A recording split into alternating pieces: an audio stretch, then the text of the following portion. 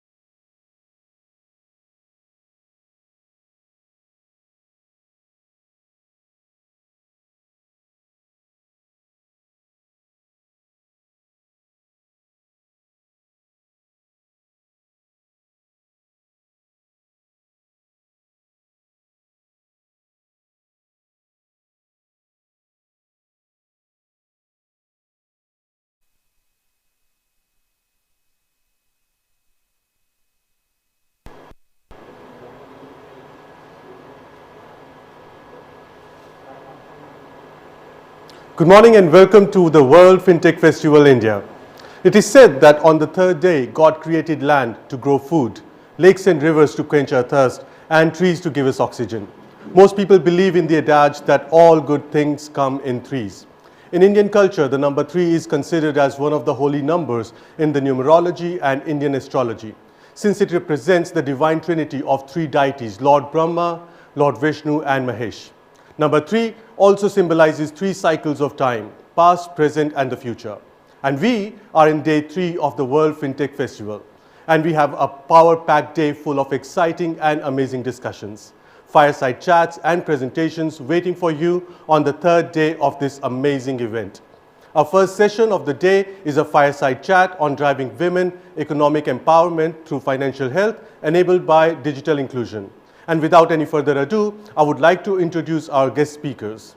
Joining us for this session are Ms. Nandini Harihareshwara, Advisor, Women Economic Empowerment at UNCDF, who will also moderate this session.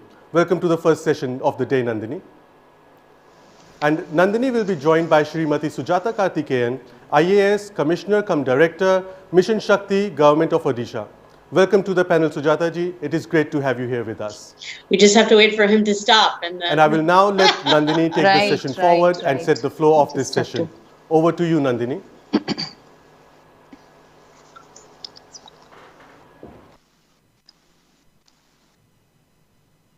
Hello, my name is Nandini Harihareshwara. I am a Senior Advisor to the UN Capital Development Fund's Inclusive Digital Economies Division. It's my pleasure to introduce the keynote speaker, Ms. Sujata Karthikeyan. She is an Orissa Cadre IIS officer presently leading Odisha's Women's Self-Help Group involvement as a Commissioner cum Director for Mission Shakti. Ms. Sujata has a rich experience in several key sectors of public administration during her career, spanning 19 years. She has held several posts in state administration, including the post of District Collector, Director, and Commissioner in various government departments. Mission Shakti is a pioneering women's empowerment initiative of the state of Orissa. It has drawn many national and international attention and coverage for the many transformative initiatives that it has undertaken. Self-help groups and their convergence with the government departments for livelihood promotion, financial assistance through Mission Shakti loans, the digitization of self-help groups, and e-commerce platforms, coupled with the unlocking of women power of 70 lakh women in 6 lakh self-help groups, are amongst the major achievements made by Mission Shakti in recent years. My pleasure to be introducing our keynote speaker, Ms. Sujata. Please take it away. Thank you, Nandini. It's my pleasure to be here at this festival, and it is truly my honor to present Mission Shakti to a wider global audience. Shakti, the word, denotes the strength of the feminine. It's a reference to the primordial female energy that many believe runs and drives the universe. So Mission Shakti, aptly named, is the brainchild of Odisha Chief Minister Shri Naveen Patnaik. It was he who launched this program in 2001 on the International Women's Day on 8th March. And the basic idea was to tap into the SHG platform for holistic empowerment of women. Today in 2020, it's no longer a program. It has got a life of its own, a momentum of its own, and it has taken along its way 7 million women in 600,000 self-help groups across the state in urban and rural pockets, and is one of the largest women's networks anywhere in the world. The transformative role that Mission Shakti has played in the last 19 years is remarkable. It is no longer a program, as I said. It has a powerful momentum that has grown beyond its stated vision. touching lives not only of the women it serves, but also of the families, communities, and societies they live in. We have now reached a particular stage in our journey with women. And from here, we have to take off to the next stage. We have achieved a fair amount of success on primarily 3 fronts, and I'm very proud to share with you those. One is the absolute organizational level. In terms of organization and structure, it is no mean feat to get 7 million women on board a government platform. And across the state, in hard-to-reach hamlets and pockets, I would like to share with you that there is no single hamlet or ward or small group of families staying anywhere across Odisha where a Mission Shakti woman does not exist. So we have covered almost all households.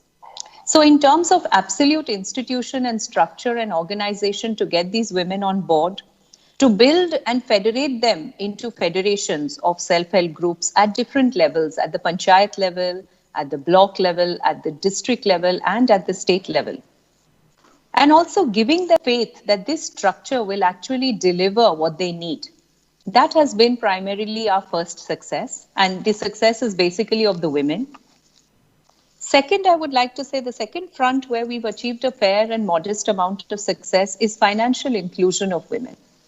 So all these 7 million women have access to bank accounts. I mean, one of the criteria of belonging to an SHG is to have a bank account, and then the SHG also has a bank account. So almost 3,000 crore credit flows to them annually through the institutional structures, the formal financial structures. So in a way, they have moved away from the traditional money lenders, which women historically depended on for their small financial needs. So a modest level of success is the financial inclusion of women. Third, and most importantly, what I would say is the biggest success of Mission Shakti, and where it makes it slightly different from the other self-help group movements across India, is that the link that they have to government through this scheme. You see, government is still in many societies the biggest provider and the biggest changer of lives and livelihoods. Mission Shakti provided a platform to women to be linked to government, and it works both ways. So if government has to undertake a huge community outreach program, or there is something where the community has to be involved, Mission Shakti women are the warriors for government because they can penetrate every household in the shortest amount of time. The message can reach whom it has to reach. And on the other side, women have got a voice in almost all government platforms. Today, I can say with utmost certainty that if there is any committee formed which will work for people, that committee has to have a representation of SHGs, be it the Village Health and Sanitation Committee, the Nutrition Committee, the School Management Committee. So anything which directly impacts lives at the grassroots level, if government forms a committee to oversee that, to monitor that, it will have self-help groups, which is a big success because it means that their voices are being heard, they are being part of the decision making. And to give you an example of how the link with government and providing platform to women's voices has actually been a success, I would take the example of the recent pandemic.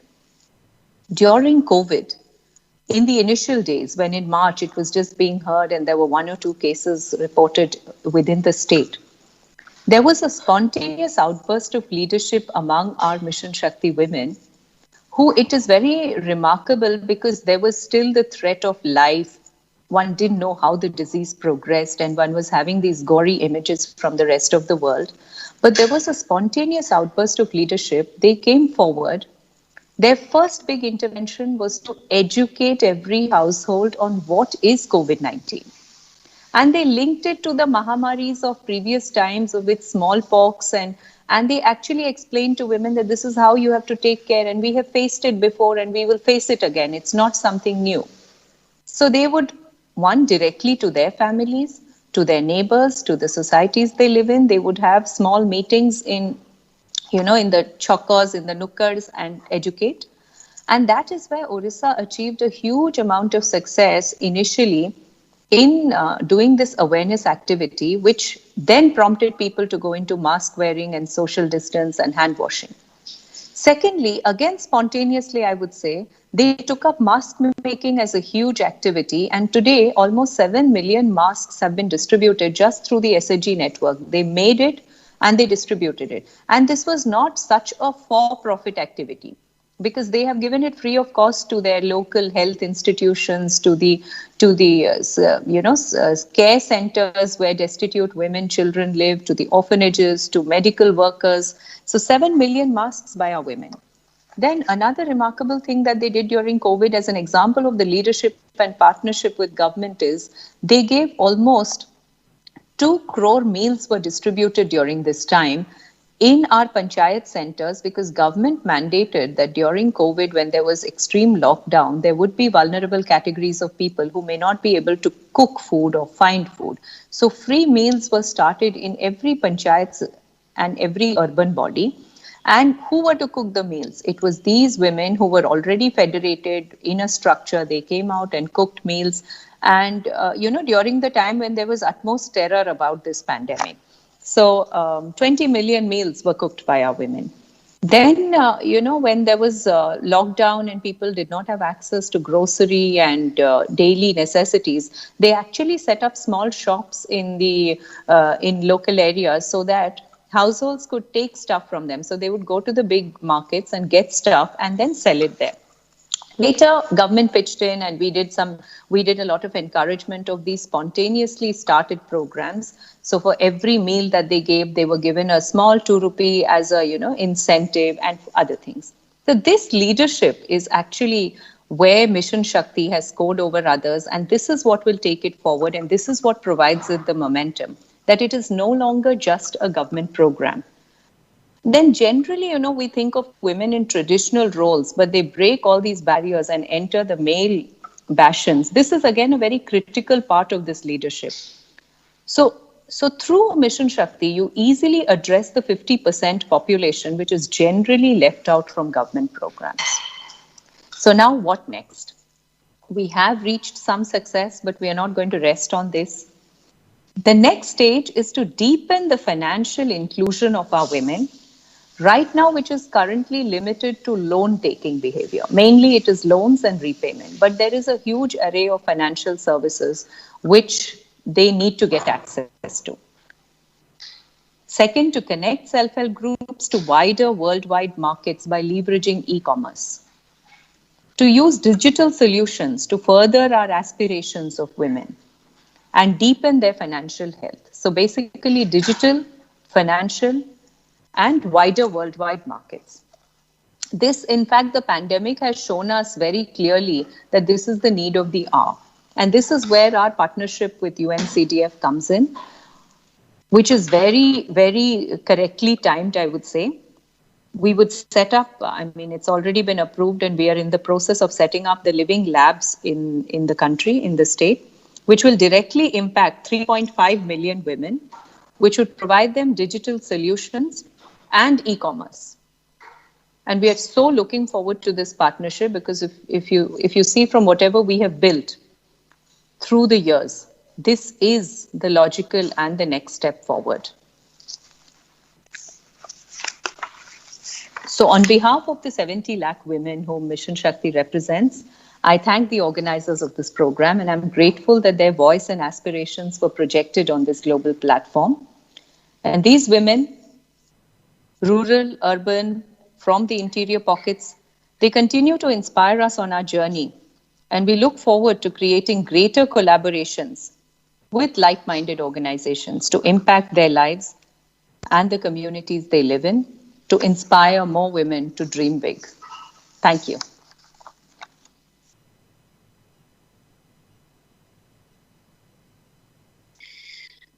Thank you, Ms. Sujata. That was a very inspirational keynote. I think when we talk about women's economic empowerment, I think it's always best to start talking with people who really know what they're talking about and have gone through the tests, trials, and tribulations of how to do this, because it's no easy task. I think you make it sound easy. No, it's a lot of hard work with a lot of people working in the grassroots and a lot of commitment from our women, yes. I mean, I think I want to just emphasize to the audience that this is a group of 7 million women that you have worked with. You stated some of the major achievements that you have been able to achieve prior to COVID and then during COVID is amazing. And it sounds like some of those are really driven by them themselves, which is tremendous. So you, Ms. Sujata, you oversee one of the biggest programs in the world focused on women's economic empowerment, covering 7 million women. What do you feel is unique to the Orissa context for women that might be different from other women in India, might be different from other women in the world? What do you think is unique there? What story is there? So, thank you, Nandini. Actually, it's my belief that women across societies are more similar than different. They have similar needs and aspirations, and they have similar capabilities, provided opportunities are provided to survive and to thrive. So that way, if you see, women's aspirations across societies do not really differ. But what is unique to the Orissa is our context, the context in which the women live. So 40% of Orissa's population belongs to traditionally marginalized communities, which come from the tribal and the scheduled caste segment. So this has unique challenges of its own. Large parts of our state have forests and tough terrain, interior pockets which are cut off by water bodies or hilly tracts. So even physical access, which has been gradually improving with huge infrastructure investment, but traditionally and historically, there are communities which live on hilltops, on cut-off areas. So nutritional needs, access to finance, these are major challenges in certain parts. Historically, we've had serious challenges in terms of malnutrition, poverty levels, health indices, which, adversely impacts women. Then access to institutional finance. 1/3 of our rural areas do not have brick and mortar branches. So when we talk of financial inclusion and access to a bank where she can have and keep her savings, even the basic financial interactions, so that becomes a challenge. But what is also unique to Orissa is that we have a hugely proactive political leadership committed to women and a government that is totally committed to women. If you've seen the last 20 years, what has happened in terms of health, nutrition, in major indicators, Orissa has shown a huge jump. And it actually matters when you have a leadership that is committed. So both at the political and at the bureaucratic level, government has been totally committed to the cause of women. And Honorable Chief Minister Orissa actually believes that a key feature of governance, a foundation stone of governance is empowerment of women. And that will give multitude benefits in all sectors. And that is probably also why Mission Shakti was started in 2001 with the single point agenda of empowerment of women. So that is also unique to the Orissa context. Unlike other states now, to bring women into the fold, you said it sounded easy, it looked easy, but what Orissa did is it used women to bring women into the fold of Mission Shakti, which always works in the long term and it makes it more sustainable. So who were our women? They were the Anganwadi Didis. Orissa is probably one of the few states, one of two states probably, which used Anganwadi Didis to form these groups of women. So in 2001, when it started, and when in the villages and across towns, SHGs were unheard of, and women were saying, why should we join an SHG? So these Anganwadi workers, after their working hours, at no extra pay, would go and convince them of the power of forming groups. And then mentor them. Sorry to interrupt, Madam. Tell us what these Anganwadis are for the audience that doesn't know. So India has this integrated child development system. It's a flagship program of the government of India, which is there for years and years. And the main work of this integrated child development system is to have nutrition centers in small pockets for a population, for a given population, nutrition centers where children come, receive one healthy meal, Now it has become two. So a breakfast meal and a lunch meal. And they take preschool education and they go back. So this is for the 3 to 6 year category. And for the 0 to 3 year category, packets of dried powder, the take-home ration it is called. So it's a ready-to-eat mix is given. Pregnant women are checked over there for their pregnancy development and their health needs. And a lot of sanitation, health, nutrition, advocacy happens in these centers. And they are run by somebody called the Anganwadi worker, who's the local lady of that village who has a bit of an education. There is an education level that you have to pass. And she is assisted by a help. So these are centers where nutrition is provided, nutrition advocacy is done, and a bit of preschool education. So most children in rural and in urban slums go to these centers. So these are the Didis, the Anganwadi workers, who then got together, the mothers of these children, and said, why don't you form groups? There is benefit in forming groups. This is not their original work. Their original work was what I just stated. So this is where Odisha started 19 years ago, making them mentors for these women. So it worked in myriad ways. When they spoke of sanitation, they would call these groups. When they spoke of nutrition, they would call these groups. And you know what has happened? A beautiful thing has happened right now. When I said take-home ration, a ready to and to children, to pregnant women and to children who cannot come below 3 years. This take-home ration is actually made by our self-help group. So Mission Shakti, in other states, there are other people doing this. Odisha is the only state where self-help group women make this take-home ration and provide it to the children and to the mothers. And it works in beautiful ways because they are the nutrition advocates. They are the mothers of the children. So we have set up small units where they can roast, grind, and powder the mixture. The mixture has specific components. There is Bengal gram, there is groundnut, there is sugar, which has to be put in specific quantities. So they measure it out, they do it, and on a fixed day, they packet it and they distribute it. And this is work of 700 crores per annum. So this money is what is going to our self-help groups. So the turnover is 700 crores. The profit may not be that much. But this is an activity that they do for the women and children. Can I interrupt you for one moment? Yes. Also, because I think I don't know, I think we only have 30 minutes left, maybe.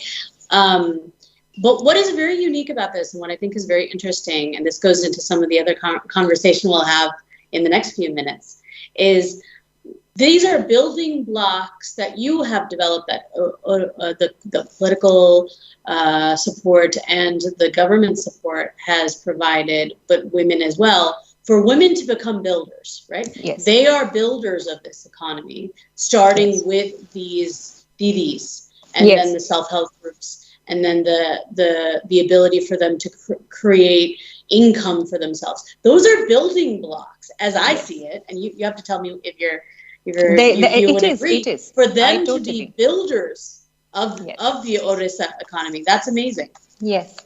So when I said political leadership, it is backed by actual work. So when we are saying about what is unique to the Orissa context, last year the cabinet passed a memorandum saying 5,000 crores worth of goods and services would be procured by government only from self-help groups. And what are the goods and services we are talking about? Midday meals, take-home ration, preschool uniforms, school uniforms, electricity meter reading, paddy procurement. These are areas where government works, where women have entered, and the government has stated its commitment saying 5,000 crores worth of goods and services would be procured only from Mission Shakti SHGs. So it has walked the talk. And every year we try to achieve 1,000 crores worth of that. So that is in the next 5 years. So this is the unique thing about the Orissa context. Then the state has also put in a system of Mission Shakti loans, which is loans up to 3 lakhs. The interest component is paid by government. So basically, they are zero interest loans. They are not given upfront. It is an interest subvention. So it encourages the loan repaying ability and the habit of SHG. So once you repay your loan to the banks, the interest component goes back to your savings account. And in the same context, providing federation. So you have SHGs and you give make them start businesses. That is one thing. But the government has committed that there will be a state level federation of SHGs which will actually participate in decision making at the state level. It will be sort of like, a small women's cabinet kind of thing. So these are the ways in which the Orissa context is more unique than the others. Thank you. Lovely, thank you. And actually ties to the next question I have. So in the world of women's economic empowerment and gender equality, time and time again, and increasingly when you go to big conferences or you're having one-on-one conversations with practitioners such as yourselves, one of the critical barriers to empowerment is cultural and social norms, right? India is not alone, yes. In the challenge of, in some places, right, it's not universal, right? There are lots of places where people do believe in gender equality, but there are many places where they don't. And there are many places where a community, a family, might not believe that a woman or a girl should have access to a phone, should have access to a bank account, should have any sort of financial or digital autonomy, is what I call it, or financial freedom. And that is definitely a challenge for India.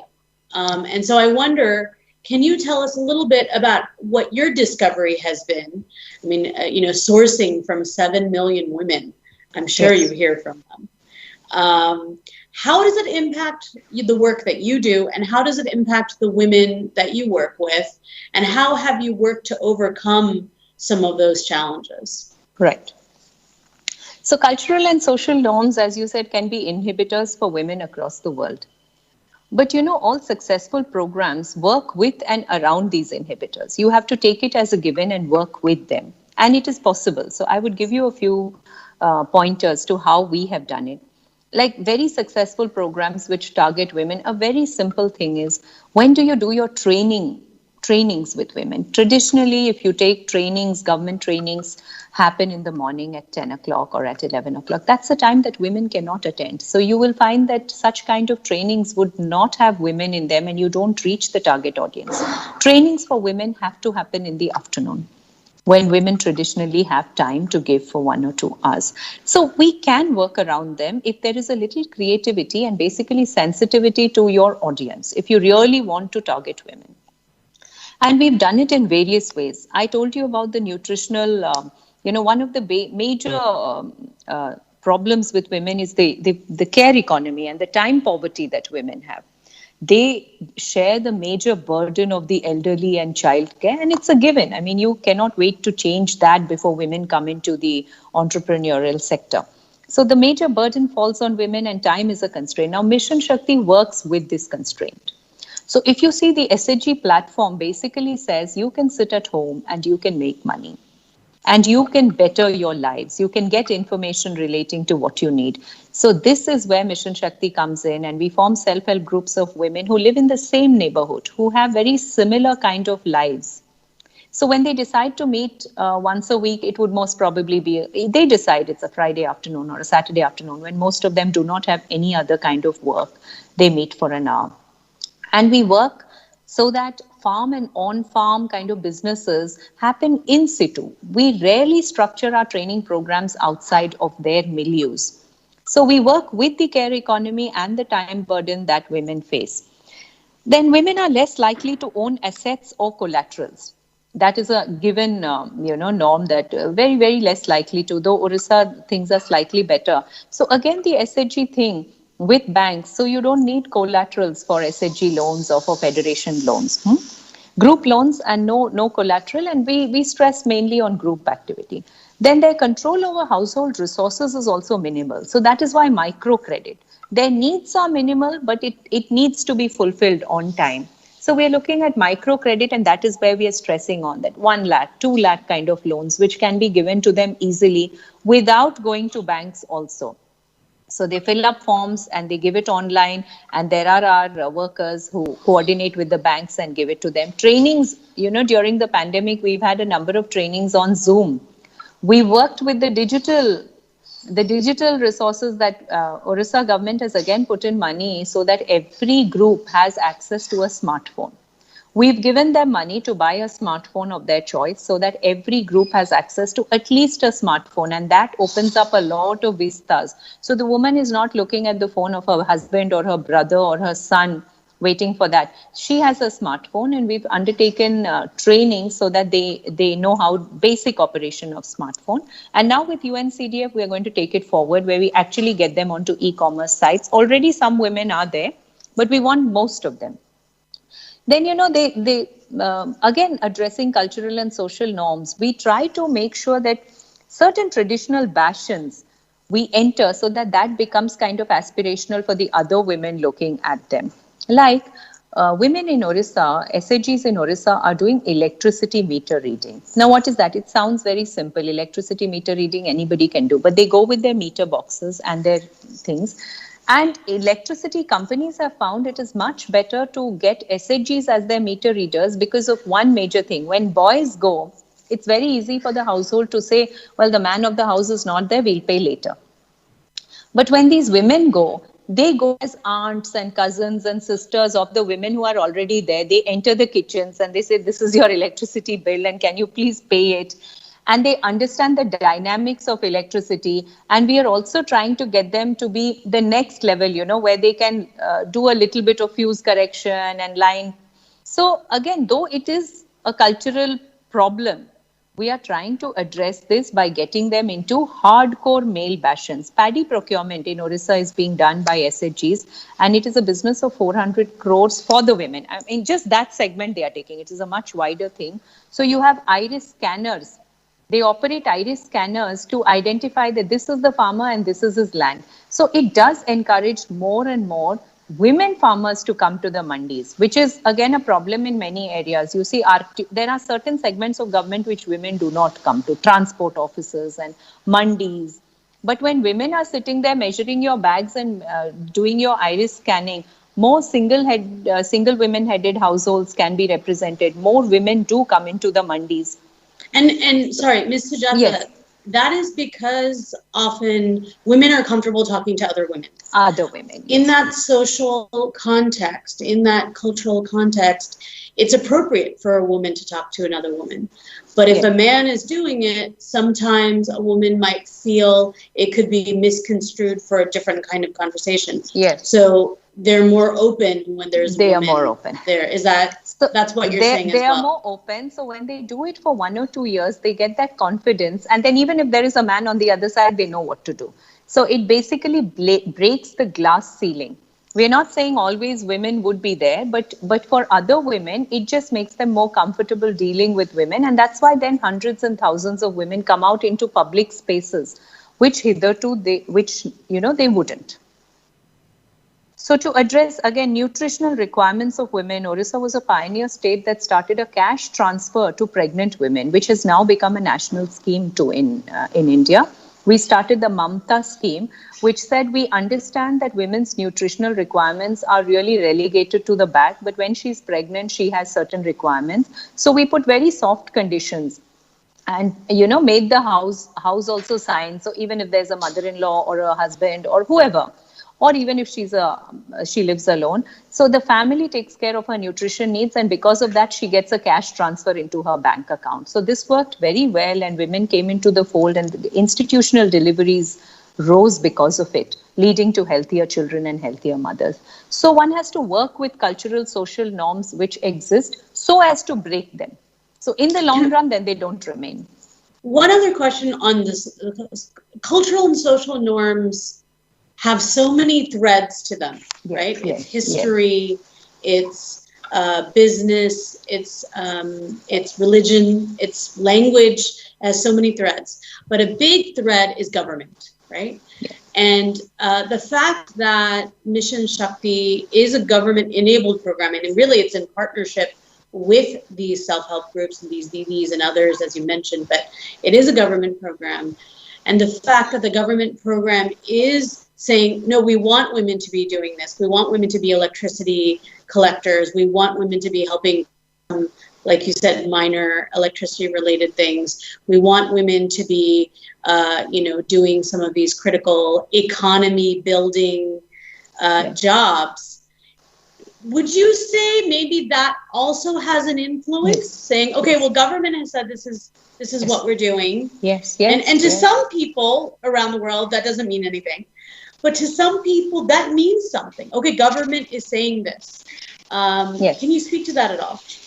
Oh yeah, this in fact is a very critical part of the the success story of Orissa, that government has walked the talk, and there is such great faith in the government that if you say that there is a government training program, 9 out of 10 times, even the male members of the house would say, okay, go and attend. There may be something to come out. There is a lot of faith that government will deliver, number one. Second is also, you see, when they are represented in all these committees of government, it gives them a unique identity. There's a very interesting anecdote that, a group of women, SHG women, were called by Honorable Chief Minister, and he asked them that, okay, are you getting your pani, and is your sadak okay, and this, that. So one of the elderly ladies held his hand and said, no, we are getting all that and you are giving us all that, but there is something more important that you have given us that nobody else did. That is our identity, parichay. So this is a very unique thing, which is a government motivated, government run thing. So when they go for training programs, women actually come up to me and say, I am not known as so-and-so's wife and so-and-so's daughter-in-law. I am, the other women of the village still trainer Didi ja rahi hai. It makes her work 2 inches taller, which is something we take for granted, having got educated and having jobs and money in our accounts. We take this for granted, but you see, for a woman who never had identity, her mothers and grandmothers didn't have any identity apart from belonging to the men that they did. This is a huge thing, and this is government run. So when she sits on a committee which is chaired by the collector of the district, and she goes back and said, I met the collector today and this is what we discussed, she has a different identity in the village that no one can take away from her. So when you integrate them in all these committees, when their voices are heard, decision-making depends on them, and there is money in their account. So it's a whole new ball game then. Then you see, you don't have to do too many things with the women. They take off on their own. This is amazing. There's so many lessons that I hope everyone who's listening are learning from this. And some of these are, as you said, low-hanging fruit. Invite them to the meeting. That's right. And hear them out. Yeah, listen to what they have to say. Yes. It feels like it's not something that's always resource intensive, right? And I think that's an important lesson as well here. Really, it's more about intention a lot of the time. So, Ms. Sujatha, forgive me, you have given us a lot to think about and a lot to learn from.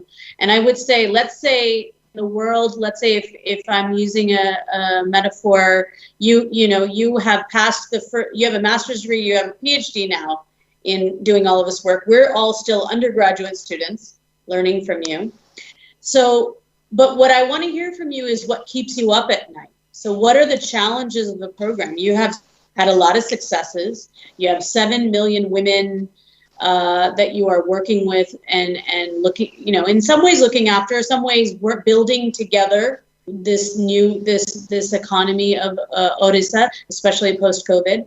What keeps you up at night now? What are the big challenges for the program in your mind? What worries you that maybe someone here or someone in the audience can help you with? Tell us what you're thinking about these days. Yes, so definitely a program of this magnitude will have challenges, and we do have. So we've crossed the first few stages. I think the original aim of Mission Shakti has been achieved. We federated women, got them together, got them talking about economics, health, finance, social security, and it has given up multitude.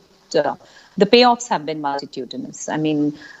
We've impacted a lot of lives, and women have done it themselves. I wouldn't say we've impacted. The challenge right now is, you see, Mission Shakti was basically, the root of it is financial empowerment, the root of it.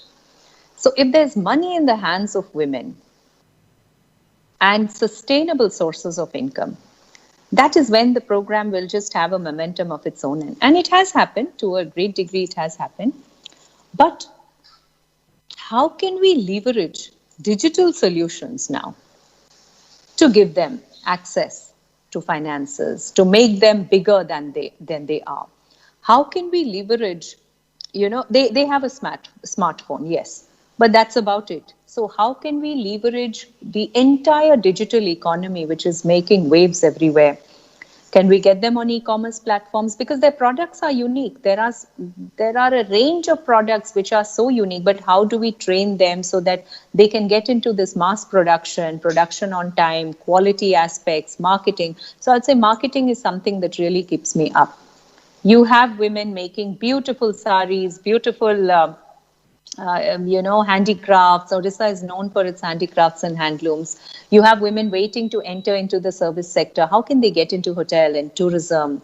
How can they become, hospital administrators, local? So we have a program where the hospital diet management is done by women. All the government hospitals, we try phase-wise where the diets are given by women. But how can we make them much more than that? And can the digital economy help us on that? Because everything cannot be done. I mean, there is a limit to what you can do physically. And as I said, we have to work with the social norms that exist. So a woman who's basically at home, how can we leverage digital technologies to help her earn, to help her get an account, to help her get financial products?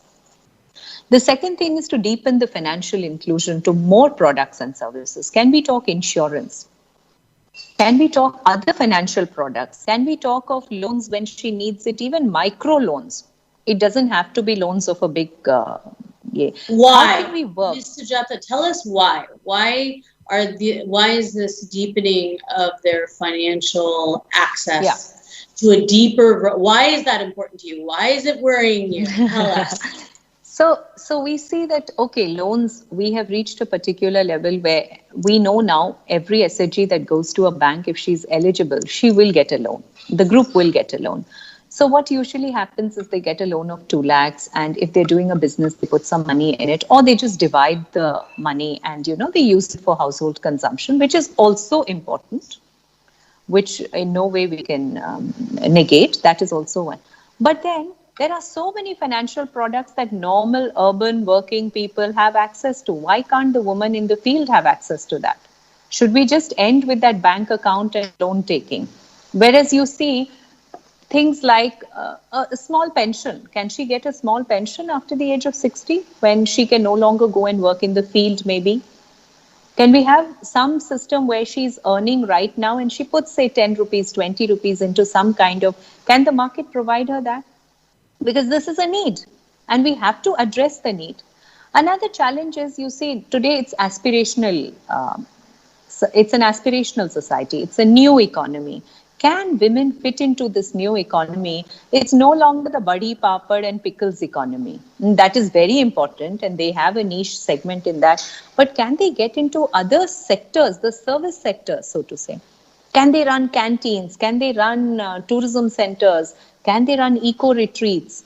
Can they do management of forests? There are so many areas which we want our women to enter into, and they can. How can we leverage data, technology, digital solutions to get them to do that? How do we train them? How can we maintain that high level of training and quality consciousness, marketing? These are the questions that they ask us. That is why it is important for us to answer that. And that is why then Mission Shakti remains relevant. Yeah, I mean, what I hear you saying is we must remain vigilant. Yes. This is an evolution.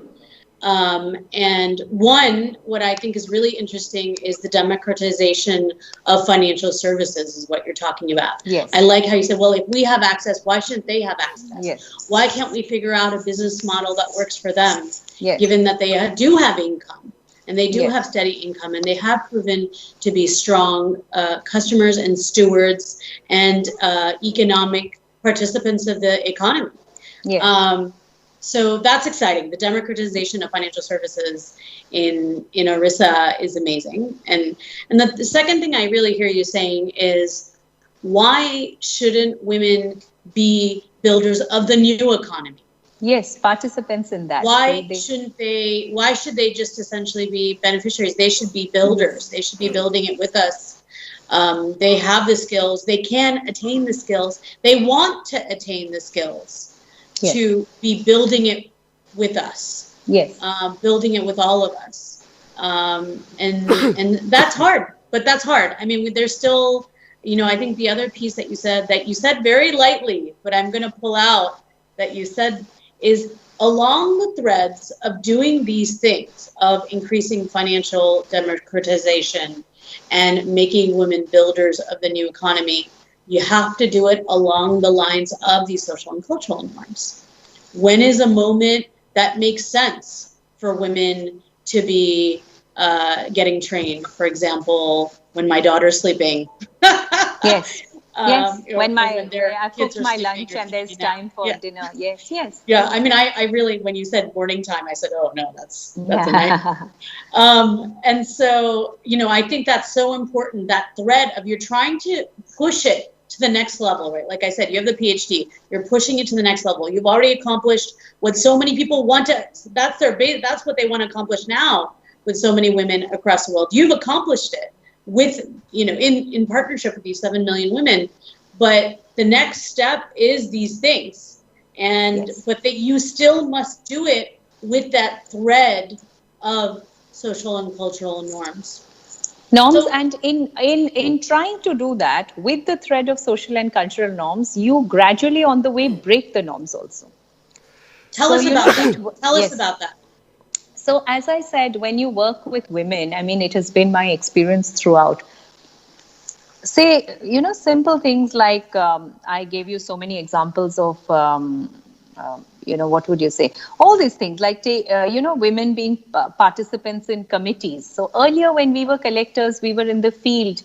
And Orissa has this 33% reservation for women in Panchayati Raj institutions. So we have 60,000 ward members and sarpanches and all who are women, and many of them are from the Mission Shakti network. So earlier when we were collectors and all, they would put forth a slip where you say, okay, sarpanch so-and-so has come to meet you. Sarpanch is basically the head of the village who is elected. And we have reserved categories for women. So then you see that, okay, so-and-so has come to see you. And then you see a man walks in, but the name was of a woman. So when you ask them, they say, no, she's a lady. So what would she talk to you? And also I'm representing her. That will be the husband. So initially we would say that, look, no husband and all that. Only the wife has to come. Now you go to the field and you see women are so vocal, doing so well. And some of the best sarpanches and ward members and all are women. And then they get re-elected on their own right. They do not need reservations to get re-elected. So gradually along the way over 20 years, you realize they have grown much more than what government schemes, originally intended to. Like you take electricity meter readers. When we started, it was tentative, because they said, how would we operate these machines? And let's see, would we make mistakes? And there was a whole lobby which was against it because they were the ones who were getting that work and that commission. So then when women went in, there were problems. But gradually you see, they want to now progress to linemen and electricity companies who were initially dubious about can they do it. They want them because their collections are much, much more. So it's not really charity when you work with women. It's not, they perform equally good as men. Then when, Orissa has the scheme of all panchayat tanks, which are ponds, village ponds, are auctioned. Every state does it. But before they are auctioned at the highest bid, the choice is given to the SHG of the village to take it. And they can give it at a minimal price. This is documented. It's a government order. So when initially they started doing it, they would depend on the men for the feed and netting of fish is a major male activity. So, half your money would go in just getting men to net the fish. Then we realized, no, they have to be taught. Even this netting has to be taught. And gradually now we see, no, netting is being done by women themselves. And they are filleting it. And many places made dried fish, which are export quality, are being done by women. So while working with social norms, you gradually realize that it has a momentum of its own and it breaks the social norms which it was working with. And then, it's unfettered. And younger women look up to their mothers and grandmothers and say, well, they can earn, so can we. It pushes more women into schools and colleges. Yeah, absolutely. We're nearing the end of our time. Ms. Sujata, this has been a fascinating conversation, at least for me. I hope for whoever is listening, it was also fascinating. I am so, I don't even know what word it is. I'm so pleased. I'm so proud especially this last point you're talking about. And here's the reason. I think they're one of the most controversial topics in the world on women's economic empowerment is the setting of quotas, is the setting of even guided targets to include more women in participation of discussions, of leadership roles, of groups of people that are making important decisions for a community, for a country. And the point that you make that's so powerful is, we give them that extra edge in the beginning, and then they learn what that is, right? They become exposed to it and understand what that system is, which does take learning. And then they're able to do it on their own in that next generation. And I just think that's a really important point. Yeah, that is, that is for men too, no? Nobody learns it. Nobody has intuitive knowledge of things. You learn, you make mistakes. And just because historically women have been relegated to stay at home doesn't mean they can't perform equally, and which, across the world it has been seen. So even though it should not sound patronizing, but it's a fact that women perform even on the economic front, otherwise companies would not take women as meter readers and paddy procurers and all if they were not doing a good job, because somehow then the market steps in. But you see, they have been doing very well. So a little bit of hand-holding goes a long way. And the right political and government environment, right? Yeah. Absolutely. Yeah. Absolutely. Well, thank you very much. Thank you. Ms. Sujata. This has been a fascinating conversation, a very nice way to start my morning. I hope a nice way to start everyone's morning. Thank you very much for your time and your wisdom and your great work, and looking forward to hearing more as time goes on. Thank you. We are all inspired by the 7 million women we work for. Their stories are amazing. Thank you.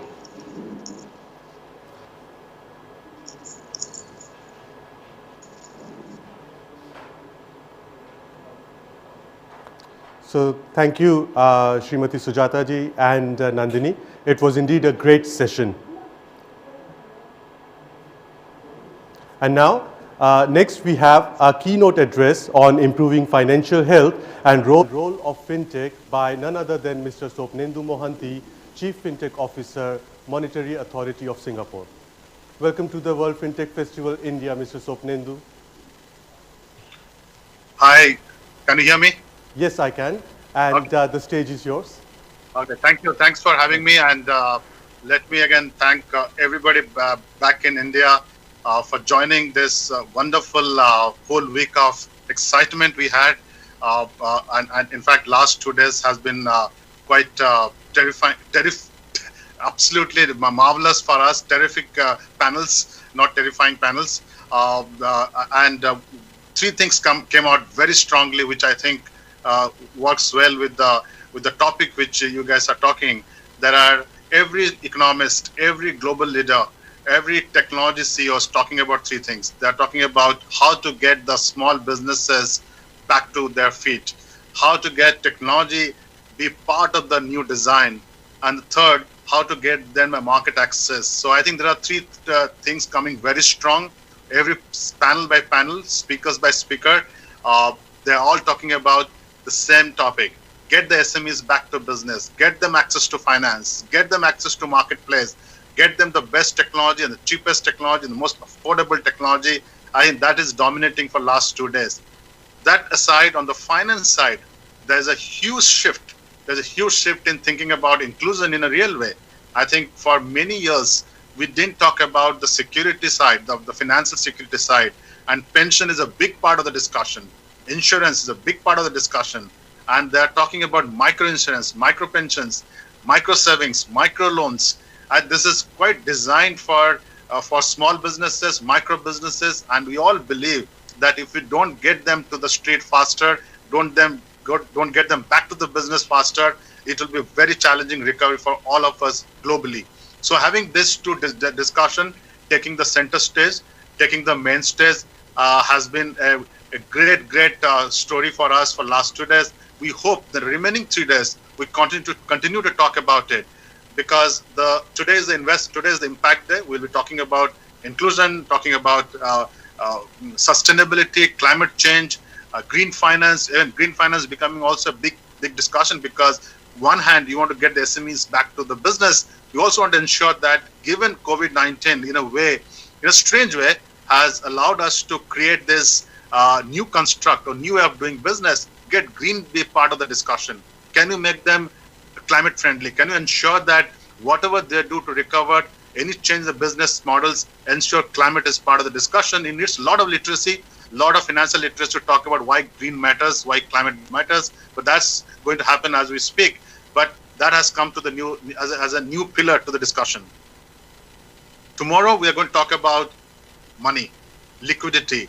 We need a lot of capital for things to recover. We need a lot of capital to back new technologies. We need a lot of capital to support entrepreneurs, support new ideas, support global connectivity. So there's a need for market infrastructure to start growing. So how do you generate capital to be deployed in this area? Especially in most of the global centers are talking about public infrastructure. India had a fabulous public infrastructure in form of Aadhaar and the whole UPI rails. Nandan yesterday spoke about his journey. Bill Gates actually called out India as one of the leading model of public infrastructure and how to use digital finance on top of it.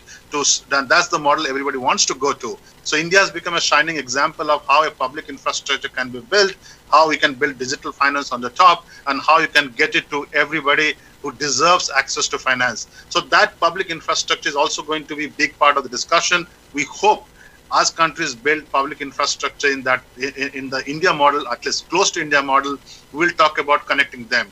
Once you connect this public rails, I think what rides on top of that will become a key enabler for the digital economy. So that's going to happen sometime. The whole Thursday we're going to talk about this whole capital deployment, and we'll end the Singapore FinTech Festival this year with the very theme which is very close to my heart, is people and talent.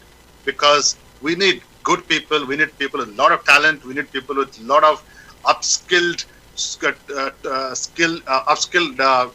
set, so that the current skill set is not adequate for us to support what we want to do in the future. We need to upskill ourselves, upgrade our own skill set, how to go about it, how do we ensure that policies, market, government support, private sector supports are out there to upskill ourselves as we get ready for this 2021 recovery. We'll talk about people who are thinking about how to redesign themselves to get ready for this new 2021 post-pandemic recovery, as we look at the global economy in a very different way through this crisis. So that's the big picture, and I hope we all get there. Thank you for having me. Thank you, Mr. Mohanty, for a great keynote. And thank you once again for joining us at World FinTech Festival, India. Have a good day ahead. Thank you. Yes, sir.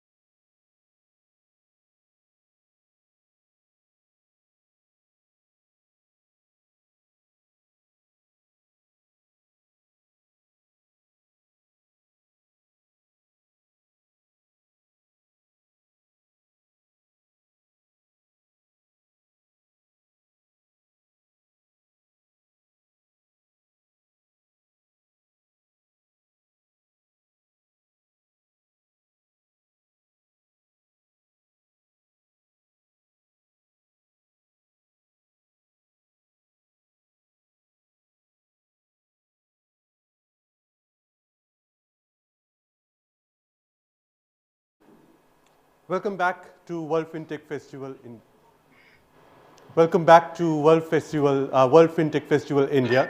It is now time to move on to the third session of the day, a panel discussion on connecting women entrepreneurs to market and finance through technology.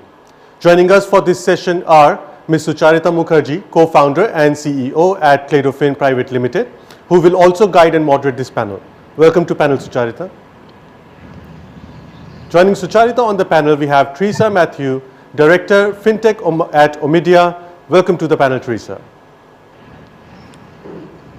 Next, we have Ms. Arundhati Mukherjee, Founding Director at RO India. Thank you for joining us today, Arundhati. My pleasure. Look forward. And completing this panel is Ms. Subbalakshmi Nandi, SPO Gender Equality India, PMGF. Great to have you here, Subbalakshmi. I will now request Sucharita to start the panel discussion. Over to you, Sucharita. Thank you so much. Good morning, everyone. Thank you, Singapore FinTech Festival and UNCDF for giving me and this panel this space and the opportunity for an important discussion. Welcome, Arundhati, Teresa, and Subbalakshmi to this important discussion on connecting women entrepreneurs to markets and finance through technology. I just want to preface the discussion by asking the question, why is connecting women entrepreneurs to markets and finance via tech important at all? One of the most important reasons is that the benefits from connections to markets and finance via financial inclusion are very significant. I want to quote two important studies. One was an impact evaluation by Dwara KGFS in Tamil Nadu in India. It has mostly women customers, and after 5 years of presence of the Dwara KGFS branches, some pretty significant outcomes were noted. One was that the incidence of outstanding formal borrowing for largely women customers, 90% plus women customers, was 40% higher. That was number one. Two, also very significant, informal borrowing also reduced by almost 11%. And, this informal borrowing is generally at rates of 50% plus, almost double or more than double the formal interest rate. So we can see that the presence and these connections really make a difference to the lives of women and the households they work in. Similarly, in Kenya, a study was conducted that found that access to mobile money services alone, just the plain payment services, delivered really big benefits. So it enabled women-headed households to actually increase their savings by more than a fifth. It allowed almost 185,000 women to leave farming and develop other business or retail activities. And it had an impact also on extreme poverty by about 22%. Now, what has been happening recently is that, at least in terms of access to financial services, the gender gap due to Jan Dhan has reduced quite a bit. Apparently, this has reduced, the gender gap is reduced from 20% to 6%.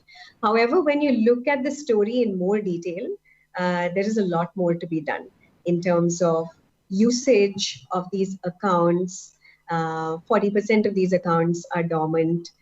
Something like 23% of women still don't have access, which means that 65% of women still have zero actual access to finance and therefore markets. And therefore, how do we solve for this and really use the power of finance and markets to change lives, to get to people's real life goals? I think each of you have a really important perspective in this discussion. So I would like to invite each of you, starting with Arundhati, then Subbalakshmi, then Teresa, to provide a short introduction about your work in this area.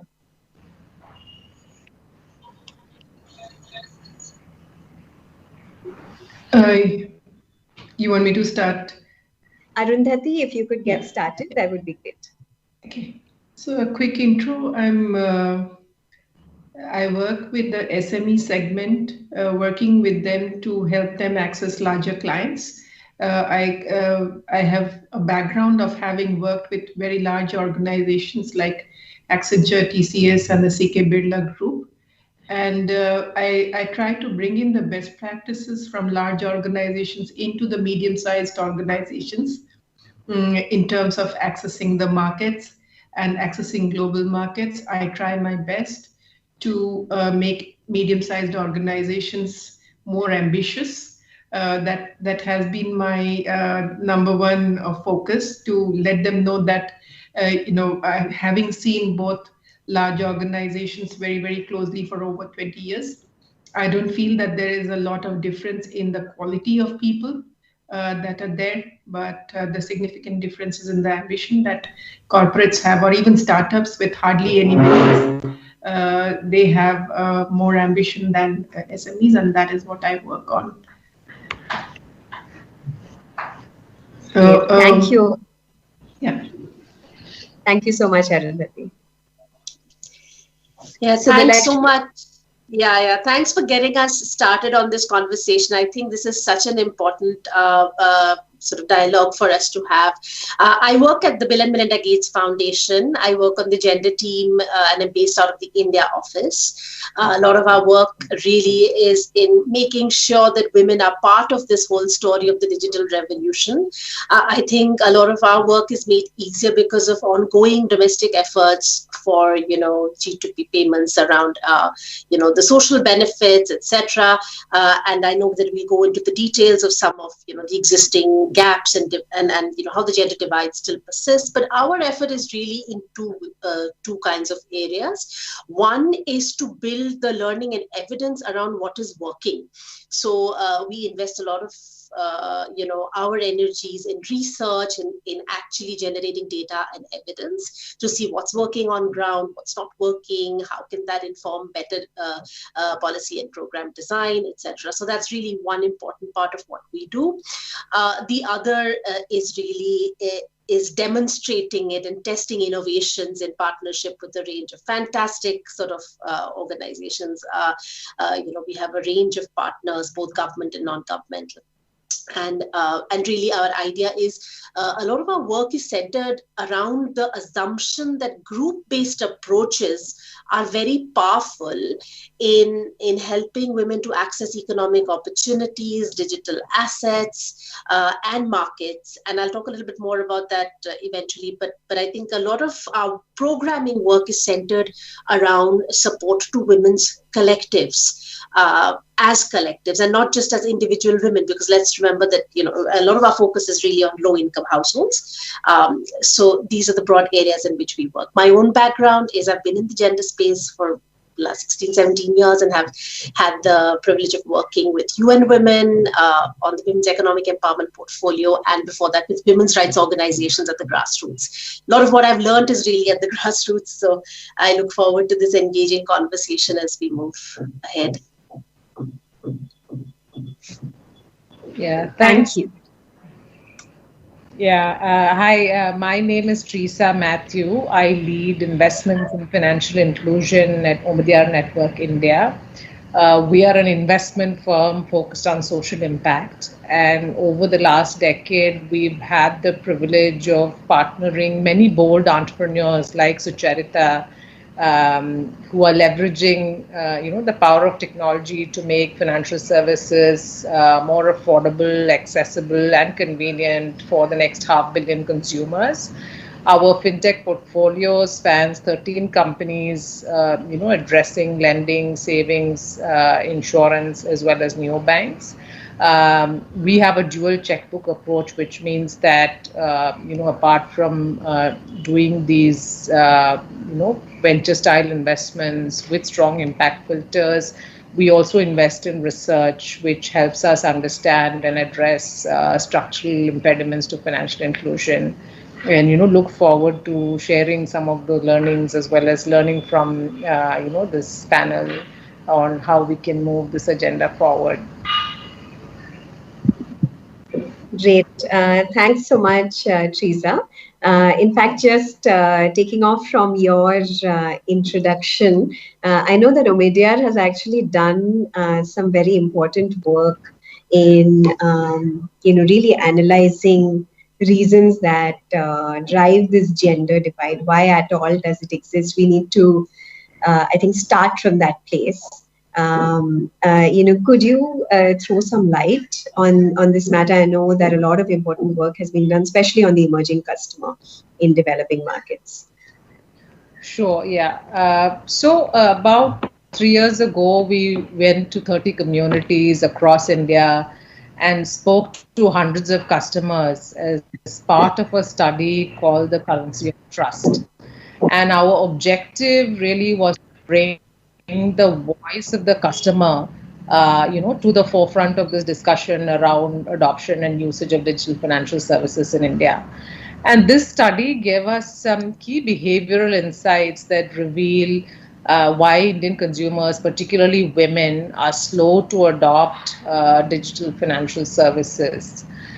Firstly, greater access to digital finance for women really requires developing safe spaces that enable them to own and use mobile phones and data. The perception that smartphones are primarily associated with entertainment and social media really drives a significant gender divide in smartphone ownership as well as usage. There is this inherent fear that smartphones will expose women to bad influences, which because of which many men refuse to provide women in the family with a smartphone, and in many cases, any type of phone. Secondly, digital financial services are viewed by most people, particularly women, as overly complex, and this applies even to financially savvy consumers. This is evident from the fact that, like Sucharita mentioned earlier, despite most people having open bank accounts due to various government schemes, this has not resulted in everyday usage of these accounts. And this is due to a combination of factors, including, lack of ability to understand the heavy use of jargon by formal financial services providers, and sometimes just the apathy and outright disrespect which many of these consumers have experienced during interactions with formal financial service providers, which is what leads them to have a strong preference for alternative services such as self-help groups or microfinance institutions, chit funds, pawnbrokers, or even private money lenders, despite them being far more expensive.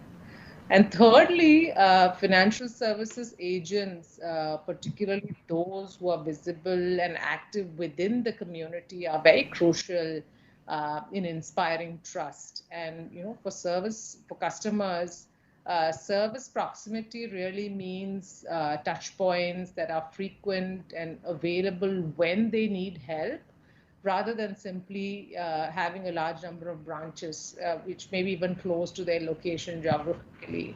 So many consumers in India are comfortable interacting with in-person agents for their financial services needs. Due to the agent's proximity, familiarity, and of course, respectful conduct. So these were some of the, behavioral insights that, the study helped us with. No, that's super interesting because, it touches upon some cultural aspects like, in general, the paternalistic attitude of, women and their need to be protected from bad influence to, really things like trust, respect, which at the end of the day, every human being wants, especially if you're a consumer, you expect at the bare minimum to be treated with respect. Arundhati, I just wanted to take this discussion over to you. You mentioned an important point around ambition and vision of women entrepreneurs. and the lack of it today. Can you tell us a little bit more about your experience here? Could this be a reason as well for the gender divide? And what can we do about this? Yeah, that is the single most, women are tackling more, right? Women entrepreneurs are tackling more, women professionals are tackling more. Women have come out and started working, but men haven't started working at home, right? The pandemic has given that kind of there have been some good things about the pandemic in that the men have started doing housework as well. But it is traditionally it is seen that women are tackling more, and therefore they have probably less mind space, and they're continuing with something that is working okay, instead of thinking how can I make it better, how can I grow this better.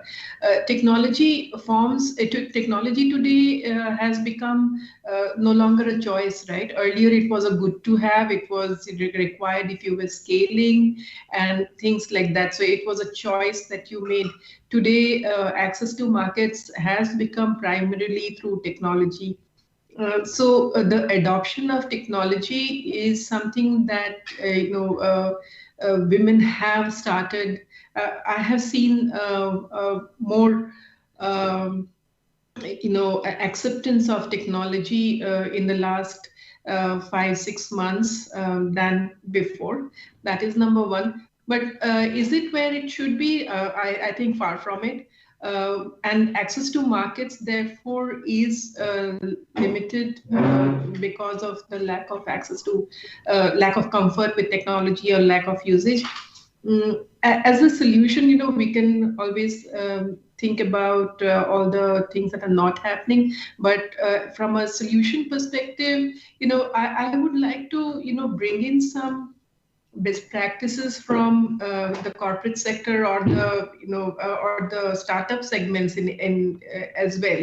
The startup segment is very comfortable going to you, for example, as a mentor. Can you mentor me? Can you do this for me? Can you help me? Can you help me get me some money? Can you help me connect me to so and so government official? Can you help me to, so startups are always asking, right? No matter what they get and don't get, they're asking. And that is something that the cohort model that startups have, where there are, I think Teresa was talking about, Subbalakshmi was talking about, bringing together groups of people. I think the model that the startups are using in terms of cohorts is a great model and should be done at, we are seeing that kind of model at the village level, or at the base level. But I think there should be a kind of a tree at every level. There should be we should see cohorts forming up, and women helping each other. Women-led organizations see more women as employees as well. If you traditionally, if you see a women-led organization, the gender balance is much better. And therefore, when you tackle women-led organizations through a cohort at a particular level, it generally percolates down as well. Educated women taking on highly educated women as CEOs of mid-sized companies like 50 crore or 30 crore companies will have more women employees, and therefore, some of them will want to go out and be an entrepreneur themselves, just like it happens in any other SME. So if you get into that model where you create those cohorts at various levels rather than only at the lower level, targeting only women at the village level and illiterate or semi-literate women, you start at the very top and say that just like startups have cohorts, can we create a model like that where SME women leaders also have cohorts, and then they employ more women, and it percolates down. No, thanks so much for that perspective. Also, apologies for my background noise. What I'm hearing from you is really two things. One is women leading by example that, really impacts other women. Also collectives, the power of collectives is huge. What we see in our own operations is that even for a simple transaction like depositing money into your bank account, even if the bank account or cash-in point is just 3 to 4 kilometers away, it's still not walking distance. And because of women's safety issues in most places in the north, women have to go in groups, just literally to do that simple transaction. Or if they're not in a group, then they have to depend on a male relative to deposit that money, which may or may not happen. So, the barriers that are there are pretty significant, but I do think that this group, this concept of a group, and you made a very good point, group at all levels, right? Not just at, the level of a village or the level of a self-help group, but at higher levels as well. Really makes a difference. Just want to pull in Subbalakshmi here. Subbalakshmi, you mentioned that you've done a lot of work on collectives and the power of collectives. What have you found here? Are there solutions to this gender divide from, the evidence-based research and, innovations that you have conducted here? Yeah, thanks, Sucharita. So I do think that, a lot of what drives the gender divide is at both levels. I mean, there is the infrastructural and access gap, which is fundamental. And then there is the socio-cultural context, which is what, many of us have been talking about. And I think in terms of the kind of the socio-cultural issues are not very difficult to understand, because what is happening in sort of a real world in terms of the operation of gender norms, greater monitoring and surveillance of women when they're using digital assets, all of that is really affecting their ability to transact online. At the same time, we know the gap is the smallest when it comes to the access to government and social entitlements. While we have, in terms of smartphone use, in terms of internet use, the gap between men and women is like 50-60% and beyond. But when it comes to accessing these G2P kind of programs, the gap is the lowest between men and women. So I think I think there is an important point there, which is the fact that it is from a credible, legitimate source. And I think that affects a lot the ability of the women to exercise their agency. So that's one. The second is what the group does is, and particularly Teresa, you spoke about, the facilitation and intermediation at the sort of community level. I mean, we work mainly with low income households, so my experience is mainly from that lens. That facilitation is really, really important, because you have to build trust about the use of the platform, about, there are beliefs about, where is my money going? I'm doing all of this online transaction. There is a lot of mistrust and sort of lack of confidence in the usage. And what we've seen happen is when these sort of banking correspondents, the facilitators, intermediary people are actually the ones who are people of trust, who are going to the community and who are going to the women and saying, hey, this is how you do it, and I can do it, and so can you. That leader plays a really important role. And I think that's something we've learned in programming, that huge investments are required in building that leadership cadre as well, because they become then the bridge between the service, the use of the digital asset, and help also in supporting the negotiations and the bargaining power at the family community level. So I think there are many, many spin-offs on that, on the benefits of the collective in how it can help to bridge the gender digital divide. Because I mean, these are really age-old structural barriers we are talking about, and so it's not easy to overcome them. And these are some of the ways in which we have seen it works. I mean, COVID has really caused this forced digitization that we didn't anticipate. And it is simply because of the presence of these leaders and these community resource persons, these banking correspondents, the women whose capacities have been built over the last many years that we've seen, that those networks have managed to access digital financial services. They've managed to access greater opportunities, awareness. Even something like e-commerce is something that is really booming, and it's growing big even in the villages. And I feel that a lot has to do with that kind of investment in capacity building, investment in leadership that has really gone in over the last many, many years through a range of actors. Right. Just a follow-up question, Subbalakshmi, is could you point to any specific examples or research which actually shows the impact of this collective on access or on outcomes?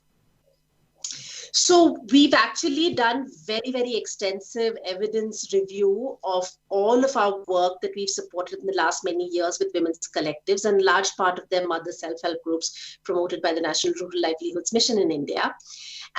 And it's really interesting that of all the systematic review, evaluations, etc., our partners have done, they have found the financial inclusion outcomes are the strongest. I mean, they're the ones where we have without fail seen strong outcomes.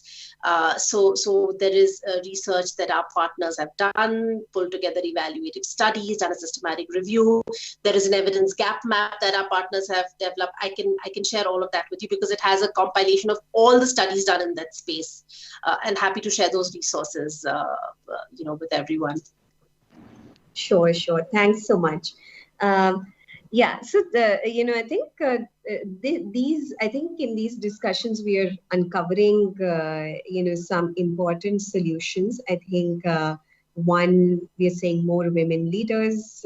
Two, we're also saying how do we promote more women's collectives, and how do we do this in a structured, systematic way? Clearly, we need much more, because it always feels to me like the pace of change is positive, but it still feels too slow. So which brings me to the next, obvious gap, which is access to capital. It's very well demonstrated that, for example, even startups like myself, for instance, with even one women founder, I think they get only 12% of all VC funding. So there is a gap, literally at this level. And, and I'm clearly a product of privilege, right? I'm not the average person. So if there is a, divide here, how do organizations like yourself, and this question is for you, Subbalakshmi and Teresa, how does your investment thesis really drive the bridging of this gender divide? Sure. Do you want me to go first? I'm happy to take that. Your question. Sure. So I think that's a really important question, and I think impact investing is growing. Gender lens investing as a field is growing. I believe it is still very, very nascent when it comes to the Indian context. I don't think we have fully understood what the value of impact investing is for business, for growth, for us as a society. And so I just want to give that caveat. I do also want to say that, I think there are many ways in which sort of, there is a role for boosting economic activity, women's entrepreneurship, and job creations. I think that's one important thing that we have seen happening, right? If there are targets for gender lens investing, if there is, if there are specific indicators that one is tracking to do with gender parity or inclusion, then we have seen outcomes. We have seen women's entrepreneurship grow. We have seen a range of different tools, impact bonds, and a range of things, right? I still think that, and again, I will speak from my experience of working with the low-income communities, with the women's collective enterprises.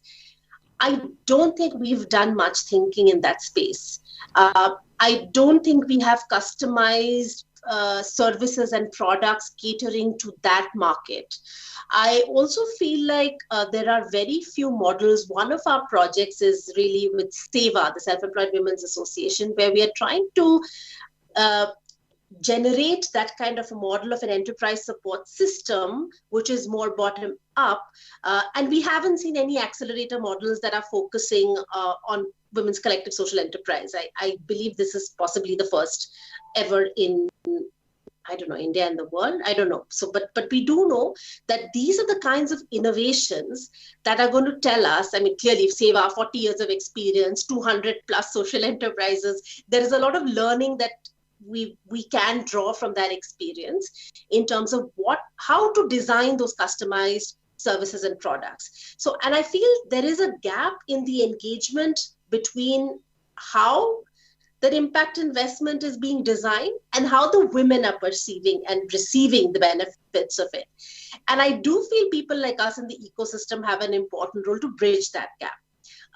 Through our research, through dialogue, through panels like this, and I feel like that's really one area in which I think we need much more work in the creation of economic activity in a structured manner, the flowing of finance in suitable forms to the women's enterprises. But I think there is another important role, for instance, that people like us play in philanthropic foundations, which is also helping to create that ecosystem around this. I mean, the reason why this dialogue is important, or the reason why we engage with policymakers, or we make sure our research is disseminated to a range of stakeholders, is because we think that the ongoing conversation of making the case of why gender equality is good business is an ongoing one. That's something that we have to keep at. And I do feel that there is a huge role for us to play in creating that ecosystem over and above the direct support that comes through, flowing the resources directly to women entrepreneurs. So I think that ecosystem engagement is really, really critical at this point, especially in a post-COVID world where we have seen enterprises collapse, we have seen supply chains really, break. We've seen financial distress. I think in many ways, we really have to get our act together as a community to think what next. Absolutely. No, thanks so much, Subbalakshmi. Teresa, just, repeating the question. I was just keen to see, how organizations like yourselves, very few and far between, how does your investment thesis really drive the bridging of this gender divide? Sure. Yeah. So I think limited, financial awareness, social and cultural norms around women's economic participation, caretaking responsibilities, will all be there as barriers which will keep women from realizing their full entrepreneurial potential. So what we try to do is to invest in businesses that can build solutions which are designed and delivered within the context of these realities that women, operate in. So our portfolio has businesses like Seva Grih Rin, which specifically provides home loans to women in the informal segment. Their aim is to improve the quality of life for women in the informal segment by creating a tangible financial asset in their name, and 100% of their loans have a woman as a main applicant. Kaleidofin is another great example of a company that's helping informal segment customers save towards their life goals. And again, 97% of Kaleidofin's customers are women, whom they're able to serve through a tech-assisted model. And what we really hope is that the success of these models will have strong demonstration effects and will help channel more pools of capital towards impact investing.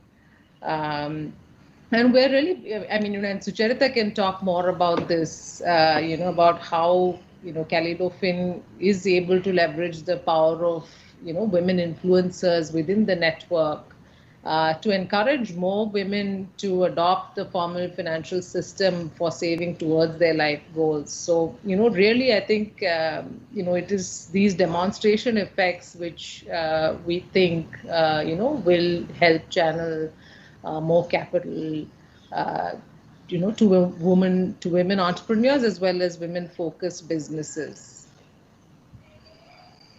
Yeah, no, absolutely. I think the role of women helping other women, really cannot be underestimated. We at Kaleidofin, we have a feet on street program called Kaleido Assist, which is a customer rewards and recognition program, really. But these are our smartest customers. 1,200 of them in about 500 pin codes in the country, whose really their only job is to motivate customers to keep saving towards their goals, help out customers in the onboarding, which has a lot of friction still, right? It's not buying financial services, not the same as ordering food. That's much quicker, right? Nobody asks, do you have diabetes before you order a gulab jamun. That's not expected. But in finance, of course, there is a role to be played in making sure suitable finance is being offered. So the friction points are also much higher. Getting together even the most basic documentation required for KYC is sometimes quite a struggle, and women need help from other women who are more clued in, who are more like leaders, business owners in that area. And we've seen that impact to be quite powerful. So, for example, in the last 2-3 months alone, these 1,200, Kaleido Assist women entrepreneurs have brought in about 8 to 10,000 new customers into the fold, and improve the payment rates as well quite a bit. Also, I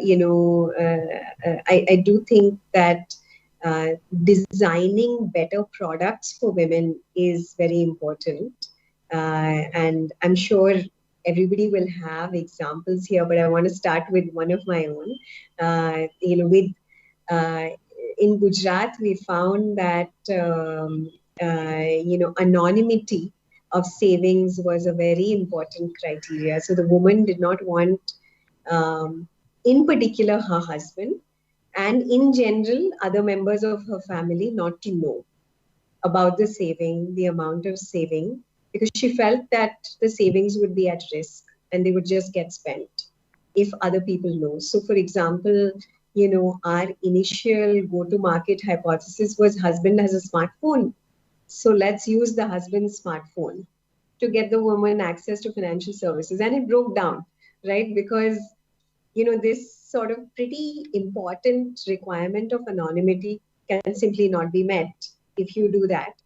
They said that, hey, you know what, why don't you take my neighbor's smartphone or my neighbor's number, another woman who I trust, with this information, and send messages to me on my feature phone. And, we had to account for that in the design. Because clearly it was a very important condition, and we have to respect that. And again, this is a socio-cultural reason, right? I mean, there are good reasons why women feel this way. But I think the design aspect is also important. I wonder if you've come across, other such examples of designing better solutions to take into account women's requirements. Are there any to come that come to mind? Yeah, sure. I could, I've seen the example of Seva Grihin again, which is an affordable housing finance company targeting women customers at from the informal segment. And these women invariably utilize, their homes as their workplace. And a lot of the home loans are used for home improvement to make these, spaces more suitable for work. So Seva Grihin has a fully in-house cluster-based sourcing approach with no dependence on intermediaries whatsoever. And they guide borrowers through the entire process of formalization of property documents. They also actively hire women in their branches. In fact, they have one or two branches which are fully staffed by women, just to make the branch experience more comfortable for their customers.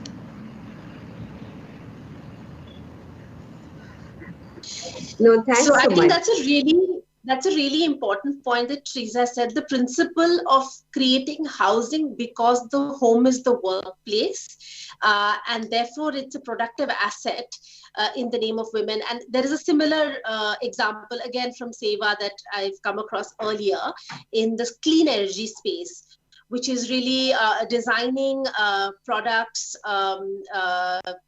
solar lamps, etc. So really creating a cadre of women entrepreneurs who were servicing their communities by providing these products, but which also had a spillover effect on their enterprises, because now they had lighting, suitable lighting for them to continue their home-based work, which is more than 53% of the informal workers are home-based workers, right?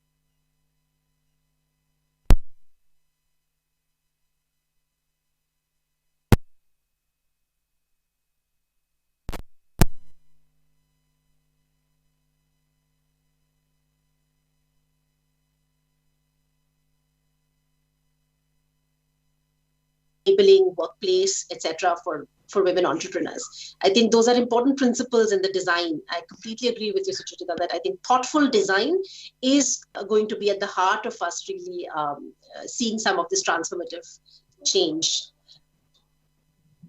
Absolutely.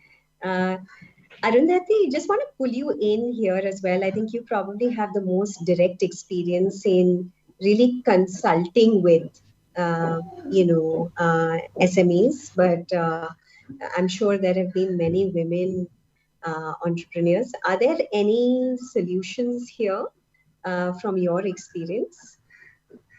So I have seen networks like Women in Innovation, which is a global network, of course, but Women in Innovation, that is something, a very active network, which is helping women to take some models forward. So you get to learn a lot from, I do bring in, unlike Teresa and Lakshmi, I do bring in the middle layer of my interactions have been from the middle layer, which is well educated, medium level income group of community. But I have seen a lot of impact when they get together as well, and the impact that is there is flows down as well, and therefore this is the neglected middle is something that I like to is the reason why I left large organizations and started working with the middle organizations. There's a lot of support and a lot of collaboration that is happening at the top and in the bottom or the lower part, but this is a neglected middle. And I think personally I felt that this middle has a huge role to play, and the cascading effect that this group can have is immense. And groups like Women in Innovation, etc., are groups which are trying to do this. There are some cohorts, there are some incubators as well, which are doing it at the startup level. But I think that the impact that the middle can have, because these are primarily people, the problem is spread out and it's large, right? It is not a small problem, and it's spread out. How spread out can you get with, and therefore, if you do not have that kind of a network or a tree kind of an effect, then, we need perhaps to create that, where we take the support of these highly educated, women with significant resources and ability to, use these resources to build organizations and build cohorts or lead cohorts, which are so, one person handle 10, at that level, or one person, like we all mentor startups.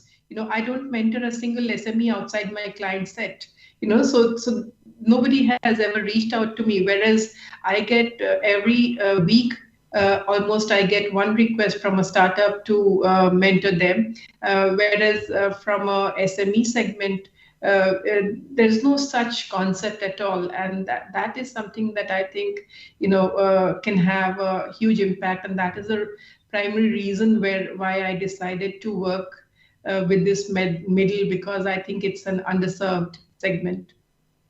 Yeah. No, I think you're making a very important point that this sort of lack of access to markets, technology, actually it cuts across many levels. It's not just an issue that let's say women with low income, with lower levels of education face. Equally, it's an issue that women with higher levels of education and access to, let's say, the skills that are required to run a business, they also, face these challenges.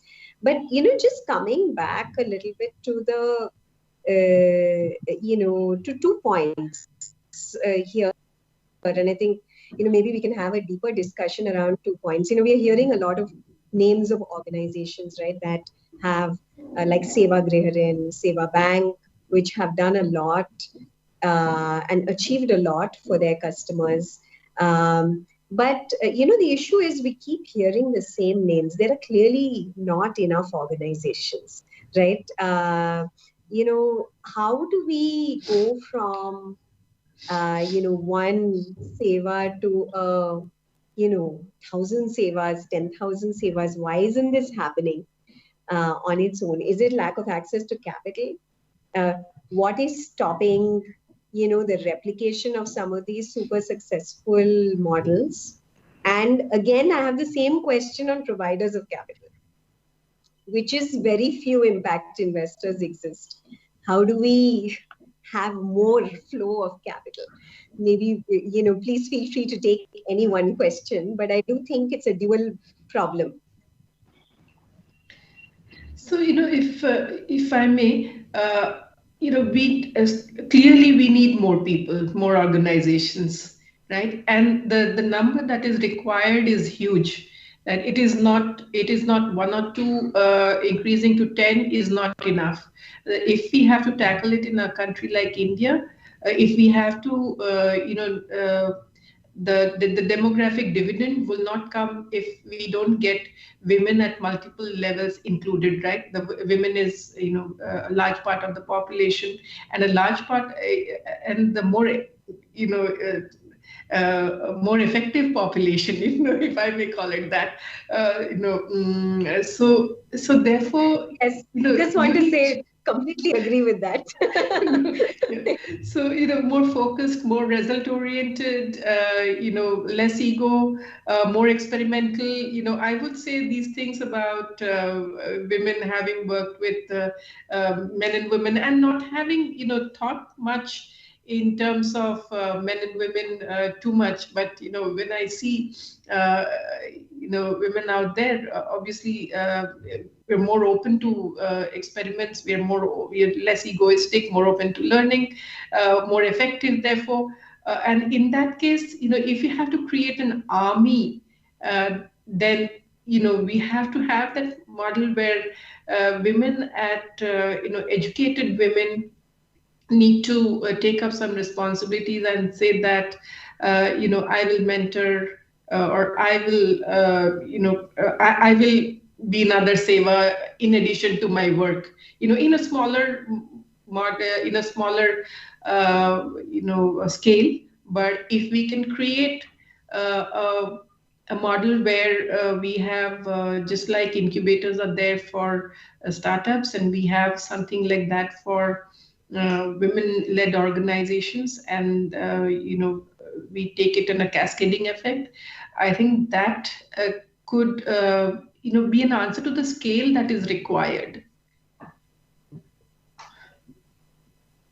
Absolutely.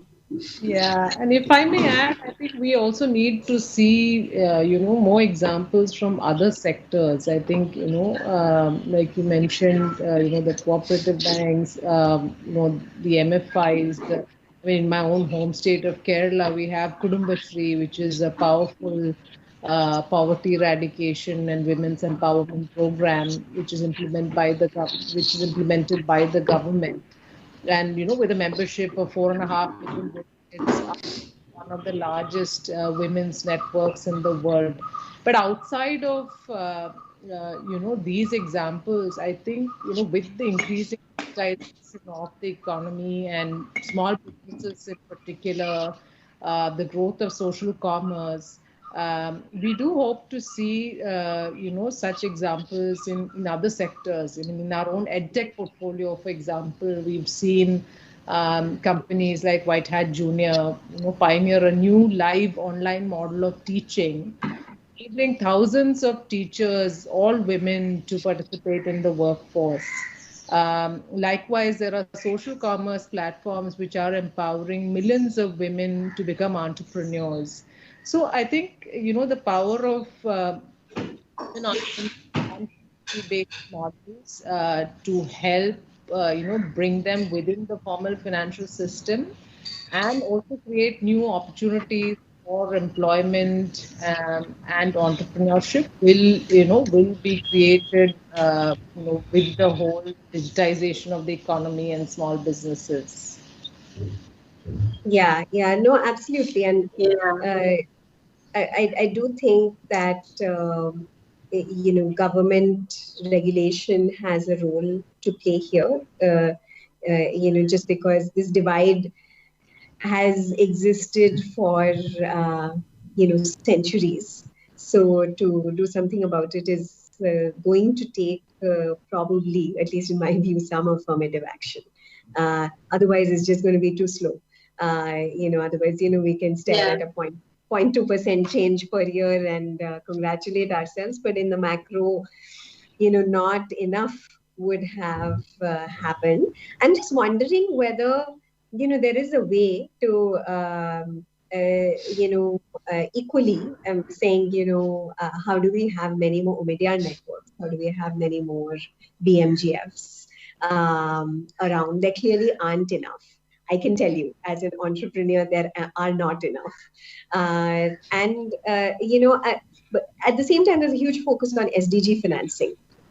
And there is huge evidence that suggests that businesses that are led by women, that empower women, both, have a huge impact on SDGs like good health, well-being, decent work, economic growth. Is there a way to sort of shape markets such that these SDGs somehow can be evaluated and given as much weight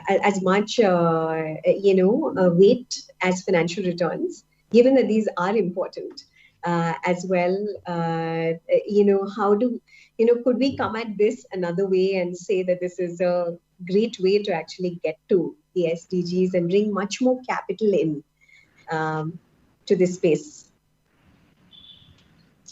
Yeah, I mean, I'd be happy to just add to what Arundhati and Tisa were speaking about earlier. I think this has to be incentivized. And I feel you absolutely hit the nail on the head that clearly it's regulatory authorities that have to get into the business of affirmative action, recognizing that the level playing field does not exist between men and women.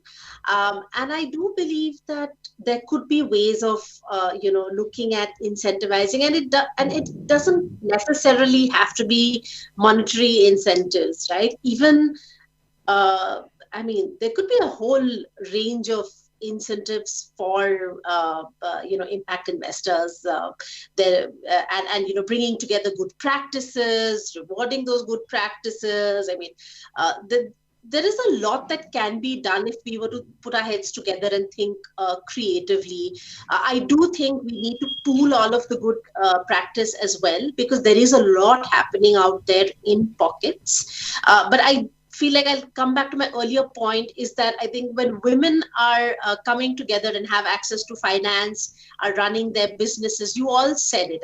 They do it well. They do it better than anybody else. So I think a lot of our emphasis right now should be on the ecosystem.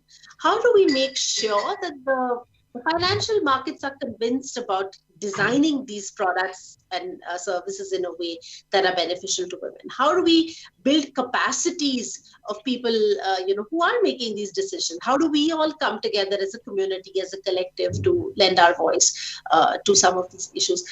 To me, I think that's really where we have reached now, where a lot of the, our engagement needs to happen, is of course elevating what's happening on ground, incentivizing, gender lens investing. In some ways, there could be creative ways, and really putting together good practices that can be replicated, that can be scaled across the sector. So these were sort of the additional thoughts that I wanted to add to what, and completely agree with everything that Teresa and Arundhati also mentioned earlier. Yeah, I'm also thinking of initiatives like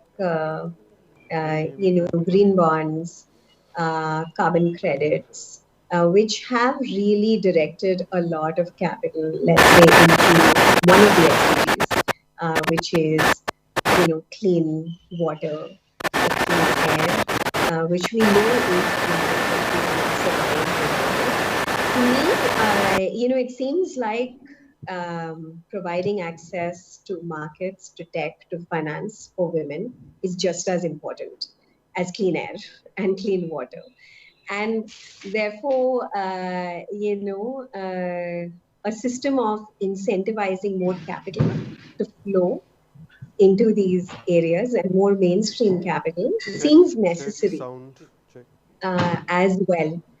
So I just wanted to make that sort of broader ecosystem point that, at the end of the day, if there are very few sources of capital, there will be very few entrepreneurs as well.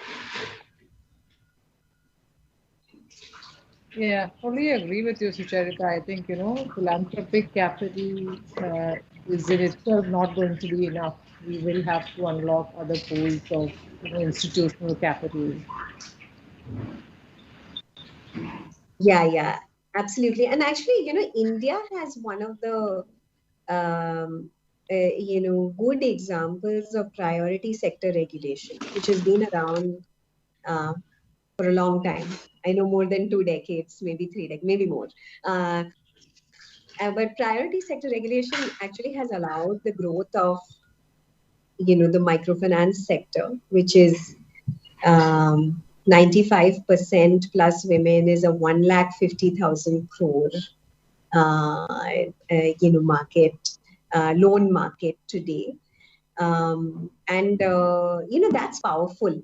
I'm wondering, some of you talked about your work with policymakers, with regulators. We've seen priority sector regulation, which incentivizes finance loans to women, can do so much, right? Are there other ways in which we could engage with government, with policymakers, to make more change happen? Questions directed to the full panel. Yeah, I think, somewhat more of a believer in market-based solutions. And, clearly going forward, I think the digitization of the microfinance industry itself, will pave the way for, digital credit to really, reach underserved customer segments, including women. I think the challenge with digital credit at low ticket sizes, with operating costs of the microfinance industry, just becomes an unviable proposition. Which is where, we think companies like Eridofin have a great role to play in working with the microfinance industry, powering them with digital payment solutions, with credit analytic capability, so that the benefits of all the digital infrastructure which has been built over the last few years really start to flow to underserved customers, including women.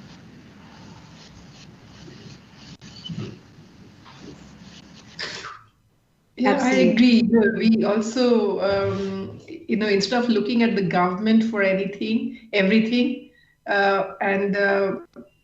have to look at the the corporate sector, the businesses themselves, looking at this community as a source of greater profit. Let me put it this way: everything, if it is at the end of the day, is run to get towards profitability, and entrepreneurship is the business which should look at profitability. So anybody who is supporting such organizations also need to look at profitability, and I believe that supporting this community of women entrepreneurs can be extremely profitable, and there will be some organizations which led by women perhaps, which will come up and look at this as an opportunity rather than look at government to subsidize, which takes its own time and has its own leakages. Absolutely. No, I think I'm so sorry to interrupt. totally agree with you. And coming back to the Sucharita, can you hear me? example Am I of audible? microfinance, here you have Hello? an example of largely male entrepreneurs starting these microfinance organizations have attracted tons of private equity. They're not just venture capital, but most of them are in growth and scale up stage, and actually do not need the governmental support at all. These are fully functional, Sucharita, can very you hear me? Am I profitable audible? businesses. And I think to Teresa's point, the Hi. next level is how do we, Hello? digitally transform Hi, Sucharita, can you hear me? Am I the audible? experience of each of these women customers. I think one of the important points is the emergence of credit models. And I think credit models, can take, access to finance for women I'm from group to sorry to individual. interrupt in between, ladies. Sucharita, am I audible to you? Hello, am I audible, Sucharita?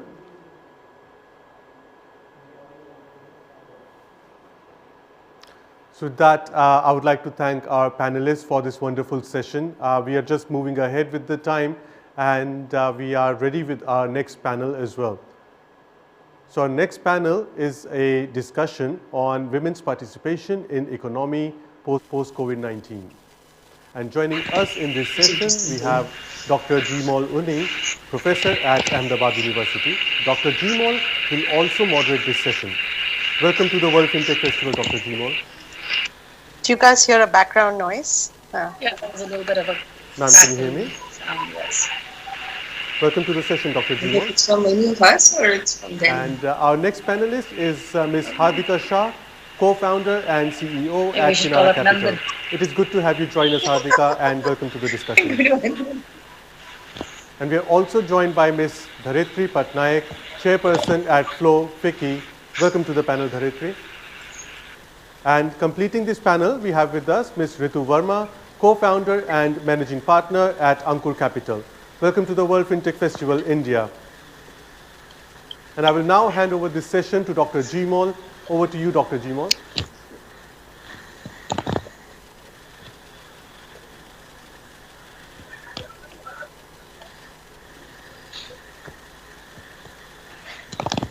Dr. Jimol, am I audible to you? Dr. Jimol, can you hear me?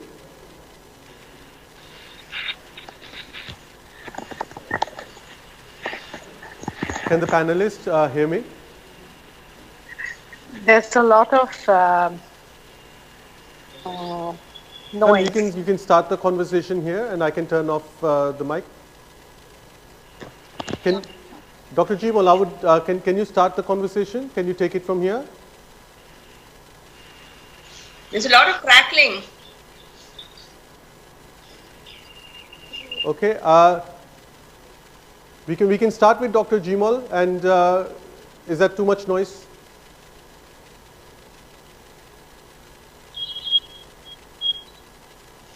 Is it better? No. No. Okay, you can start the panel, and the noise will go away. We'll turn it off from here. Dr. Jimol can take over the panel. We can start. I thought you were to introduce the speakers. Ma'am, I just did. I believe you didn't hear me. I have done the introductions, and you can take it over from here. That should be okay. Okay. Tech working out. So we start now? Are we on? Yes, ma'am. Yes, ma'am. Please. All right. Good evening, panelists, and good evening, audience. So we are in this panel speaking about women's participation in the economy after COVID-19, which has been a major shock to all of us. So COVID-19 has pushed lakhs of small and medium businesses to the edge, and many of them are on the point of closure. There are a lot of reports regarding this coming out. Today's Economic Times has a piece on small enterprises and COVID by somebody called Arvind Medirata. And he says that there are 60 million micro, small and medium enterprises. That's an MSME estimate that we all know actually. And 12 million Kirana stores. And something like 13 million restaurants and catering businesses. And they contribute to about 1/3 of the GDP. So this is just to say that we are talking about a very, very important segment of the economy, and their contribution is very high, like to 1/3 of the economy, of the GDP. But our focus is on women workers, both as employees and as entrepreneurs. Now, one of the problems in India is that the workforce participation rate of women is very low, and it has been declining. It has been declining for more than a couple of decades. It was as low as 23% in 2017-18. This is using the National Sample Organization data, and it's much lower in urban areas. Surprisingly, we would think that it would be high, but it is almost like 16-17% in participation of women in the labor force in urban areas. And since COVID, we know that many men and women have lost their jobs or are working for fewer hours or are just earning less. So the household consequences that come from this is that the households go under tremendous financial stress. And women are faced with new challenges to add to the already existing challenges that they have had.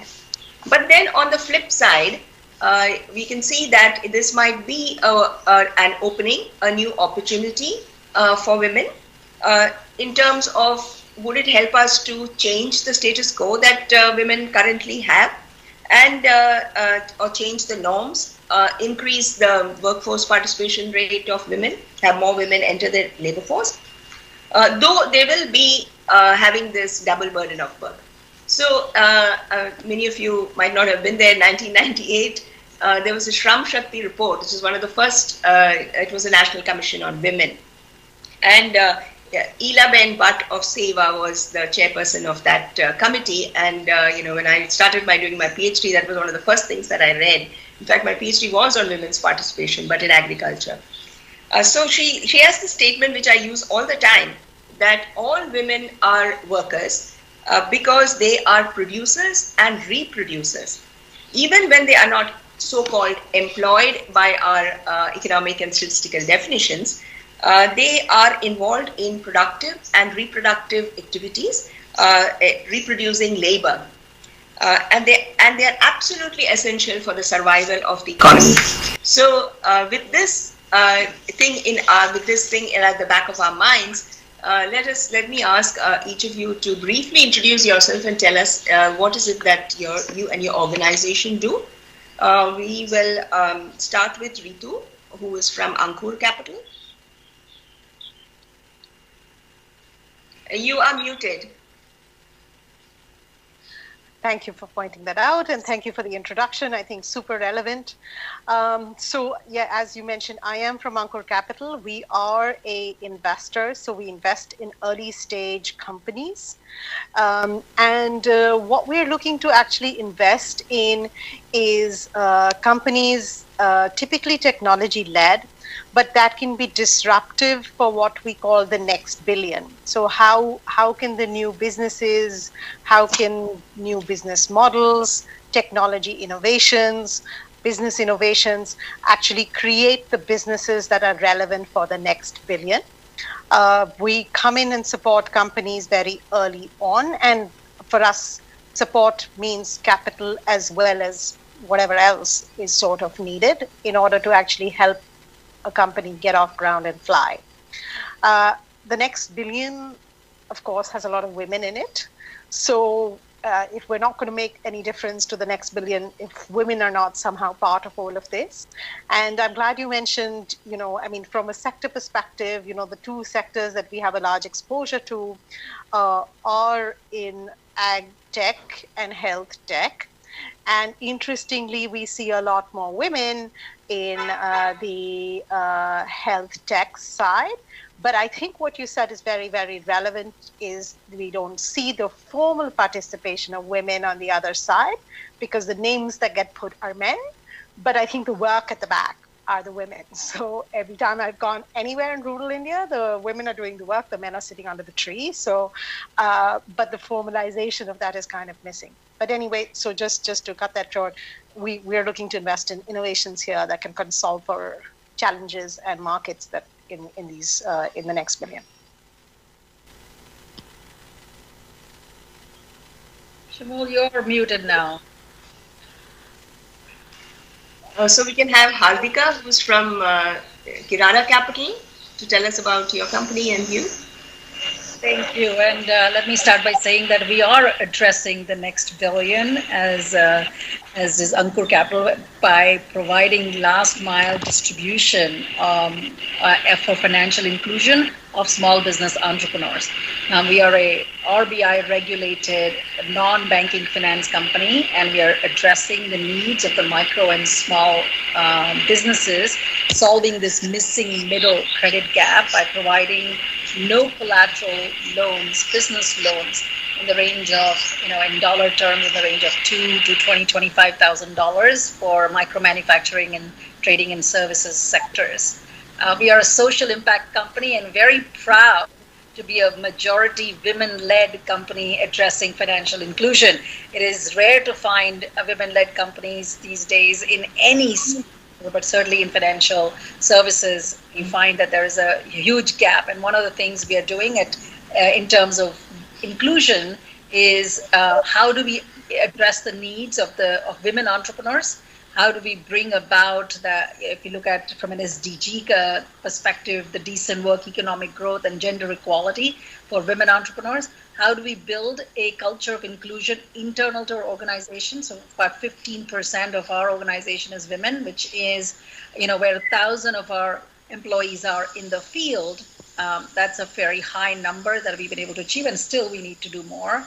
And in terms of building out unique products and services for our customers, working both in terms of how do we promote women entrepreneurship, but also from an organization, how do we also support women entrepreneurship? And we do a lot of that through our CSR work as well. So we have tried to bring about this thread of inclusion in terms of the next billion, but also in terms of women and equality and women entrepreneurship into our organization. So that's what we do at Canara Capital. Thank you, Harvika. So Dharitri Patnaik wears a number of hats. She's with FICCI's Flow and with the civil society organization and is an entrepreneur herself. Dharitri, would like to introduce yourself and your activities? Yeah, thank you. Good morning, good evening, good afternoon. And yes, I'm Dharitri Patnaik, and like she mentioned, I wear multiple hats. I was just wondering, where do I start from? So I am a chairperson of Flow, which is the women's wing of FICCI's Bhubaneswar chapter. Flow has 17 chapters pan-India with 8,000 women entrepreneurs and professionals as its members. And we work on women's empowerment, building capacities of not only the women entrepreneurs and professionals we work with, but also women living in poverty and women in different other segments and sectors. I run an infrastructure company. We are into industrial infrastructure. I also have a startup in hospitality. Now I know who to go to for funding. And I also have an NGO which works on women's empowerment. So we are focused a lot on enterprise and employability of women and getting them back to the workforce. And we work with the youth and the children because we think it should start very early, the whole, so we work with the whole spectrum of children, youth and women in my NGO, which is called Hamara Bachpan Trust. And we work pan-India. And here I'm representing FICCI Flow. And so in Flow, we've been doing a lot of work this year under the leadership of our President, Janavi Pukon.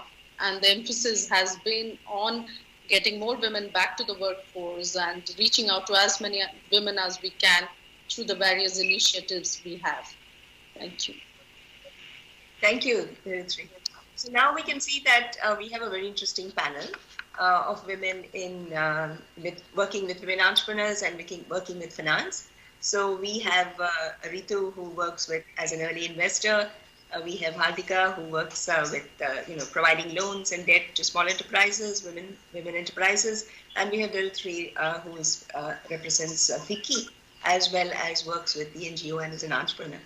So now, looking at the future, looking at 2021, we've had a bad year, 2020. As the path that your organization is following, what can we do for, I'll say three things, so you can tell us whichever you would like to talk about. Increasing the workforce participation of women, which we just said was extremely low in India. Strengthening the women's socioeconomic status. Like I think Ritu was giving us a very interesting thing as to how the front office is the men and the women are actually doing that work at the back. And I see that a lot in the informal sector as well. And improving the financial health. If you say financial health, that is their own, their funds and their savings, their investment, and so on. So shall we start again with Ritu? Sure. Happy to give you some of my thoughts of sort of where or what we see this. I think all three things that you mentioned are very, very critical. In our view, I think, the past year has been, of course, unprecedented, and that's the word that has also been used like all over the place. But I think from an optimistic point of view, I think there are opportunities that present to address the three things that you've just talked to, right? And how we look at it is that for a majority of women, there are a couple of challenges here, right? And how do we actually take a look at addressing those challenges for having them part of formal networks, formal employment, etc., right? So one thing that pandemic has done is made this kind of a digital environment for you to be able to work possible, which perhaps allows for addressing for whatever flexibilities that folks might need at home, for the fact that migrations may not actually be necessary at the level at which they have been in the past, right? So allowing a lot more women to then be included in what's happening in economies, or whether they're in urban economies or whether they are in rural economies, and actively participating in that, right? And the other thing that we feel is that what technology, and we've seen this over the last 6-7 years, and I think that perhaps over the next 5-6 years, as this digital penetration gets much higher, that and comfort level moves from the man in the house owning the phone to other people owning the phone, that the ability to kind of do financial training, the ability to sort of do address some other needs, to just being able to access that person directly, create networks where there is a lot more peer influences, learnings that kind of happen, because that's, I think, a very important part, right? To feel disconnected from, just because it's another woman doesn't mean that you're connected, but if it's from the community or there are people that you see examples of, that's important. So in our view, technology allows some of these things to happen, right? And I'm optimistic that going forward, you will see this being leveraged by men and women alike to actually increase the workforce participation and make it more friendly, should I say, from saying, look, you have to leave home, leave everything behind, move halfway across the country, live in some untenable situations, for the economic participation. So I think that's what we are excited about. Sure, thank you. While we're talking about the digital technology working well for women, we must note that more than 50% of women enterprises actually work from home. They are home-based. But then they are in very, minute kind of activities in the manufacturing sector most often, and sometimes in the service sector. So but this just allows them to access markets, right? Without necessarily, you could still be working from home and you may run your home-based enterprise. But, as women become more comfortable with it, right? It gives you the ability, it gives you a more level playing field, right? And saying that, look, you don't really actually have to be traveling to Mumbai to be selling your stuff. You can access that market sitting and producing stuff at home, right? So the enablement of micro enterprises, I think, is a critical piece. Hartika, how would you use this? Pick up the thread from what Ritu is saying. I completely agree that this creates a very large opportunity, which I think is bi-directional. And when I say bi-directional, what I mean is, women entrepreneurs who can now both access markets and also access capital digitally, which also, if you look at the data out there, it's the percentage of women likely to get a loan drops just because they're a women borrower and they go and, stand in line at a bank with a 40-page application and all the rest of it. All of that can go away with digital solutions. And so that's one side, access to capital, and then there's access to market side that that Ritu is talking about, which is enablement. And that provides that opportunity. In terms of getting on boarded to a lot of platforms that are coming up to address. So that's one side and one part of it. The other part of it is products and services, directed towards women. I do think that we will see, if you wanted to kind of talk about, what is perhaps a next wave, that to me, that's a little bit of a next wave that is and should come, right? About 89% of women globally manage their day-to-day spending.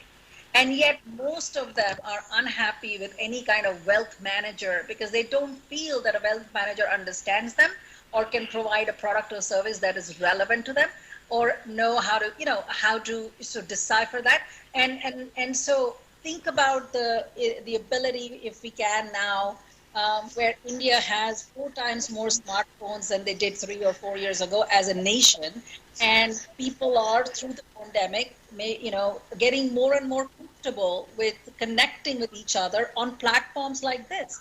We would have never done this last year or the year before, and here we are.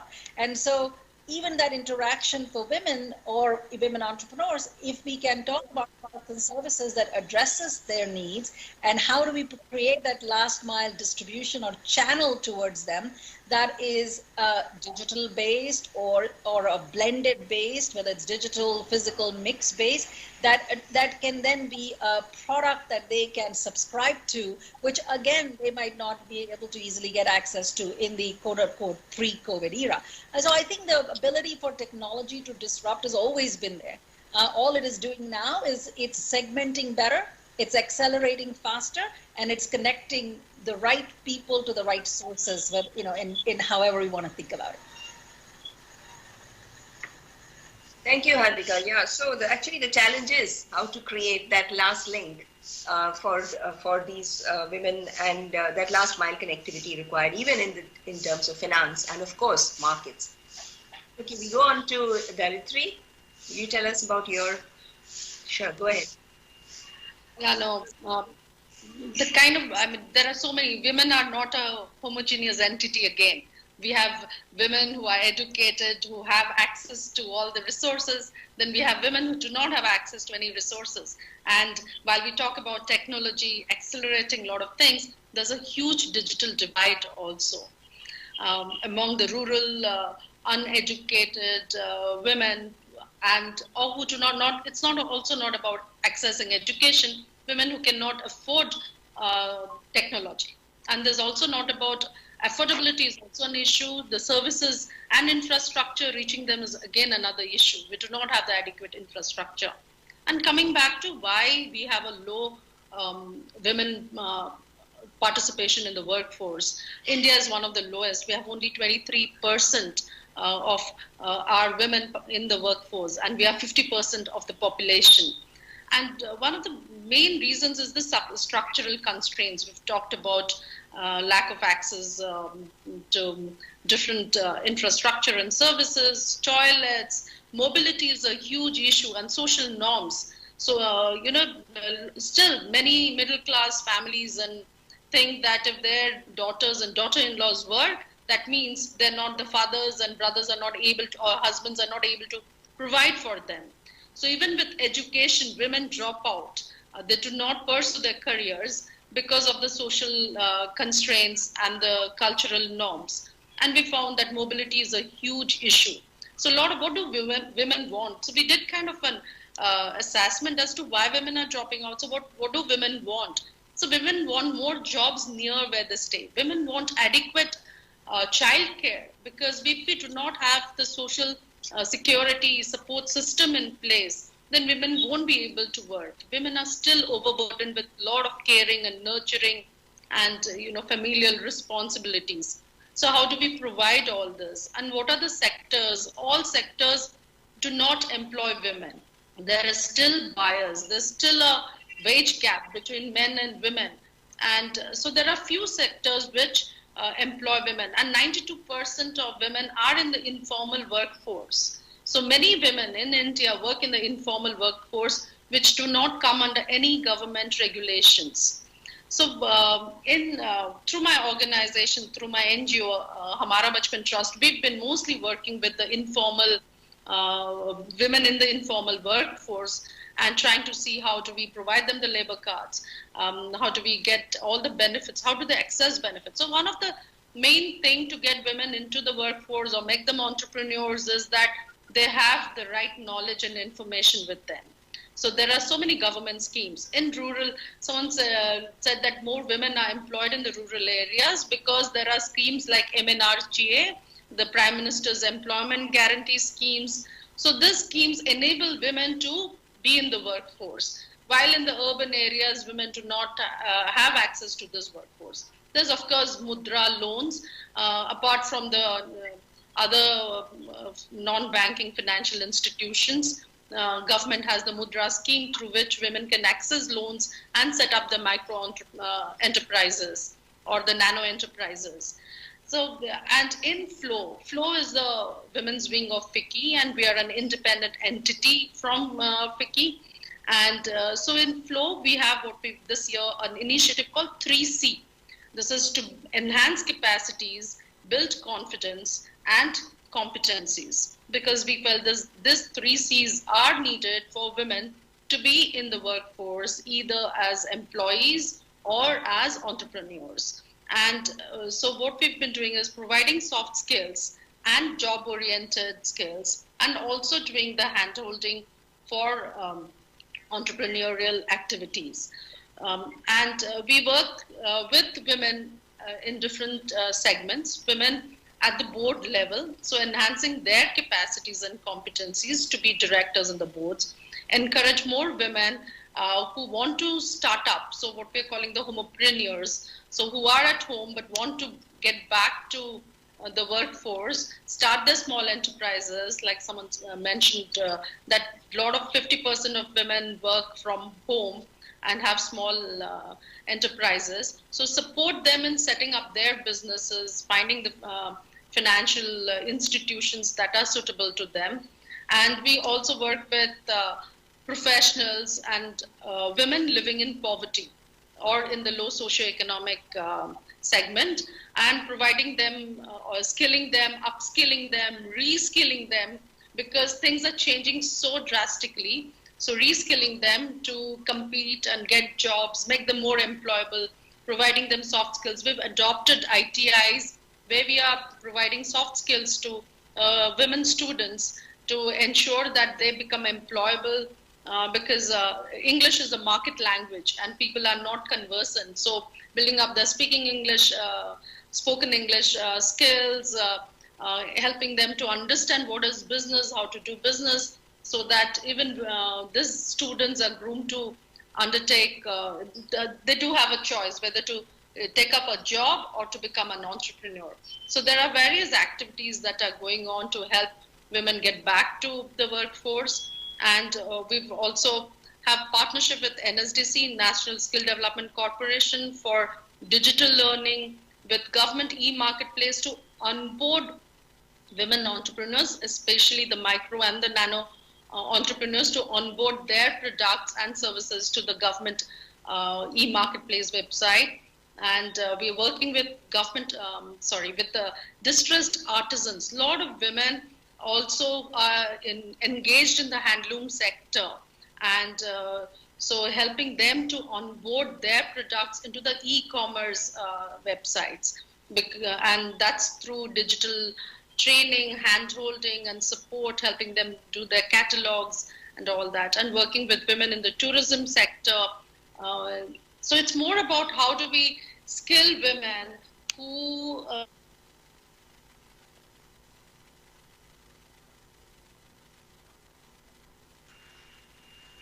may have lost her. I think we lost her. All right.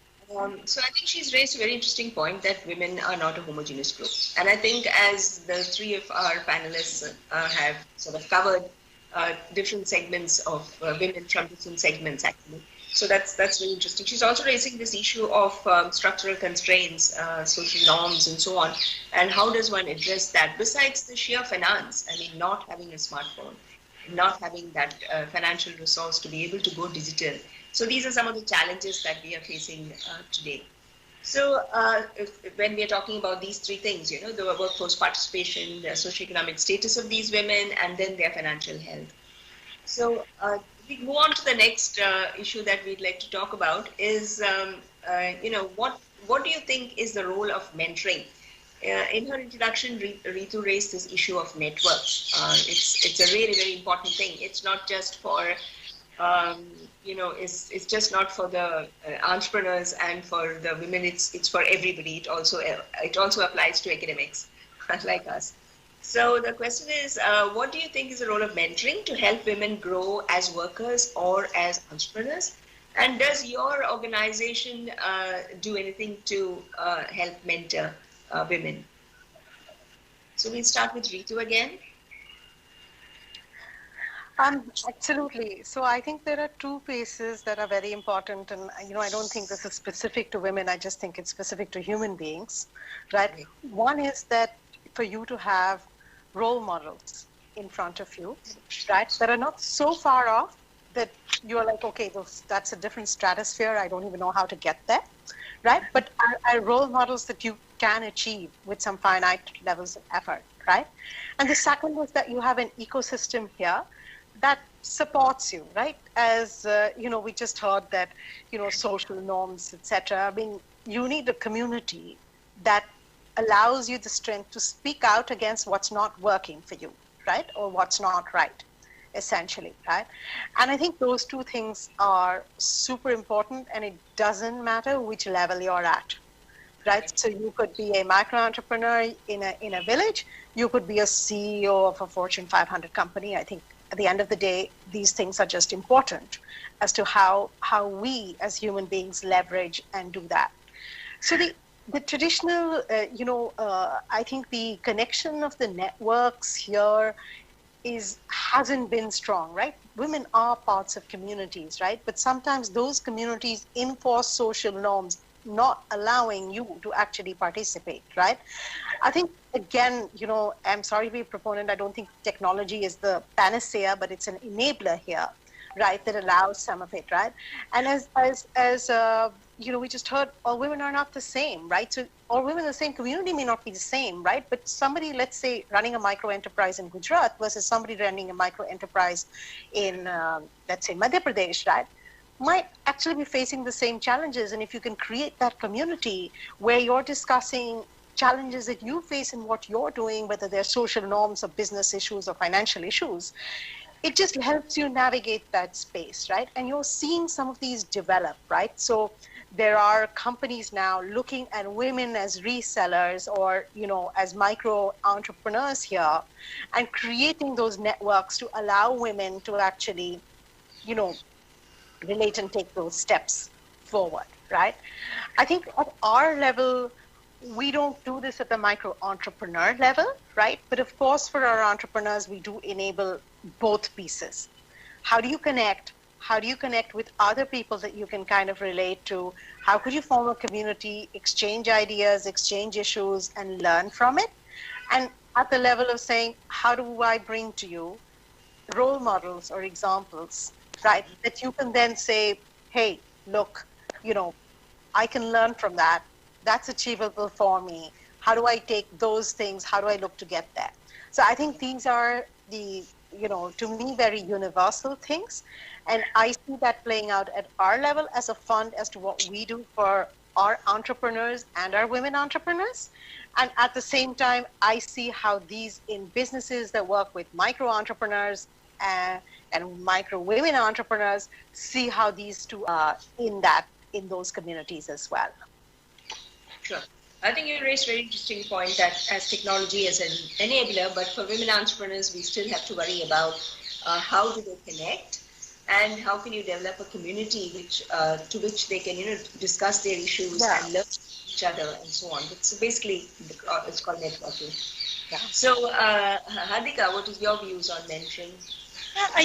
Look, we need the trifecta here, right? In terms of what Ritu is doing, in terms of the equity capital, investing in early stage ideas and businesses that are either creating products or services for women or are women led, right? That's sort of one type of capital requirement.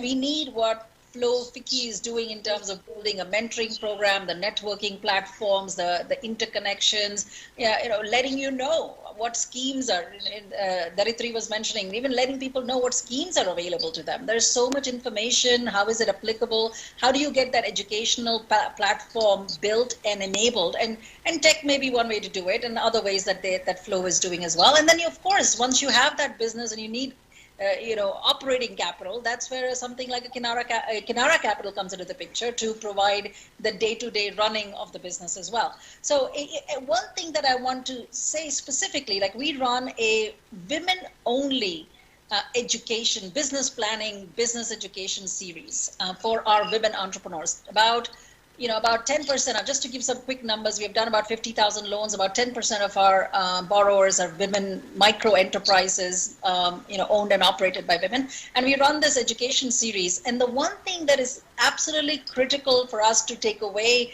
when we have a larger conversation around, this homogenous group that is not homogenous, is that we often need to cater to the right level of education, right? Sometimes the women education programs or financial literacy programs are too basic. And you're talking to women who are running their businesses. They know what profit and loss is. They know how to optimize their resources. We need to, elevate that conversation with them and have the right conversation in vernacular, for them to get to the next level, help them with their business planning, their growth, their thinking, their long-term strategy, and not just, here's income, here's expenses, this is what profit is, right? And so how do we get to the right education at the right time across this layers of entrepreneurs and enterprises that exist, formal and informal, is one of the challenges I think we need to solve for us to move the whole women enterprise and just women in the workforce forward.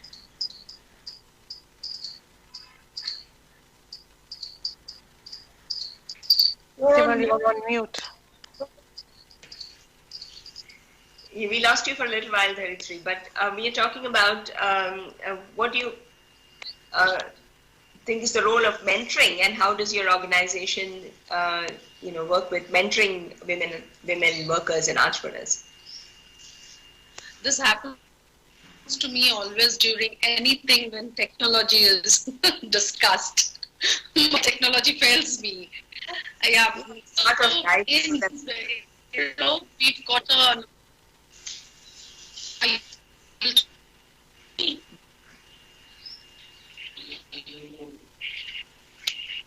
Oh dear.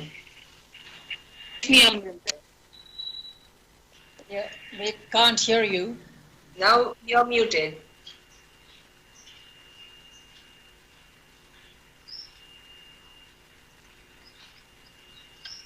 Can you hear me now? Yes.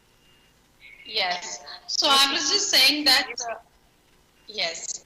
So in Flow, we have a national mentorship cell, which provides mentoring support to its members, since we have 8,000 women entrepreneurs. So what they do is, there's this map out the entire 8,000 members, like who wants to be mentees, who wants to be mentors, and as per different sectors, industry-wise, and then they match them. So, and do this one-to-one mentoring.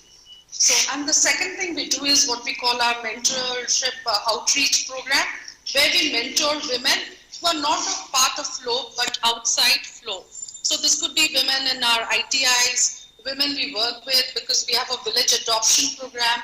We work with women there. We work with women on various skill development initiatives, like I mentioned, the 3C. So we do also mentoring there. So like to give you an example, in the Adopt the ITI program, we've adopted Bhubaneswar ITI. There are 225 girl students. So we've got the trades, they are engaged what they are pursuing now. And we've got our members matched as per their industries and sectors, and they're providing one-to-one mentoring to these students. So that's how our outreach program has been. And we've been doing soft skills programs, and we have a globally acclaimed certified soft skills. And this soft skill program is also has a mentoring component to it. So we have our Flow members mentor these women who want to take up different enterprises. And suppose, for example, someone wants to get into the food supply chain or food processing, and we have members who that's in food processing and agriculture. So that's how we've been working. I can see that Flow has a very active mentorship program, and it's really extremely important for their own members as well as for members outside. And adopting an ITI is, the women coming to this ITI, this fact that there are women in the ITI itself is quite encouraging. And that you have mentoring them, and then you are connecting the Flow members in various industry groups too. This is the kind of micro level work that really needs to be done on a much larger scale to be able to talk about what we're talking about: increasing workforce participation, improving their socioeconomic status, and of course in the end accessing financial capital and so on and so forth. So when we had recently done a survey of students colleges, both tech colleges and commerce and management colleges, and one of the so we looked at both girl students and boy students. It's coming out as part of a book called Women Entrepreneurship, the Indian Middle Class, and one of the things that the girls said that they required was a mentor and a role model more than the boys said. This is very interesting. So they can, even they're already visualizing it when they are in college. And of course, this is Delhi. They're of course a lot more advanced, I think, the children there. But that was an interesting insight actually that we got. All right. So to go on to our next, I'll sort of distinguish it into two. One is that, okay, now we've had this pandemic and, we are not quite out of it yet. So what do you think has actually changed for women and women workers, for the world as a whole, for all of us, but then for women and women workers? What do you think has changed? And then we'll go on to talk about, what we can do about it. Yes, Ritu? Just unmuting myself. So I think the pandemic has obviously had an economic impact here. And I think the question really here is, has it in some ways limited how women can interact or participate because of industries and sectors that have sort of gotten impacted? And the second part, perhaps because of the nature of saying, look, are you able to sit out? You're pulling back from the workforce for, I don't know, if you don't have childcare, for example, right? And of course, women bear the burden of all of that, and saying schools are not working, like, can I really go back to work, right? How does that all work here if I don't have support system here, right? So I can give you some examples sort of from, our entrepreneurs. And I said we have an exposure to both health as well as agriculture, right?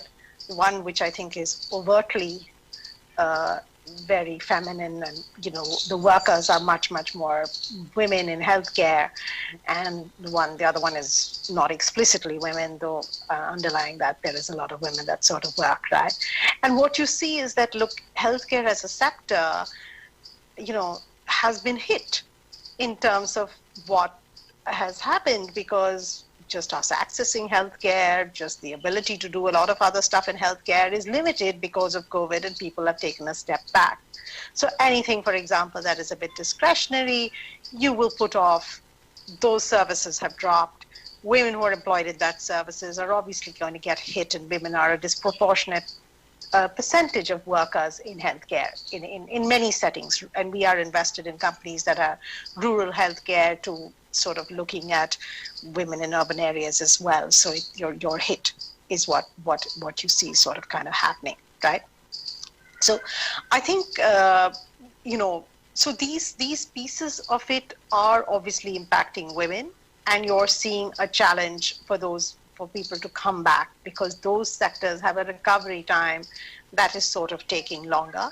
I have no doubt that the women will come back, because ultimately the women are the ones who are skilled in some of these sectors to actually deliver the services, not the men. So the jobs are not going to go away, they're going to come back, but recovery might take a bit longer. Yeah.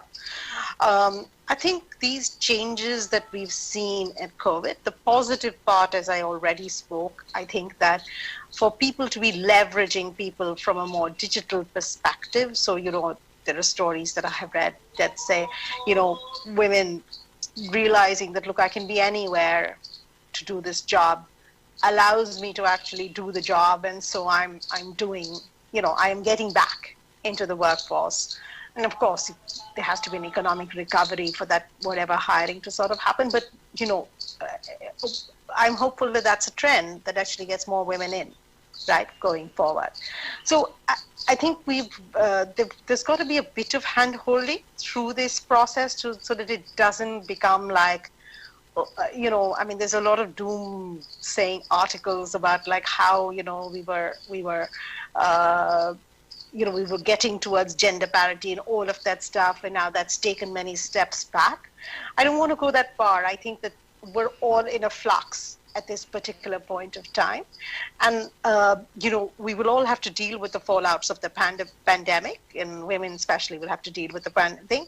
But I think perhaps if we create the support networks to leverage the good things about it, to actually push more women to actively participate, and we should push those trends now, because as a whole, Hardika also mentioned that, we've just had to change how we interact. So let's not lose that. Let's leverage that and pull people back into the ecosystem here, essentially. Thank you. So, you're raising this issue of which industries. So one of the industries, like you said, health, it's the contact industries, where you have contact with human beings is the industries which have fallen out. So, and you can have a lot of women there, including things like beauty parlors. Okay. Yes, but at same point, sorry, just a minute, right? I absolutely agree, right? You can't make contact industries non-contact, right? But I think there are allied things as well, right? And that which haven't necessarily been leveraged for women workforces, right? And so why not let's create, let's think of the other non-traditional women jobs, let me call it that, okay? And say, look, let's just not try to be pushing women into sort of being in healthcare and the physical contact piece of it all, right? I mean, what about the other stuff? There's a lot of back office stuff. There's a lot of other stuff here, right? Why can't we have more women working in those, right? So let's expand the pie as opposed to, and use this moment to expand that pie versus saying, look, women have to be in X, right? So that's where the support and sort of perhaps skilling, sort of what Dharitri talking about, supporting, learning some of those things. It's a time that perhaps you learn some new skills so that the pie expands, right? And we just don't work with that close-mindedness. Women work as healthcare workers, and now this is all women can kind of do, right? I mean, women can do anything. So let's just make sure we use the moment to actually make sure that they can do more than what traditionally has been being done. Yeah. Sure. Yes, Hardika? Yeah, I have sort of mixed feelings about this, and let me try to explain what I mean by that, right? For example, at Kinara Capital, we went literally overnight into work from home across the organization, and that we could do because tech enablement was already in place. I do know that it is hard for any organization to create an inclusive culture and figure out how to bring women in. The pandemic has given us the opportunity to say, look, you could be working from home and be just as productive. So how can we, to use Ritu's terms, expand the pie and give the opportunities to women? And I mean, here I'm talking about more urban professional women, let's put it in those categories, that can be included in the workforce without necessarily always having to come into the office or ever having to come into the office into the future, a requirement we had created for ourselves only for it to be debunked by the pandemic, that we can still be just as productive and just as effective in the urban professional setting. So that creates tremendous potential for new ways of working as concepts become reality going forward. Now, mind you, what Dharitri was saying before, the social norms issue, Indian women are spending more than 30% of time on domestic work during COVID-19. These challenges don't go away. So the supporting system, we were talking about mentoring and programs and supporting ecosystems for the workplace and for entrepreneurship. We gotta have to figure out how we do that for the home place, and in order for this to really be a long-term sustainable going forward inclusive idea for it to work. The second side that I want to talk about a little bit is the entrepreneurial side. Again, the tech enablement has happened, right? Even at Kinara, for example, if you needed to pay a loan or pay part of your loan during lockdown, and mind you, fewer women entrepreneurs took moratorium than men in our own customer base. Just to give you a sense, back to that responsible spending and thinking process. You have all these examples. We all have seen it, from the coconut guy to the, paper guy, who all now take Google Pay or Phone Pay or Paytm or everything else. So clearly adoption of tech and willingness can enable more women entrepreneurs to access new ways of connecting and working. However, at the micro enterprise level, where you absolutely, at the end of the day, you're making a product or providing a service, or you have to be in a storefront trade, buying and selling something, you need to physically be where your business is. And the pandemic might have given a little time window, but we are all back to business, right? We see that across the country. All of our streets are back to business, customers are back to business. And there, I would say, to really push the transformation of how do we find that balance for women entrepreneurs beyond the COVID time period or the lockdown time period is going to be the real challenge for us collectively, right? So I think we can solve the urban professional challenge a little more, simplistically perhaps, but the business enterprise challenge, I think, is far deeper. And we need to collectively think of different ways of public-private partnerships or civic-private partnerships to really enable some of those to happen in the long run. Thank you. Dharitri? Yes. So now I've got different experiences. So during the lockdown, my organization was working with the police department here. And we were trying to follow up all the cases that were registered for domestic violence. And very interestingly, everyone was under the assumption there were reports that the domestic violence has gone up. But the women were saying, no, everything is fine at home. And then we were wondering, why was this? Because the partners were just next to them. They can't say anything. And there was the violence against women by intimate partners was on the rise, and that's one of the impact of this lockdown, I would say, more than the virus itself.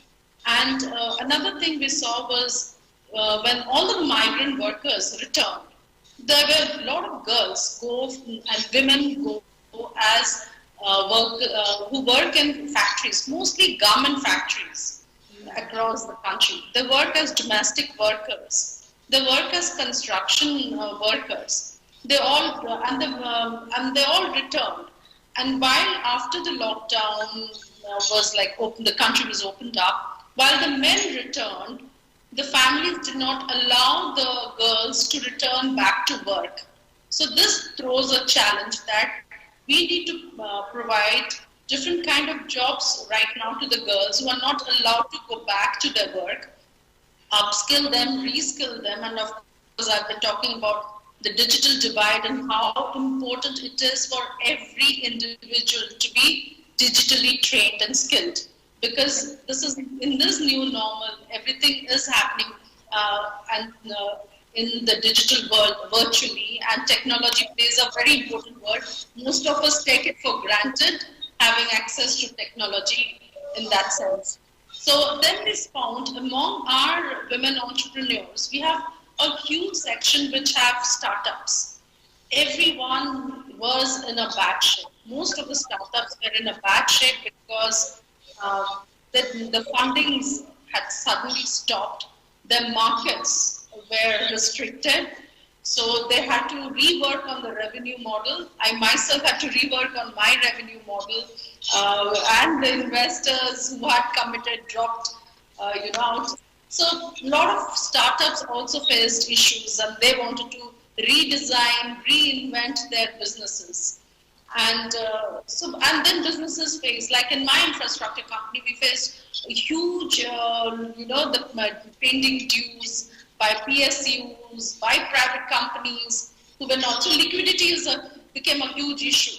So as a woman entrepreneur of an MSME, I faced huge liquidity issues. So I think women as entrepreneurs, women as homemakers, women as workers, daily wage earners, this COVID-19 has impacted our lives. And like I had mentioned earlier, our familial duties have increased a lot with online classes for children in the urban areas, and although we have to all go back to office and work, children are at home. So a lot of issues, and then like I mentioned, because domestic workers did not come back from the villages, so people had to face issues. So it's been like, so everyone, and no one was left out in, being impacted by and I'm going to discuss what can be done, or that's the next. So for the last, I think we have our last round now. So what can be done, and also any thoughts with regard to public-private and public-private civic society partnerships, which might help these two things. One is to increase women, and then the financial health situation kind of thing. We'll go again through Ritu. I mean, I think there is just a need for us to set up more, what should I say, support kind of networks that are and learning, right? I think Dharitri alluded to this, that there was a lot of learning, digital, non-digital, whatever it is, right? So I think it's absolutely imperative that we do, it's just like, say, look, you have to give a child an education, right? For the child to get wings to fly, right? I think it is imperative for us to give women I don't want to call it education, but the support, right? It's not that women aren't educated or whatever, but it's the maybe the extra nudge to fly, right? And I think that's whether it's through public-private partnership, whether it's through private, whether it's through charitable, I think all aspects have to kind of drive towards it. Right, so inclusivity has to be part of the DNA of men, women, it doesn't matter, like of everything that we sort of do and whatever that needs to get to it. I mean, it's unacceptable that there are 50% women and 20% or whatever. I mean, we face this in our business where, if I take a look at it, we don't get enough solicitations from women entrepreneurs, right? And that's not right. I mean, if people say, oh, you get 20% or 30%, that's really good. I'm like, no, that's not the statistical distribution. That's not right, fundamentally. So we're still off. And why are we off, right? And what is it that we can do so that there is, this comes to an equality situation. I think that gap needs support. Yes, Radhika, your thoughts? Yeah, look, I think personally, I feel we need to change the contours of marking and measuring that we do for different situations, for different types of businesses or professionals. We seem to have the same lens for everything, right? So whether it's in the corporate world, we all have to be in this high-paced, outcome-based, upward movement, and if it doesn't happen, then we are not good enough, or something like that. Or whether it's in a business, then if you're running a slow-growing, sustainable, profitable business versus fast-growing, take lots of money and blow it up, then we value the non-profitable unicorns or soonicorns or whatever it is, right? We need to change the frame of this conversation when it comes to women businesses, women professionals, women in leadership, women of all kinds, and we need to, for ourselves as women, start that conversation differently, have that conversation from a different point, and accept that our journeys are going to be our own and not driven and decided by all of these names and numbers that are thrown at us or pushed at us or given to us by everybody else. So that's probably, I mean, it's a much it's easier for me to say this in 30 seconds and much harder for us to collectively figure out how to do that. But that, to me, if we can, at least make some strides towards that, then maybe more women participation in business or women in business or women in leadership, all of those things will automatically come from it. Very interesting. So, yeah, I think we'll move to Dharitri because we might be running out of time. Yes, please. Yeah, very interesting. Okay. In terms of, I think this situation, the pandemic has thrown up a very unique situation, and we should convert all our challenges into opportunities. There's a lot of scope for public-private partnership, for civic, private, civic, public partnership. And to begin with, we need to have the right kind of infrastructure. We saw how the country was grappling with the health infrastructure. So we need to have the right infrastructure and services for women, be it daycare centers, be it from implementation of POSH, which is the prevention of sexual harassment at workplaces. We have the right policies and frameworks at place, but they're not properly implemented. So we should ensure that.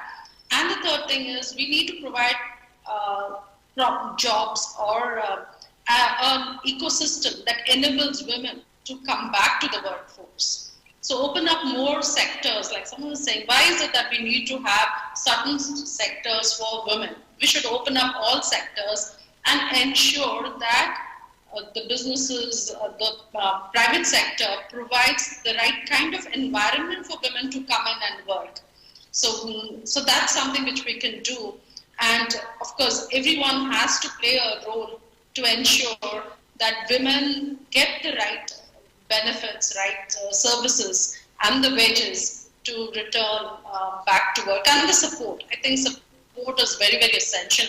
And something I think while I was speaking, I had got logged out, was the psychosocial impact of this pandemic and how important it is for women to be not only, because most of the time we are the caregivers, so also to be skilled in psychosocial counseling and provide that. So even that kind of taking care of mental health and of course the financial health, providing the right linkages. So there is a lot of things that needs to be done in terms of infrastructure, services, the financial linkages, mental health, physical health, things we always took it for granted or never noticed. They need to be in place for women to get back to work.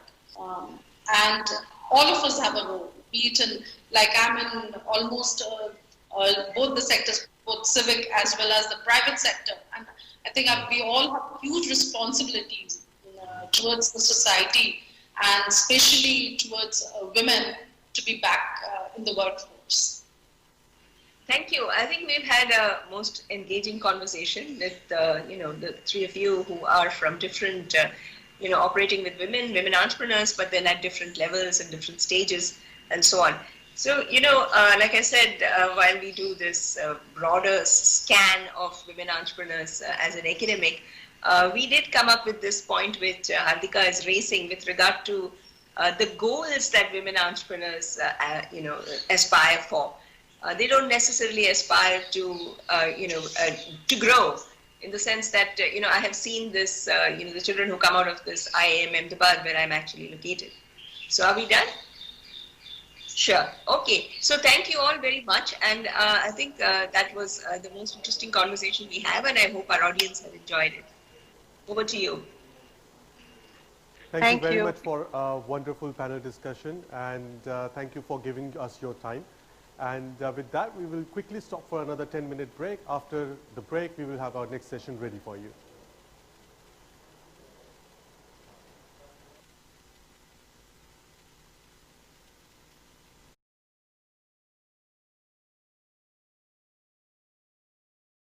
Okay.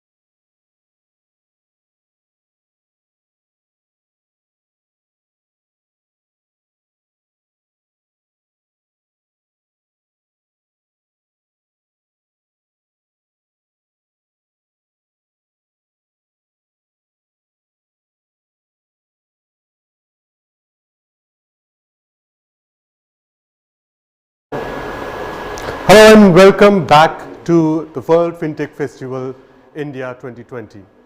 In our next session, we are joined by Ms. Audrey Misket, who leads the Data and Insights for Financial Health at the UNCDF. Audrey will be presenting a report on financial health for gig workers, results from Malaysia and China. Welcome to the World FinTech Festival, Audrey. Stage is all yours. Thank you so much, Amit. I'm really pleased to be here, and I thank everybody who is tuned in today for this presentation.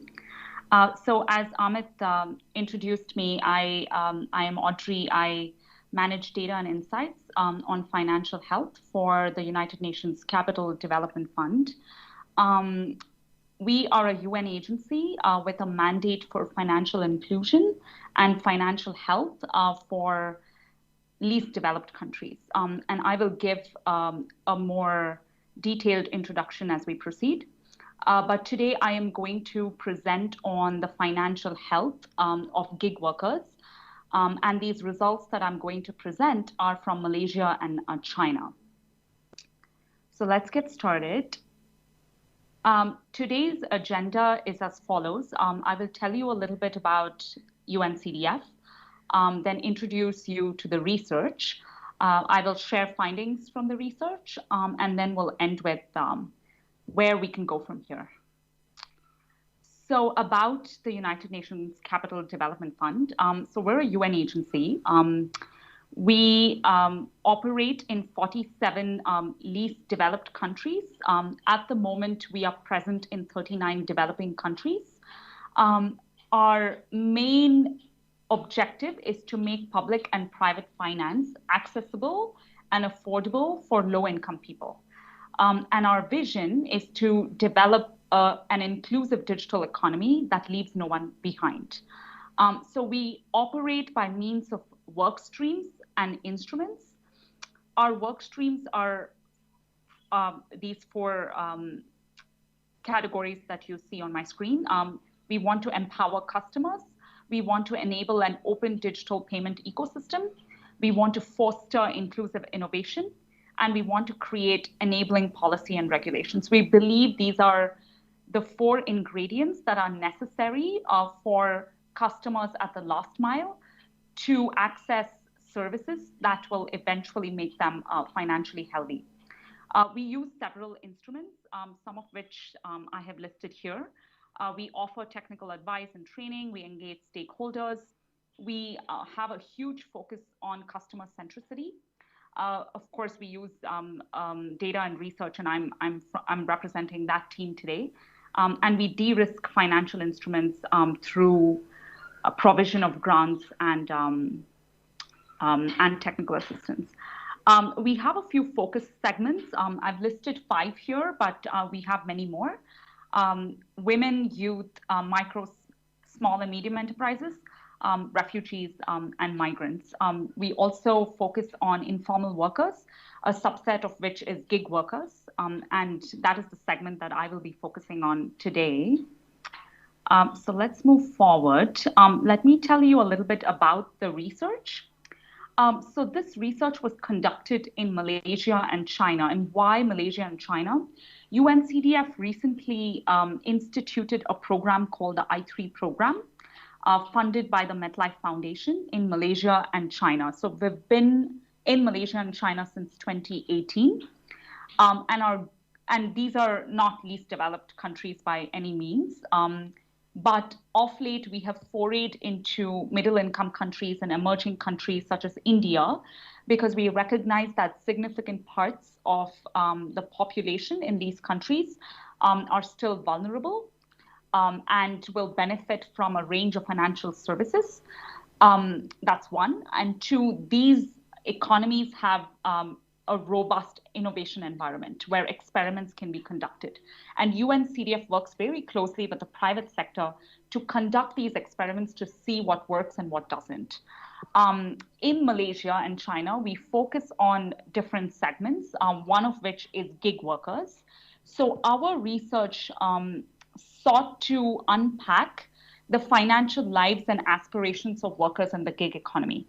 And we asked 4 broad research questions. Of course, Within these questions, there were many other sub-questions, but these are sort of the broad research objectives.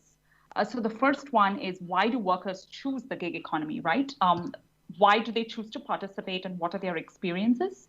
Second, what is their financial health status, and what are some of the key financial behaviors they demonstrate? Third, we wanted to understand how they navigate their finances in terms of products and services, and what are the barriers they face there. And last, because we conducted some of this research as soon as COVID-19 surfaced, we included questions related to COVID-19 impacts. So if you look at the timeline here, we started with, we had a total of 5 players. We started with GoGet before March 2020, so right before the COVID-19 period, Fast Jobs sometime in May, and Grab and Foodpanda. Now, these are all gig platforms that facilitate some sort of gig or temporary work. Grab, most of you might be familiar, is the version of Uber for Southeast Asia. Foodpanda facilitates food delivery. Fast Jobs facilitates both long-term as well as short-term employment. So they have this platform where they bring together employers that are looking to hire and individuals looking for jobs. And GoGet is similar to Fast Jobs, but it only facilitates short-term employment. We also, and I apologize, it's not on the slide, we also had this platform from China called Lionbridge. And Lionbridge was one of the early participants in this research. So that happened back in January. And Lionbridge is a platform that facilitates gig work for truck drivers. It's a slightly different business model, and I will get to the details as we go on. All right. So let me start with an introduction into the gig economy. Now, the gig economy does not have a very rigid definition, but it has various manifestations, right? I'm sure most of you might have heard of some of these terms that you see on my screen, such as platform economy, collaborative economy, on-demand economy. A lot of these terms are used synonymously with the gig economy, and rightfully so, because they represent features that the gig economy embodies, but none of them fully represent the gig economy.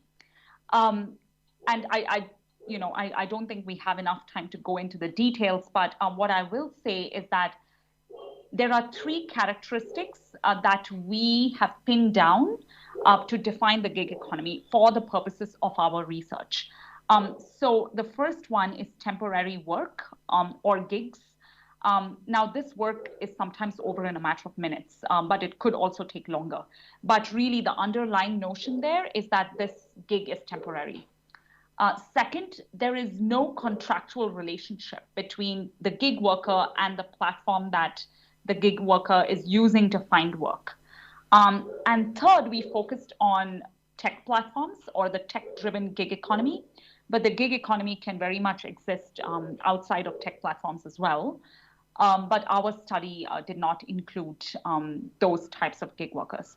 But I would like to say at the outset that even though our study focused on the on-demand tech-driven gig economy, we are very much cognizant of the fact that informal workers that are on call or temporary contracts will face some of the same struggles, and their financial lives could be very similar to gig workers, as we will see in due course.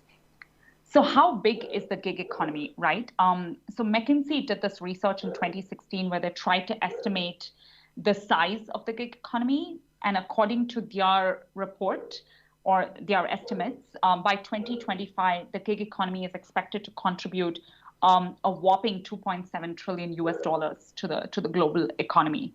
And that's sizable. And the gig economy is growing, not just in Malaysia and China, but in many parts of the world, including India. This is what the gig economy looks like in the Malaysian context. So Malaysia has a labor force of 15 million people, of which 4 million are gig or independent workers. Now, this is an ILO/World Bank source, and we don't necessarily say gig workers because it also includes workers that are not necessarily part of the on-demand tech-driven gig economy. Therefore, we have the word independent there. Regardless, this workforce represents people that are undertaking work of a temporary nature and don't necessarily have long-term contracts. So that is something to keep in mind. The China context, a labor force of 781 million, of which 47% is self-employed. If you notice, both these countries have excellent smartphone penetration and internet connectivity.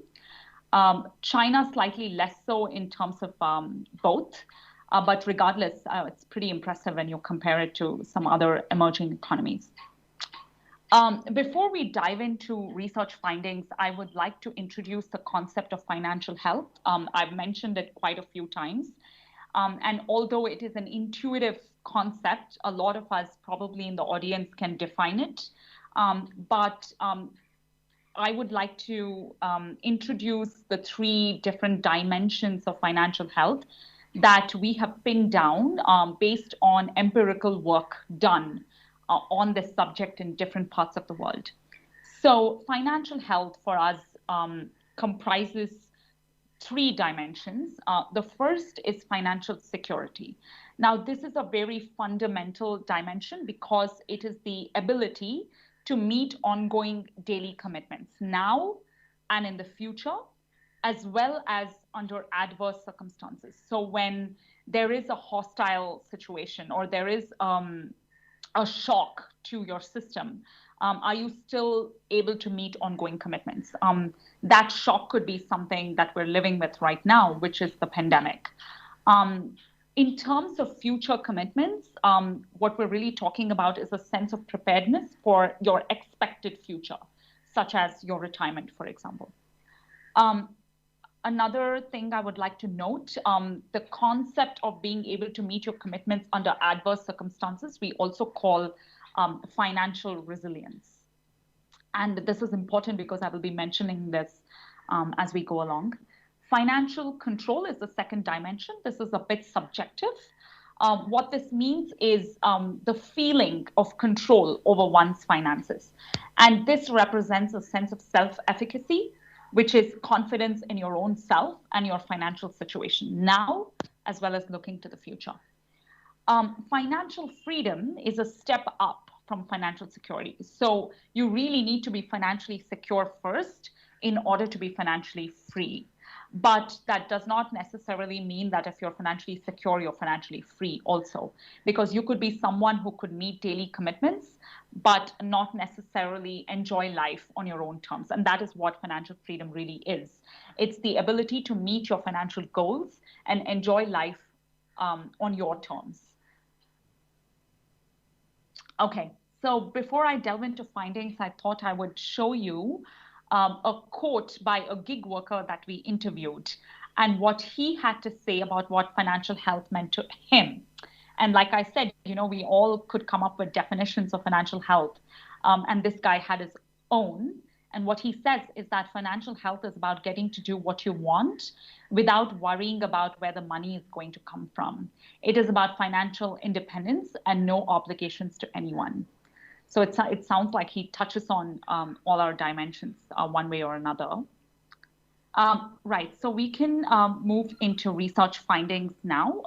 So I've consolidated these findings because, like I mentioned, we did different surveys with these platforms. We couldn't aggregate all of them because Lionbridge, for example, from China is entirely different from the platforms in Malaysia. So what you see here is weighted analysis from the Grab and Foodpanda sample because they are similar. They represent the ride-hailing and food delivery industry. Grab also does food delivery, by the way. And the sample size is 15,097. And the research methodology that we followed here is non-probability sampling. which means that we basically floated an online survey on Grab and Foodpanda's platform. And we promoted the survey so that we could get responses. So it was really like voluntary sampling. We would therefore caution against, treating some of these findings as causalities. Although we have found some statistically significant predictors, and we have weighted the analysis so it's pretty representative, but we do caution against taking them literally and interpreting them with a grain of salt. So the first finding that we see here is the graph to the left. Why do people choose flexible employment? Really, the top reason is flexible work hours. People in Malaysia, in the Grab and Foodpanda sample, they chose the gig economy because it represents flexibility for them. And this is a very important finding because a lot of reports on the gig economy have this there's sort of debate going on whether the gig economy attracts people due to its flexibility, or is it more like a last resort employment for people that can't find traditional jobs. But if you look at this graph here, especially for Malaysia, can't find traditional jobs is really just 14% of the sample. The China results are slightly different, which you will see in the next slide. We also asked people what their major concern about flexible employment is. And uncertainty of income tops the chart, followed by lack of additional benefits. And this makes a lot of sense, right? Even though you might be someone who's a full-time gig worker, the fact that you're not being paid a monthly salary still means that your income flows, you don't have full control over your income flows. And so that could be a deterrent to your to living a fully well-rounded financial life. And if you notice, lack of additional benefits was a concern for only 16% of the sample. And that makes sense because if income flow itself is a primary problem, then you're not going to worry about benefits, which really will manifest sometime into the future. So it takes a backseat there. So to compare two samples, I'm showing the Fast Jobs Malaysia sample here, where also we saw that people prized the flexibility in the gig economy as a reason for them to join the gig economy, followed by additional income. But China is the opposite. In China, we saw that people chose the gig economy out of necessity. 41% of the sample, they thought traditional jobs were hard to find, and so they chose the gig economy. The Chinese context is very different. In China, public employment is very valued. Culturally, people feel that if you're in a traditional job, then that is valuable. And so culturally, the responses to these survey questions reflect cultural influences. So that's probably what's going on here in the China sample. And of course, unemployment is a factor. If I go back to the China slide, unemployment rate is slightly higher than it is in Malaysia. To proceed, the next major finding was, I just explained to you the different dimensions of financial health. So here is where we will see that play out. And don't be alarmed, I know a lot is going on in the slide, but I'll walk you through it. What we found was that most gig workers, more than 60% of them, if you include all of the samples, but here really also 60% if you add all bills and most bills, most gig workers mention that they are able to meet daily commitments. So that speaks to financial security. That's the very first thing you see here. But they struggle with financial resilience and financial freedom. So financial resilience is this question here. We asked people if they would feel comfortable or if they would be comfortable dealing with RM is the Malaysian currency. RM1000 financial emergency. Oops, sorry. And that tantamounts to about $250 or in Indian currency, around 15,000 Indian rupees. And only 20% said they would be comfortable, and 35 said they would not be able to deal with it. In terms of financial freedom, we asked people if their income allows them to do things they enjoy, and only 13% said most of the time, whereas the rest fall into the sometimes, rarely, or never category. And that makes sense, right? Like, if, like I mentioned before, you might be financially secure and just getting by, but that does not necessarily mean that you are financially free. A lot of these people, and if you look at the right side of this graph, we have a few core variables there. And the tick marks denote the fact that these variables predict the outcomes on the left, and that they are statistically significant. So you see a lot of things going on here. For example, for financial security, we see age is a factor, we see education as a factor. But what I would like to highlight is that we had these three behaviors listed in our survey: prudent spending, frequent savings, and financial planning. They seem to predict all financial health outcomes, particularly savings. So here we are not necessarily talking about the amount of savings, but rather the frequency of savings, the habit of saving. So it does not, I mean, of course, the level of savings matters to some degree, but we noticed that even among people who had very low income to begin with and consequently low savings, those that have a frequent savings habit tended to be more financially resilient, and of course also financially secure. So savings and financial planning tend to be significant predictors of good financial health outcomes. A little note on savings. So UNCDF is supporting this organization called POD, which is a micro savings app based out of Malaysia. And POD enables savings towards goals. So we asked in a different survey with POD users and non-POD users on the GoGet platform. We asked them how comfortable they were dealing with the same question on financial resilience, and we saw that POD users were more comfortable. And here we have controlled for income and some other core variables. And if you look at this graph here, among people who say that they save very often, about 68.5% also said that they would be comfortable dealing with a financial emergency, whereas only 20% said so among those that save sometimes or never save. So really, regardless of how much money you're putting aside, just the habit of savings, which consequently will lead to increased level of savings, really matters when it comes to being financially resilient. And financial resilience is a very important concept, and it's really relevant now because we're living in the midst of a pandemic where this ability is being tested. And therefore, this research is very important because it brings out some of the pathways to realize financial resilience, and savings is one of them. The other major finding is related to borrowing.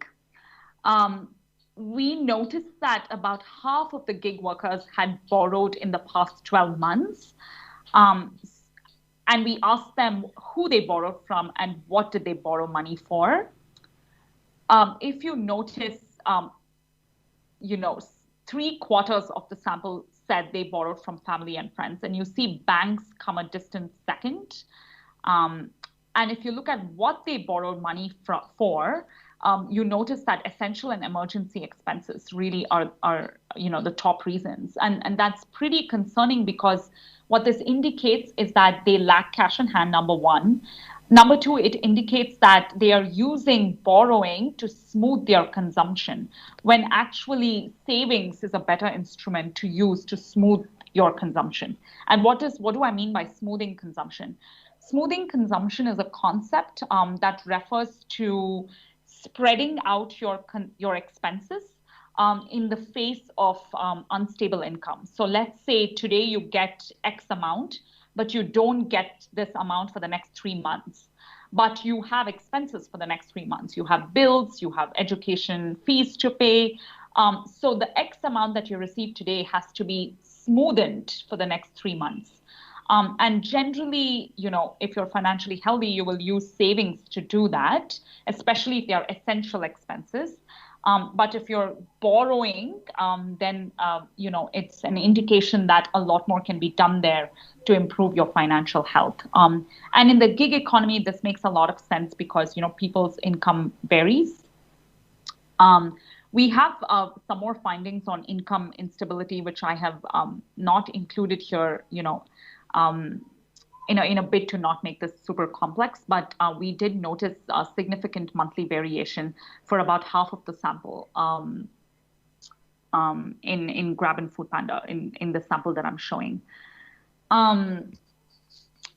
One thing I would like to note before I go forward is that, the gig economy is definitely not a bad thing, right? I mean, this is not about is the gig economy a good thing or a bad thing? I don't see that as an either or narrative because, the gig economy has created opportunities that did not exist before. In India in particular, where youth unemployment is increasing, a lot of young people are taking to the gig economy. And they also find the gig economy very helpful because it's flexible. So it gives them the opportunity to cater to other aspects of their lives. And that could mean anything from maybe they're attending to a business or they're studying or they have elders to take care of. Women also increasingly choose the gig economy. So the gig economy includes people or segments that the traditional economy could leave out, such as students, such as women that are taking care of children. And the gig economy also helps people earn income, right? So it is a great innovative technological model, but a lot can be done to improve the financial health of workers in the gig economy. So this slide is about financial products and services, the usage of these financial products and services. So you see a bunch of financial products that we have listed on here. And we asked people if they use these products. So you notice how savings accounts are, across the board, they are used by people, nearly 94% here. Debit cards also about 50 to 60% of the sample. E-wallets less so. And then you can see how other more sophisticated products such as insurance, loans, credit cards, investment products are not used as much. What this slide does is it shows you the usage of these products by two parameters. One is educational attainment and the other is gross annual income. So if we look at educational attainment, you will notice that usage of more complicated products is associated with higher education. So tertiary education is indicated by this light green color, and you see how it really dominates in most of these sort of complicated products. Whereas savings, you see people of all education levels pretty much tend to use it. And if we turn to gross annual income, you will also notice here the differences are pretty stark. People with higher than RM 60,000, which let me see if I can put my math skills to the test and do a quick, that would be about 4,000. Okay. Never mind. So that is the high income group. You could also say middle income in Malaysia. And people with this income bracket tend to use more complicated products. And you see the difference is really stark for investment products, for credit cards, for loans, and also for insurance, EPF as well. But you don't really see it for savings accounts and debit cards. So what this is telling us is that some first level financial services are used across the board probably because they're easy to use. And more sophisticated products are correlated with education, attainment, and income. So that's a pretty significant finding. The last finding is related to COVID-19. So we asked a couple of questions, but I've included two here. One, how did you respond to your financial situation due to COVID? And two, what changes will you make after COVID-19 to your financial life? And if you look at the first one, people used savings to cope with COVID-19, which is an indication of, I would say, good financial health, because ultimately the goal of savings is to, especially short-term savings, is to smoothen consumption and to attend to emergencies. So this is a pretty good finding. And also just to note, these questions were multiple choice, so people could choose more than one option, which is why you see that they don't really line up to 100%. So this also means that people might have tried a combination of coping mechanisms and not just relied on one. The second two sort of, they tie are managing your expenses, cutting down on your expenses. And we divided that into essential and non-essential and left it, and left it to people to interpret that. And we see that people cut down on both essential and non-essential expenses. And then receiving aid from government, about a third of the sample, which is significant. People borrowed from family and friends. A smaller percentage took on more jobs, and that makes sense because COVID-19 induced lockdowns obviously reduced demand for some of these on-demand services. However, the on-demand gig economy was quite active in Malaysia, undertaking food delivery and other kinds of delivery. But of course, the ride-hailing industry was affected because people were not moving around. What financial changes will people make? The most chosen option was to take on more jobs. So people would, when this thing ends or subsides, even though it shows no signs of abating, people would like to take on more jobs and make good the income that they have lost. And then what's interesting is that people are choosing a string of financial behaviors that they would like to change, such as they would like to plan their finances better. They would like to spend within their means and really put money aside in savings, but planning really kind of comes out. And then some of these other behaviors, such as paying back debt faster, borrowing less, they are, not very popular financial changes in this sample. All right. Yeah. So are we good with time? Yeah. Okay. So in summary, flexibility, familiar responsibilities, and extra income are top reasons to join the gig economy. And these, the reasons why people choose to participate in the gig economy are very much tied to context, as I explained in the China sample. Cultural influences might play into people's choices, but income instability remains a concern for everybody. And that speaks to the nature of labor and income in the gig economy. I'm sorry, Amit, I think I can see you. I wonder if my screen is still visible. Yeah, everything is visible, okay. Do not worry. Okay, great. The second is that gig workers tend to be financially secure, but they struggle with financial resilience and financial freedom, which is elusive for most.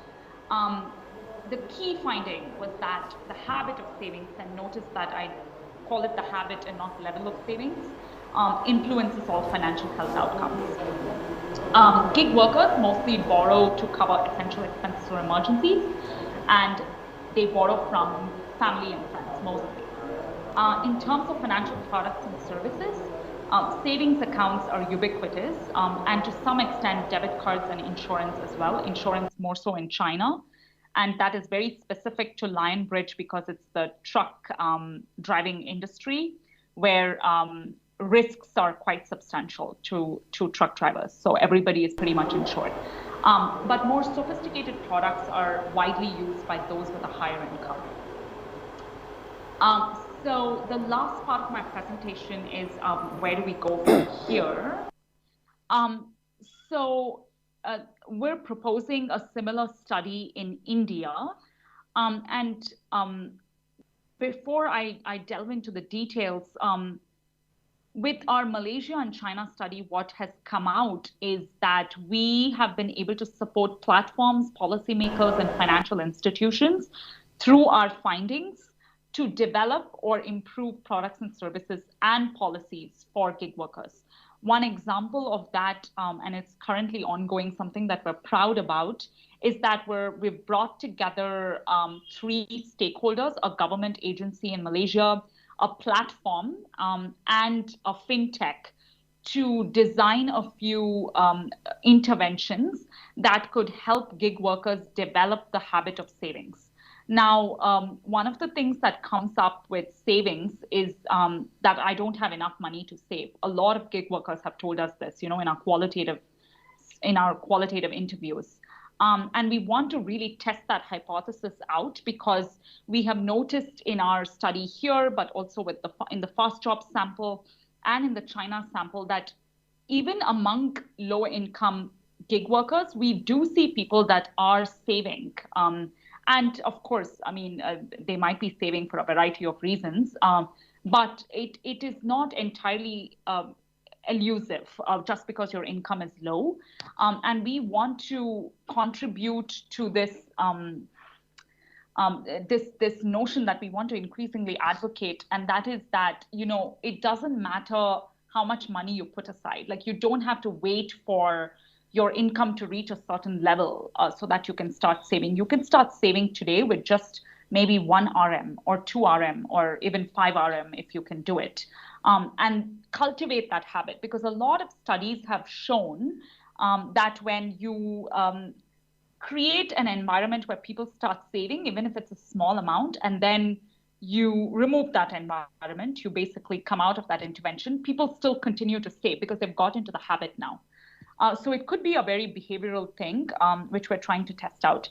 And so in India, we want to do something similar. Our ultimate objective is to support a range of stakeholders, because obviously this is a concerted effort, platforms, policymakers, financial institutions, in improving the financial health of gig workers. What will differentiate the India study from what I have presented is that this will look at the demand side, but also the supply side. In Malaysia and China, we focused mostly on the demand side. We wanted to understand the gig workers, their aspirations, their financial lives. And here too, we still want to. And so some of the research questions you see listed there are very similar to the research questions we had for Malaysia and China. But then we will include a supply side component where we will conduct expert interviews, qualitative interviews with platforms, policymakers, and financial institutions. We will try to understand what their challenges are and where they see opportunities. And then, triangulate all of this data to see what each stakeholder can do to improve the financial well-being of gig workers. Our report on Malaysia and China is due to come out next week. So please watch out for www.uncdf.org, where our publication will be posted. And if you would like to get in touch with us or work with us on this important topic, here is our email ID, financial.help@uncdf.org. Thank you very much for having me. Over to you, Amit. Thanks a lot, Audrey, for that wonderful presentation and informative presentation indeed. And thank you for being with us today. With this, we will stop for a quick 30-minute break. And on the other side of the break, we have the sessions and discussions ranging from role of fintech in rural livelihood to combating climate change and food security. Be back on time to make sure that you don't miss out on any of these exciting topics. See you very soon. Thank you.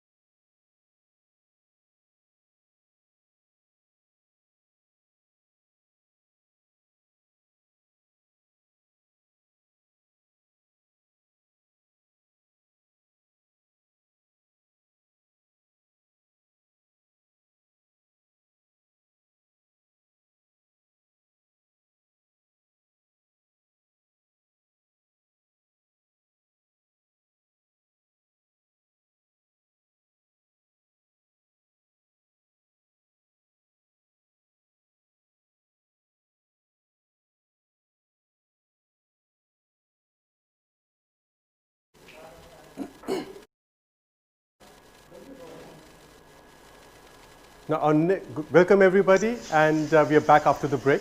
And our next session is a panel discussion on rural livelihood and role of fintech, pathways to self-reliance. Now, generating sustainable rural livelihood is a priority for central and state governments across the country. Currently, the governments are primarily funding institutions to drive this vision. However, there is a scope and need for private financial service providers to take up greater role in financing rural livelihoods. With government now focusing on self-reliance in rural areas, is this the best opportunity for fintechs to evolve their business models and serve the last mile? Discussing this brilliant opportunity in the next panel, we have Mr. Krishna Thaker, Director, Asia Region at MetLife Foundation, MetLife. Krishna will also be moderating this panel discussion. Welcome to the discussion, Krishna. And our next panelist is Mr. Amit Arora, Lead Rural Development Finance at World Bank. Welcome to the session, Amit.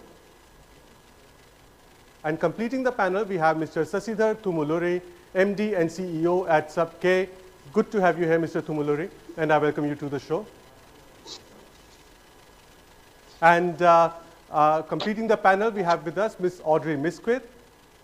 Audrey, welcome to the show again. Thank you. And I will now hand over this session to Krishna, who will start with the discussions. Over to you, Krishna. Thank you, Amit. Your voice was breaking, but I think I gathered that I should begin the conversation. Yes, absolutely. Please go ahead with this. Great. Thank you so much, Amit. Okay, participants, panelists, and organizers, a very good afternoon to all of you, and thank you for joining us today. Now, to make sure that we are all in the right place, the topic of today's conversation is rural livelihoods and the role of fintech. If you're not in the right place, you're lucky. You may stumble on some insights.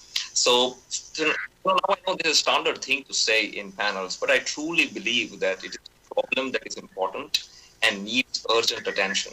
Now let me put that in context of India and explain why. Broadly, this discussion is at the intersection of two sectors, so if you want to call it that, and we'll explore the synergies between rural livelihoods, fintech, or technology more broadly. Right? And on the rural livelihoods side, I think we all know this, but let me still reiterate this. Agriculture continues to be the primary source of employment and livelihood for close to about 50% Indians. We've made some progress from about 70% to 50%, and this is the national average. So rural would be, of course, a lot more. Now it's contributing about 16% to the country's GDP. Now let's contrast that with US, which is about close to 1.5%, while contributing 1.5% of that population, while contributing 5% of the GDP. For China, it's about 25% employed by agri and allied agri sectors, about 7 to 8% of their GDP. So all of these countries have, of course, unique in their history, their context, not to compare or for us to become like that today, but this ratio of our agri employment to productivity is just not sustainable. There is just no way, we have to change that. And COVID, has only exacerbated this problem, especially for the migrant workers and a lot of people who have lost jobs or small businesses. So there is just a really important problem there. Now, coming to the tech and fintech side of it, we all know we've made great progress over the last decade or so. We've included about 1 million people digitally with basic access, to basic financial services. And there is still some ground to cover, but we are on the right path. So the larger questions that we will examine during this panel is how can we use or leverage awesome tech around us, again with a focus on fintech, but tech more broadly, to catalyze livelihoods. What are some of the insights, lessons, and challenges as we take that path? And we have just the right set of people to help us uncover this. We're supposed to have Mr. Bala Murugan, who I don't think, unfortunately, couldn't join because of technical issues. So Amit, who is well aware about their work in Bihar, will. So we have, Amit Arora from World Bank, who's 2 decades, working on the issues of livelihood and financial inclusion in India. A across a diverse set of institutions, and he now leads World Bank's rural sort of development programs in India. We have Audrey from UNCDF, who has terrific experience both around the financial health as well as livelihood space. And we have Steve, who in my view is a unique fintech, with wide presence across the country. With a group, with that kind of a group, I think we can all expect to learn at least a thing or two that we can all take away and implement in our work. That will make the lives of low-income people a little better. So in terms of today's conversation, I'll end this I'll end my part in the next 30 seconds. In terms of today's conversation, we'll begin. This is how we'll structure it. We'll begin with about 5 to 7 minutes of introductions from each panelist, more about their work and what they are focused on. We'll begin with Amit, who will share.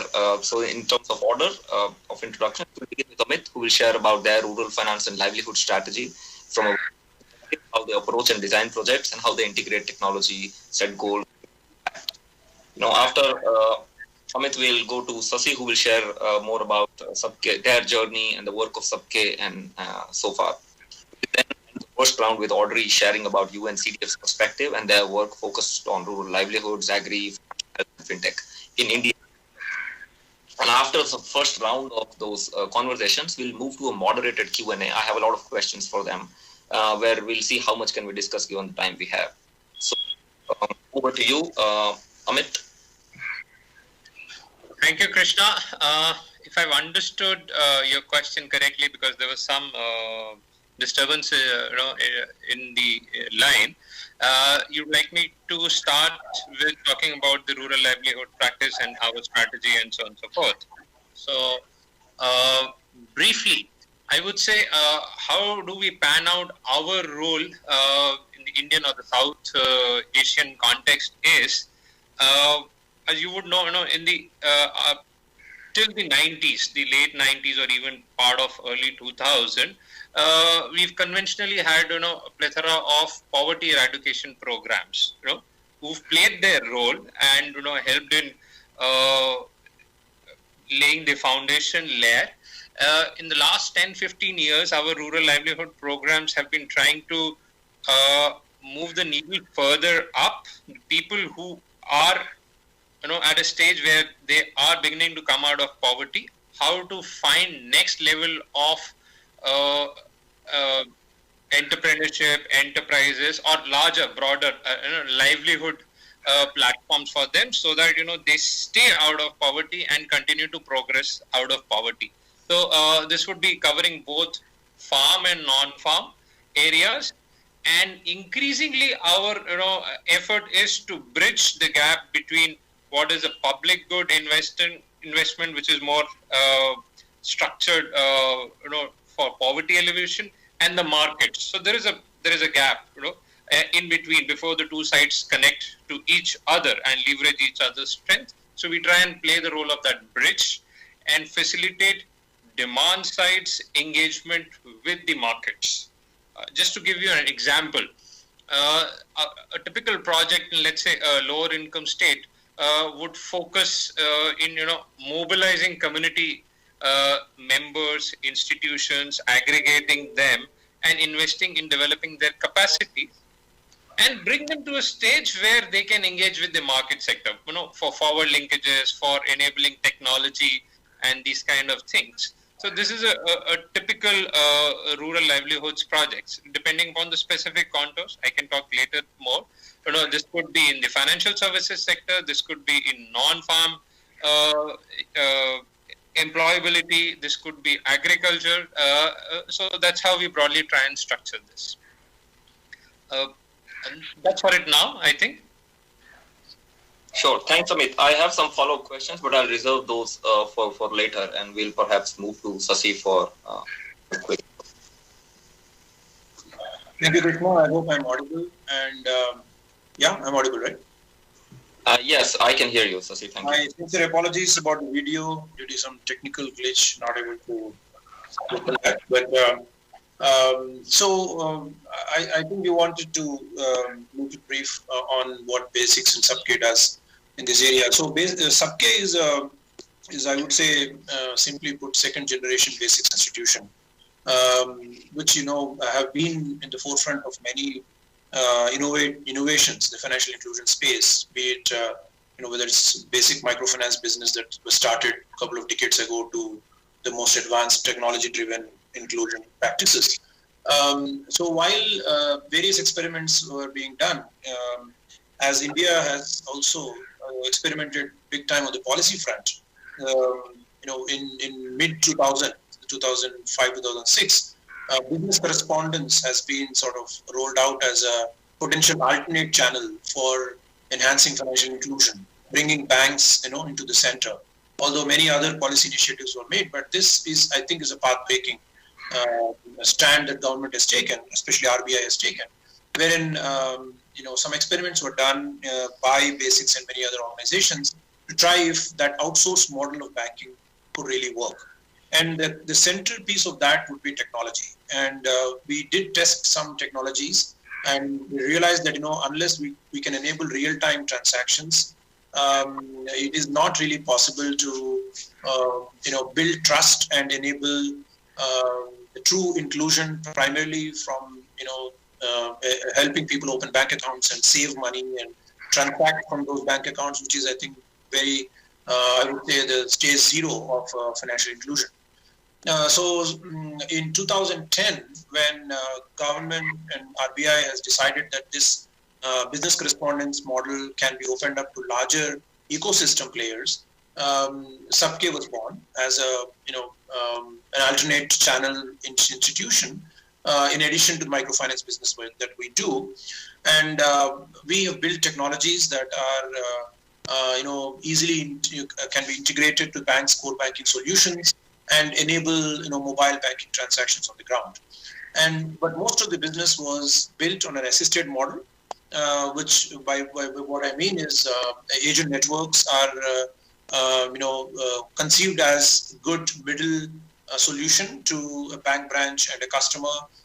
So these agent networks acted as a bridge to ensure that banking transactions can be enabled for the citizens that were not included for a long time. So we are in that space. We deploy these merchants who run their own businesses, but they also double up as banking agents on the ground, equipped with technology solutions. Primarily, the solutions today work on Android phones.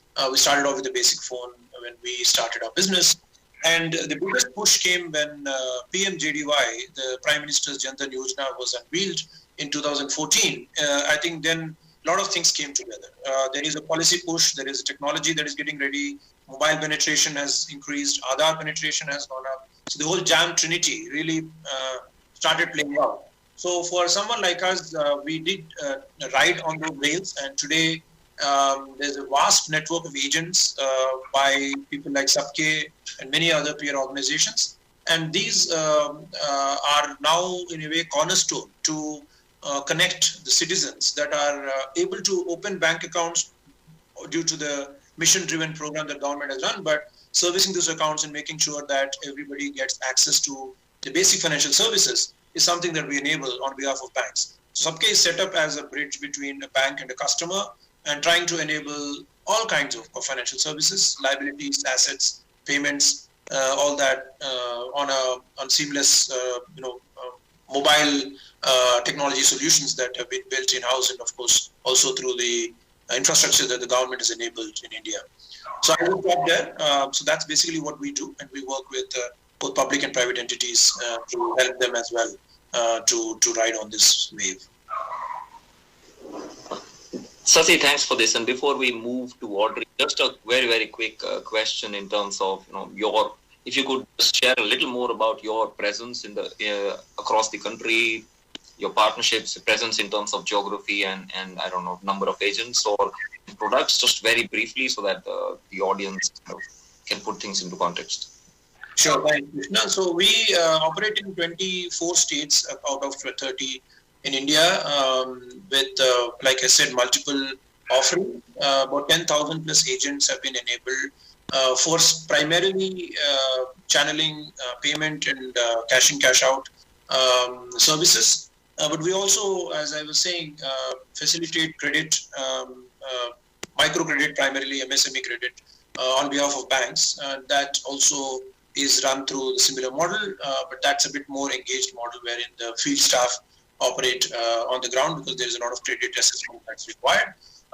We manage relationships with about 15 banks, private, public, small, large, rural banks, all varieties of banks, and roughly $170 or $180 million of book we manage for multiple banks in this space.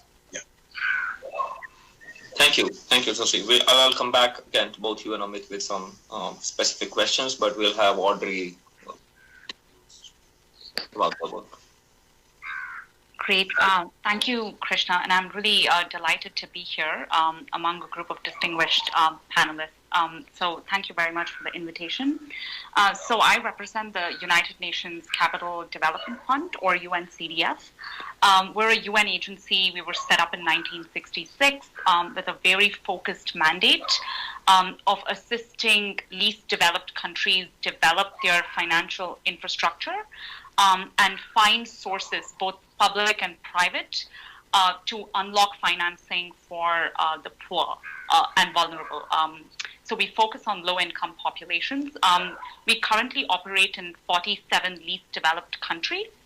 And the mandate that I mentioned,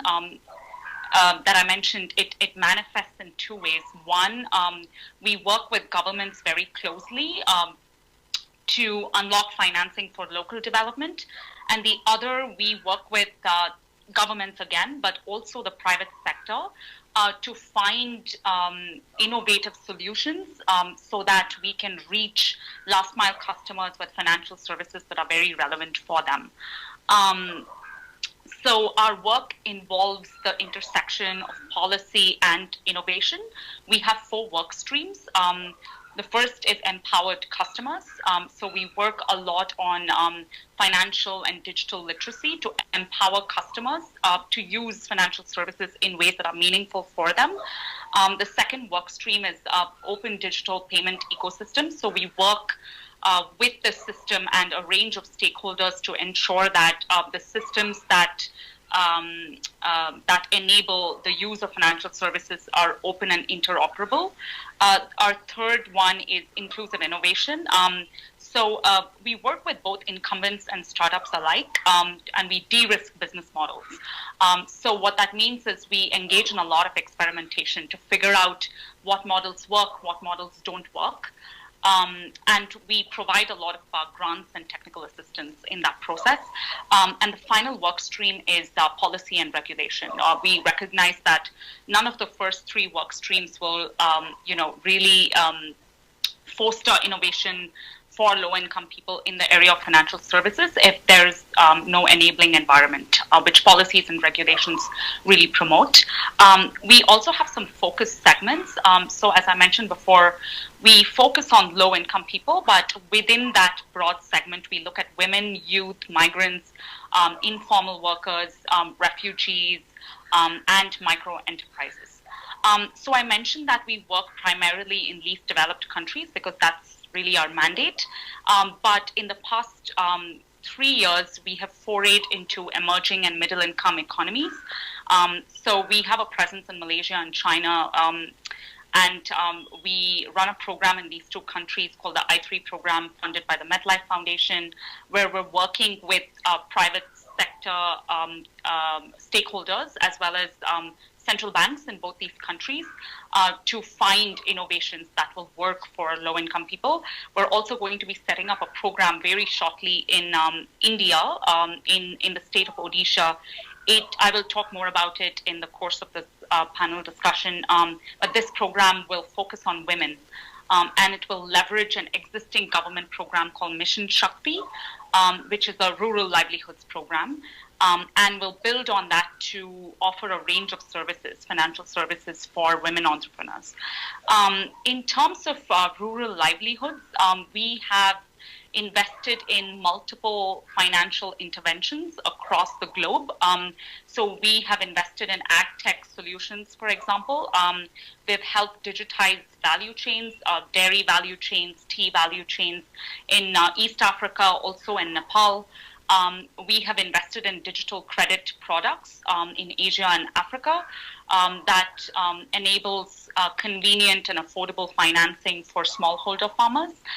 We've also invested and will continue to invest in e-commerce solutions that connect smallholder farmers and micro enterprises with markets that are stable. So this, in a nutshell, is what we do, but happy to elaborate. Thank you, Amit, Sasi, Audrey, this for an overview. Of course, I think I have a lot of questions.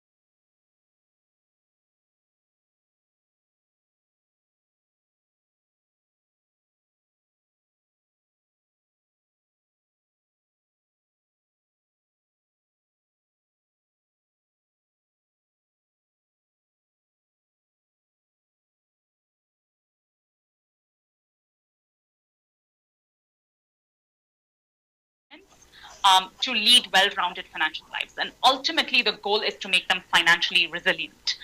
So they can, we're still living in the midst of, an unabating pandemic. So the shock is still there, but to prepare them for the future so they are financially resilient should such shocks arise in the future. Thank you, Audrey. Yeah, a couple of points, you said is one, these issues are a lot sort of more interlinked to a lot of other issues, as we all know, and that's where things become complex. And thanks for highlighting some of that. If we have time, we'll come back to that. Sasi, would you like to respond to that? I have a couple of other questions, but before I go there for you, just responding to the sort of COVID and how you're responding to this. Yeah, thanks, Krishna. COVID is kind of impacted in an interesting ways for someone like us. As I said, there are two sides to the coin that we manage. And in that process, Amit has mentioned that there is this whole government benefit that have been given out. And those are something that were to be distributed effectively to the communities out there. And these are specifically the women PMJDY accounts that were targeted with very small life support cash transfers, right? 500 rupees per account per month. So it's about 3-month program. And when lockdown started, I hear some disturbance. Are you hear me well? There is slight disturbance, but we're still able to get most of it. I don't know. Okay, let me continue. Yeah, please continue. I'll try going on mute and see if that works. Okay, great. I think this is better. So in that initial days, obviously nobody understood what lockdown really means, and who should be closed, who should be open. Banking is supposed to be a financial service, but our agent networks also a part of that. So there was a lot of confusion, but I think with the industry bodies work, BC Federation of India has acted on it and tried to clarify. So it really helped in a way that, people cannot travel. They can obviously not go to the nearest ATM or a bank branch to draw the money, but the agent outlet was made open. And interestingly, 90+% agents decided to keep their shop open and allow this transfers to happen. So there's a massive withdrawal campaign that took place during this period. Despite all the risks, there were a lot of precautions that were taken, and it is amazing how these last mile agents have ensured. We have very little infection rates also among the agents that operated throughout this period. So one side is allowing citizens to access this much needed cash that government really wants to avail, want these citizens to avail in the difficult times. That is, I should say that we have recorded the largest number of transactions ever in this network during the time of lockdown. So it's a kind of a interesting way to look at it. But on the other side, where we enable credit, the business has actually come to a standstill because businesses were closed. There was no cash flow and there was no ability to repay. And of course, government has also announced a moratorium. RBI has come forward and given the payment holiday to everybody. So that helped quite a bit, but it did put a lot of restrictions on the movement, customer contact, educating customers on what a moratorium really is. A lot of nuances are associated with these policy measures. So on one side, credit became a bigger challenge. We were not able to also distribute new credit because it was difficult to contact customers to know what their needs are, what kind of an impact that they have been going through because of the lockdown and all.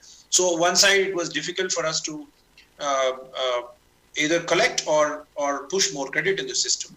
But on the other side, we were able to enable cash transactions quite successfully.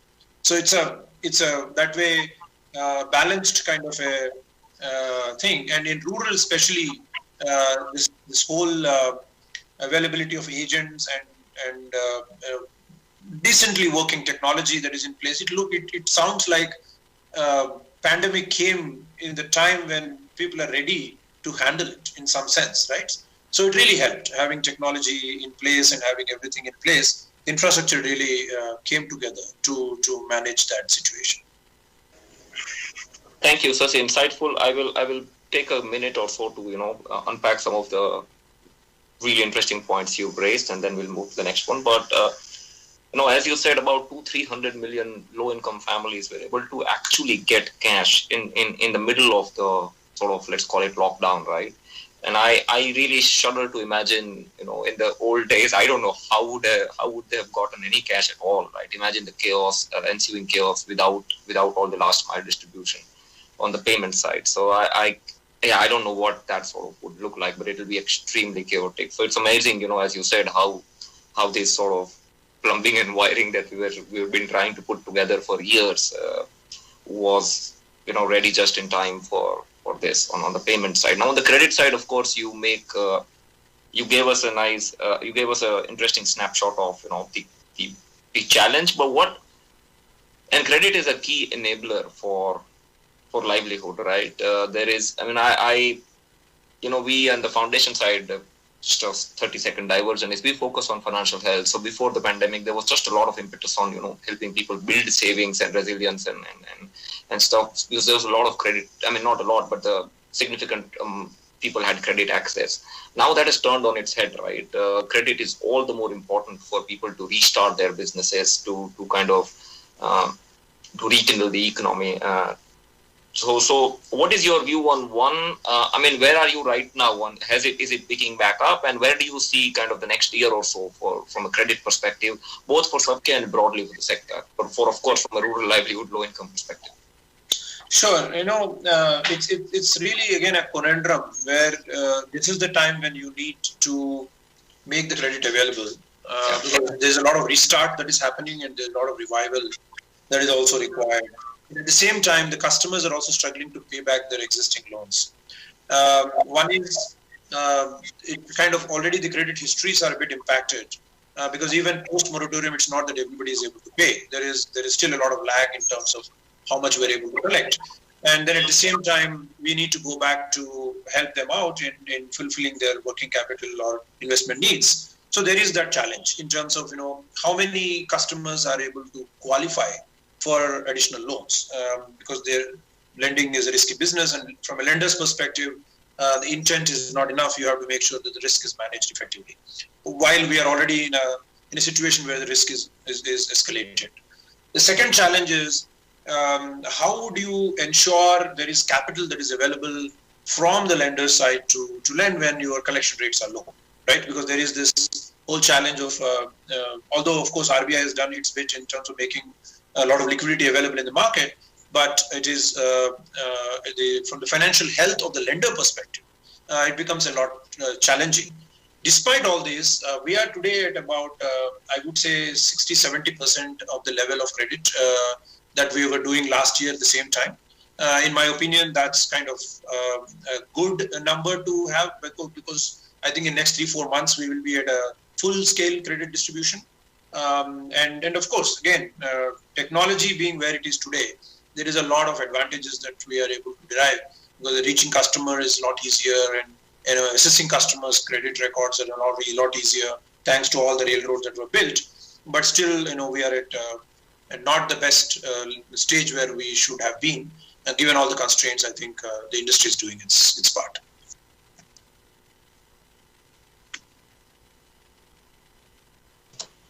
Thank you. I was just unmuting myself. Thanks, Sasi.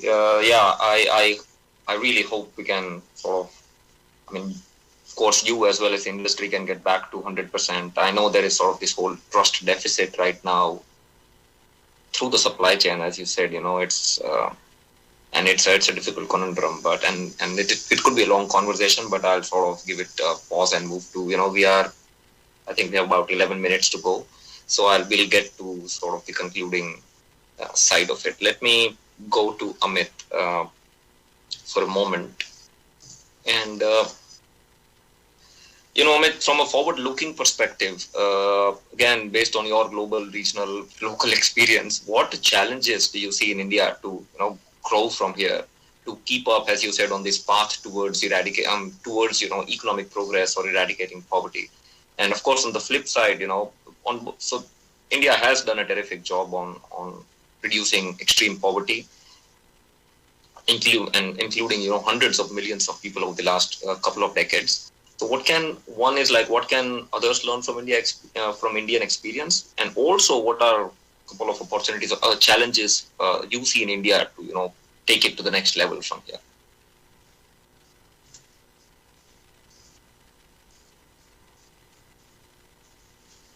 Amit, if you're speaking, you're on mute. Sorry.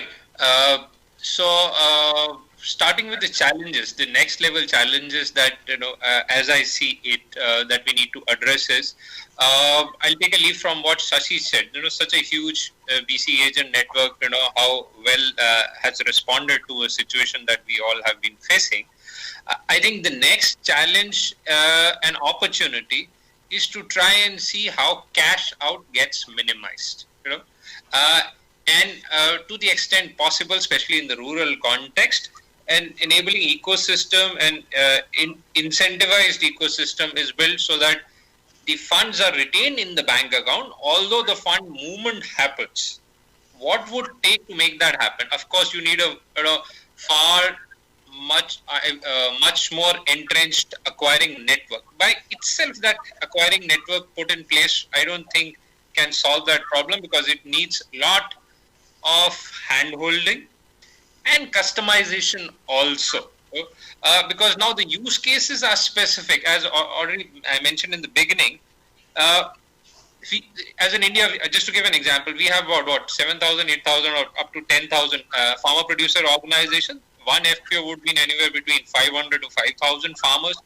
Now, do we know how many such FPOs use digital financial services? Probably a handful, simply because the solutions are not catered to their requirement. It's no longer plug and play. More and more customization is required to fit the specific use cases in the rural context. That's an opportunity and a challenge that I feel we should look closely at and try and tap that. Related to this, I would say very, very important is the need to again put in more effort and investment in ensuring customer protection and quality grievance redressal mechanism. As we make deeper inroads into the rural ecosystem and make people come on board digital services, this customer protection and grievance redressal has to be the best that one could offer. That brings me to one related point. As Shashi would echo, during this pandemic, when the payouts through the banking channel were being facilitated, because of the sudden increase in the traffic on the bank's network, the failure of transactions also increased. So there were a lot of last mile transaction failures. Account debited, but payout didn't happen. Biometric failures, which shows the infrastructure wasn't equipped to handle this kind of a situation. Of course, we can say this is a black swan event, and you can't prepare for that. But the fact that we are making deeper inroads into the rural ecosystem, this was waiting to happen. You add more and more numbers, you cannot live with the same infrastructure and continue to use that infrastructure to service more and more customers. So that is something that we need to ramp up, align, and also build up on the product suite. Plain vanilla product suites, just because it's a bottom of the pyramid customer or a rural customer, small ticket transactions would work. This has to fit into the life cycle requirements and their specific use cases. So that would be my next ask or a suggestion, if I may say so. And lastly, the interplay of the public good information, the data sets that government manages, and what a lot of tech players bring to the table, this needs to be more synergetic. So those how the data moves between different actors needs to be more synchronized, standardized, so as to avoid duplication of effort. A lot of government programs, a lot of data sits in silos, which is not in either shareable format, or there are not clear protocols as to how government could share a citizen's data. And Aadhaar taught us how this could be done in a very, very, safe and sound manner. So we need to go beyond those binary data points and expand the canvas and look at mechanisms of, enabling an interplay between, these ecosystems to help the customer/beneficiary at the last mile. So that would be my broad brush view on this. Thank you. We have about 5 minutes until we're asked to stop. So there is just a lot, but I think I'll have to perhaps just focus on one last issue that I really wanted to discuss. And then quick responses on that would be great. But before I go there, any Audrey, Sasi, any quick reaction to Amit, or I'll move to the sort of digital divide bit that I wanted to quickly, and fintech that I wanted to touch base with you on. No, I just like to say that, I echo almost everything that Amit basically mentioned. I would just emphasize the consumer protection bit because, Shashi mentioned that credit is the mainstay of the financial services industry at the moment, given the situation we're in. But, we still have to be mindful of the microcredit revolution that India went through. And okay, so let me put all three of you on a quick spot and say, so what do we do about consumer protection? Like one thing in 10 seconds, like what needs to change? Amit kind of did allude to that very quickly, I think. And one thing is, but sharing of data, and there is a standard framework for that, would help. But is there anything that comes to your mind that we need to that sort or do? This is for everyone, Audrey, I didn't mean to put you on spot, but Sasi, what is on the consumer protection? Just we constantly keep discussing it, but it's of course a difficult problem to solve. But what is one or two things that we as a sector need to do? Yeah, I can go first, and very quickly, the one thing that just comes to mind, off the top of my head, is to, and this is for financial institutions that actually dole out credit. I would say not to rely on, a one-size-fits-all type of approach when you assess the creditworthiness of a customer, especially in the situation we're in, such as looking at a credit score and saying, okay, let me just give a loan to this customer. That could lead to a lot of false positives, but also false negatives. So I would say use your discretion, use a variety of methods to decide upon the creditworthiness of a customer, and in a way that protects the customer from undesirable, circumstances in the future. Yeah, no, that's an extremely important point.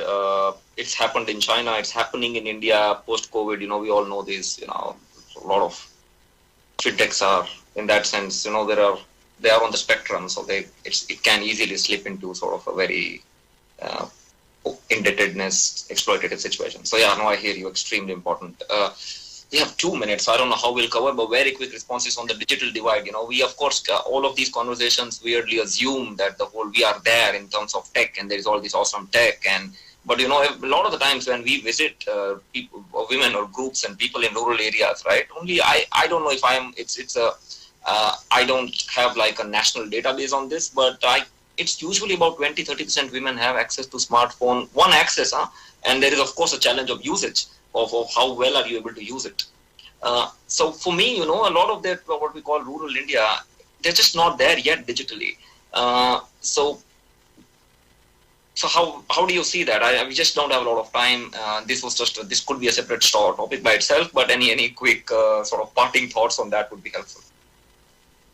Let me come in. From a rural-urban difference, Krishna, I think there is a difference, which is no secret there. But in a way, pandemic has become a bit of a leveling play in terms of allowing rural to move faster into the digital world. Urban, of course, has been moving fast and it has become speeded up. But we, for example, enabled online payment for our microfinance customers, which was not the case before pandemic. It is a need that has come up and we had to do it. So that way, 10% of the customers today pay through, apps which they would not have ever imagined before. So things are changing. Obviously, the phone ownership, usage are challenges, but I think when the situation comes to have them do it, I think we have seen rural people adopting really fast. So from that perspective, I think if there is much more, this momentum is taken advantage of, then I think we can move into that journey faster than it was. I would put it with that positive. I hope.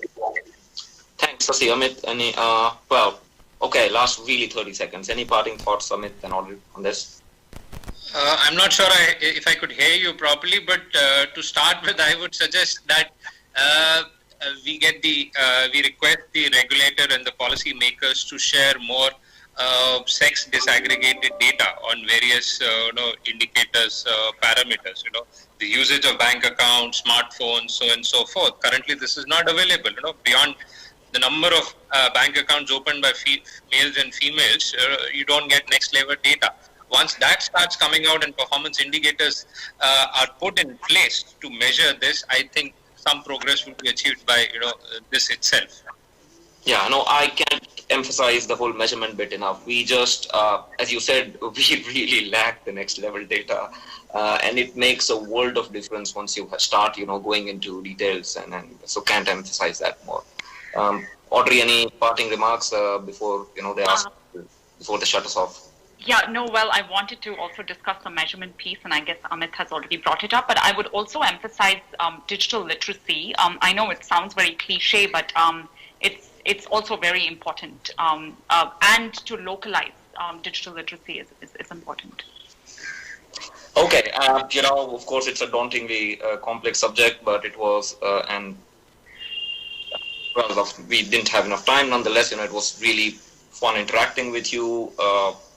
Thank you again for your time, and I hope the listeners had something to take away from. Thank you, organizers. Over to you. Thank you for the opportunity. Thanks, Sasi. Thanks, Audrey. Thanks a lot, Krishna. And I know that time was less, but nevertheless, it was a very interesting conversation that you were having there. And now we are going to move on to our next session, which is the 7th session of the day. And this is a panel discussion on leveraging fintech for SMEs and recovery after COVID-19. Now, SMEs generally contribute more than 30% of emerging economies' GDP and 50% of the employment opportunities, and they hold the key to economic growth of many countries. All over the world, governments are investing in growth of SME through policy and financial means, and however, COVID-19 and resultant lockdowns has had a severe impact on SMEs' growth in these countries. Now, it is expected that SMEs will take at least 2 to 3 quarters to return to their normal businesses. Access to finance to recover and resurrect the business is the need of the hour. The governments are doing their part, but is the private sector ready to add to it? How can private sector players contribute to resurrection of SMEs as engine of economic growth? To discuss these challenges, Pasita Huang, CEO EcoStores and ex-chairwoman Asian Women Entrepreneurs Network at EcoStore. Pasita will also be moderating the discussion in this session. Welcome to the panel, Pasita. And joining Pasita on the panel, we have Mr. JP Solimon, Vice President SME at Union Bank of Philippines. Welcome to the panel, Mr. Solimon. And joining Pasita and Mr. Solimon, we have Mr. Ashutosh Chadha, Vice President Public Policy South Asia at MasterCard Advisors. Good to see you join us, Mr. Ashutosh. And completing the panel, we have Eugene Goh, Deputy Director at FinTech and Innovation Group at Monetary Authority of Singapore. Welcome to the World FinTech Festival, India, Eugene. Thank you. Happy to be here. I will now hand over the session to Pasita to start the discussions. Over to you, Pasita. Thank you very much. And hello to my co-panelists. And I have been tasked to sort of like be the traffic officer, if you will. And to give us probably a regional and almost global feel of how SMEs in Asia and South Asia were affected or are still being affected by COVID-19, I'd like to ask Mr. Ashutosh to give us the effects that he has felt in his sector, particularly for the MSMEs. Mr. Ashutosh? Thank you, Pasita. Thank you very much. I hope I'm audible. Perfect. So thanks for this, and I think this is an important aspect to be discussing today. I mean, small businesses, as Amit said prior to this, serve as the foundation of our economy and the pillars of our communities across the world. Globally, they represent, I think, so around 90% of business, with nearly 50 to 60% workers globally, delivering half of the GDP. Even if I look at India specifically, Pasita, we have nearly 63 million small and medium enterprises, which employ 114 million people in India, and they contribute to nearly 35% of the GDP.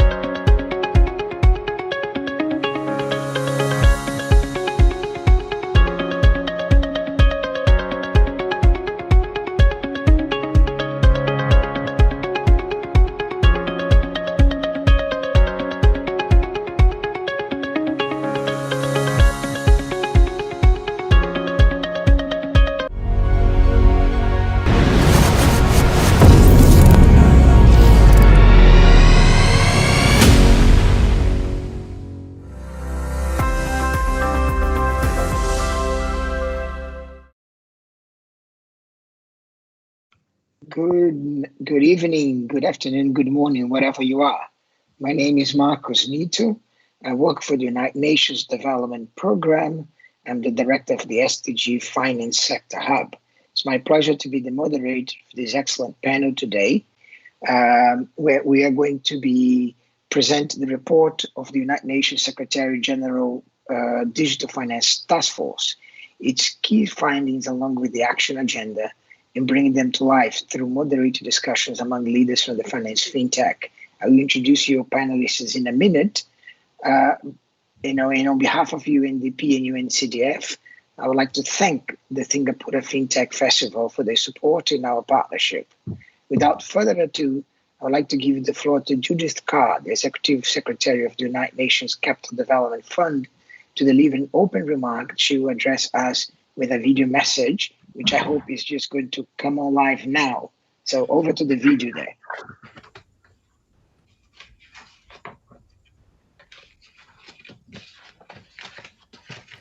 Good evening to all. My name is Judith Carl, and I am the Executive Secretary of the United Nations Capital Development Fund. UNCDF aims to make public and private finance work for the poor in the world's 47 least developed countries. Over the past 18 months, UNCDF has been the co-host with UNDP of the Secretariat of the UN Secretary General's Task Force on Digital Financing of the Sustainable Development Goals, an initiative supported by Germany and Italy, whom we thank tremendously for their support. The task force was comprised of an amazing group of 17 leaders and innovators from financial, technology, regulatory, and international development communities who engaged in thought-provoking discussions, and that it engaged with thousands of individuals and organizations from around the globe, whom we thank for their insights, expertise, and guidance. It is my pleasure to welcome you to this session on the findings and recommendations of the final report of the task force titled People's Money, Harnessing Digitalization to Finance a Sustainable Future. The report sets out an ambitious, practical action agenda, which is built around 3 areas. 1, advancing catalytic opportunities to deliver financing for sustainable development. 2, building the foundations for sustainable digital ecosystems. And 3, strengthening inclusive international governance. As all of us in this room know, digitalization is already a force for good in aligning financing with people's needs. We also come together today during an unprecedented crisis, the COVID-19 pandemic, which has only amplified the report's findings that we can harness digitalization to support vulnerable people, reduce inequalities, sustain livelihoods, and strengthen solidarity. Digital disruption creates a historic opportunity to reshape finance. Digitalization can also support citizen-centric finance by empowering citizens individually and collectively in financial decision-making. And of the utmost importance to the UN system, harnessing digitalization can help achieve financing the SDGs, for example, by deepening inclusion, addressing climate and biodiversity challenges, funding sustainable infrastructure, financing SMEs, and opening up new channels for individuals to put their money to work for them. As examples of the catalytic opportunities noted in the task force report, imagine a farming cooperative connected to a digital task force where it sells produce, accesses financing based on its transaction history, and gets insured against climate risk with automatic payout in case of disaster. You may hear more about this example from DBS, one of our panel speakers. Imagine financing a multi-million-dollar bridge or school through the millions of small investments made from ordinary people's microsavings, giving them dividends and the benefit of improved infrastructure that they can use every day. You may hear more about an exciting project illustrating this example being implemented in Bangladesh from UNDP Bangladesh, another of our panel speakers today. Imagine over $30 trillion invested in global financial markets, aligning policies and citizens' choices through the use of smart data and analytics. This is just the tip of the iceberg as we see SDG-aligned investments increasingly outperforming in global leagues of financial success. You may hear more from today's panel speaker from Refinitiv, on their work to aggregate 25 years of data on project finance, loans, risk profiles, and other investment parameters and ESG metrics to create a comprehensive overview of infrastructure projects. These catalytic opportunities are noted as such not just because of their size and scale, redirecting trillions of dollars towards sustainable projects, but because they have the potential to trigger a systemic shift to better align finance and sustainable development. In addition to these opportunities, the task force's second action agenda item is to build foundations for sustainable digital ecosystems.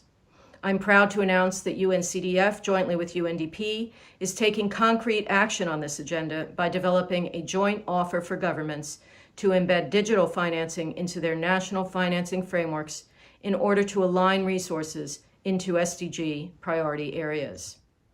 A third action agenda item, strengthening inclusive international governments, has led us with UNDP to initiate a global dialogue on big fintechs and their impacts on the SDGs.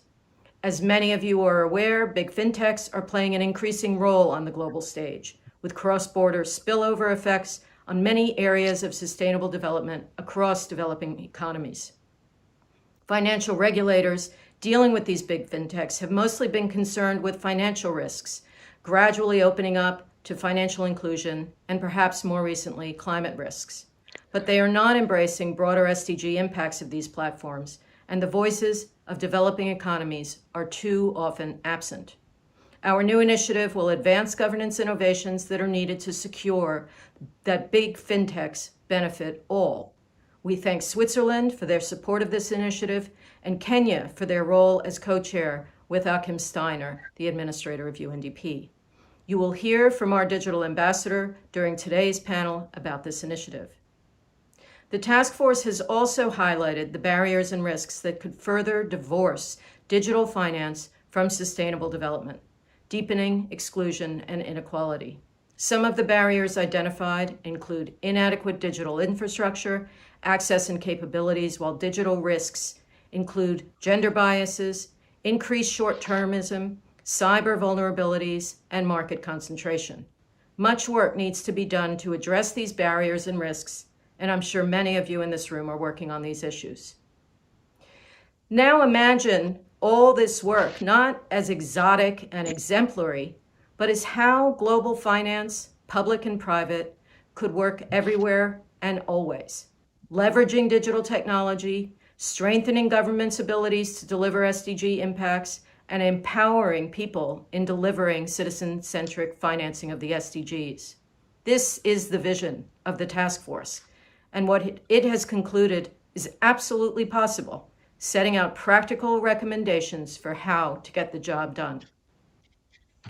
The task force advocates an action agenda in the spirit of catalyzing an ecosystem of innovation and experimentation across public, private sector, and citizen engagement.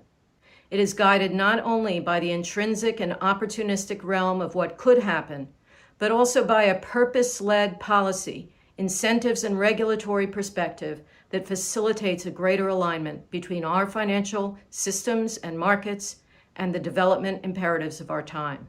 Key amongst the alignments being sought is in the addressing of inequality and sustainability. In that context, while we cannot second-guess the future given the rapidly evolving horizon of how technology, economies, and our societies will interact, we can maximize opportunities and minimize risks in a highly dynamic but also volatile moment of history. The full support of the international community to seize upon the task force's recommendations and synthesize its work into actionable offers will be required. UNCDF is working with sister agencies and other stakeholders to provide support for governments, including through a COVID-19 lens, to increase people's control over and use of their own money to pursue sustainable development locally. I look forward to today's discussion on digital financing of the SDGs and ask you all to join UNCDF, UNDP, and the whole UN system to think about how digital finance can be directed to achieve the global sustainable development goals. Thank you, and I hope you enjoy the panel discussion. Thank you very much to my dear friend Judith. I think it is, redundant to say how important the issues of digital, take into consideration how we are all coming to you today via digital form in that sense. As Judith realized, I think we are in a critical moment to be able to take forward the recommendation of this task force who spent 18 months working in bringing us to this moment. We have 4 panelists today. Mr. Anir Chowdhury, Policy Advisor of Aid2I in Bangladesh, a colleague from UNDP. Mr. Mikael Larsen, Chief Sustainability Officer of DBS, and Ayaz Mita, Digital Finance Expert, Digital Ambassador of UNCDF, and our technical leader on the Big FinTech Governance Dialogue that you just mentioned. So without much further ado, let me start it by posing the same 2 questions to the 3 panelists, right? So the international community, that's the first question, I'll give it to you. The international community often think digital finance and sustainable development quite separate. And the task force says that digital finance might be the route to achieve the sustainable development goals. What does it mean in practice? Where does fintech sit in the broader SDG agenda? That's the first question. Second question, by the end of 2021, the world we live now will probably look very different than at the beginning of 2020. Already does, I would argue in that sense. The current health and economic crisis that we have will transform our way of living, working, investing, almost each part of our lives. What scenarios are possible and how digital finance could respond to it within the broader agenda of the Sustainable Development Goals? So I would like to turn these 2 questions to my first panelist, Anir Chowdhury, Policy Advisor to the Government of Bangladesh. Anir, the floor is yours. Thank you, Marcos. Good morning, good afternoon, and good evening. I guess that's the standard greeting these days because we're all over the place.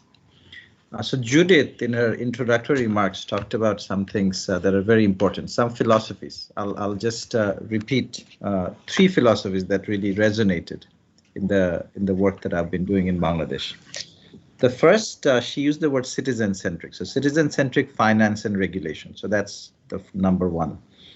Number 2 is integration. A lot of the things that we are doing requires integration across multiple agencies and also public-private partnerships. So that's the realm of bringing people together. And the third, that is important, both disruption and sustainability. Often what happens is we disrupt, but that disruption remains in the lab and it does not scale up. So I think disruption that is scalable and that is sustainable, I think is important. So those are the 3 things: citizen-centric, integration, collaboration, and disruption that is sustainable. So those are the 3 philosophies that I'll be working with. So COVID really has given us what I call the COVID dividend. So we have seen in the past digital finance helping the poor, and I'll talk about maybe a couple of examples from Bangladesh, which will exemplify what the possibilities are, what the potential is today, and also what will happen in future. So what we have seen, so I'll talk about acceleration first.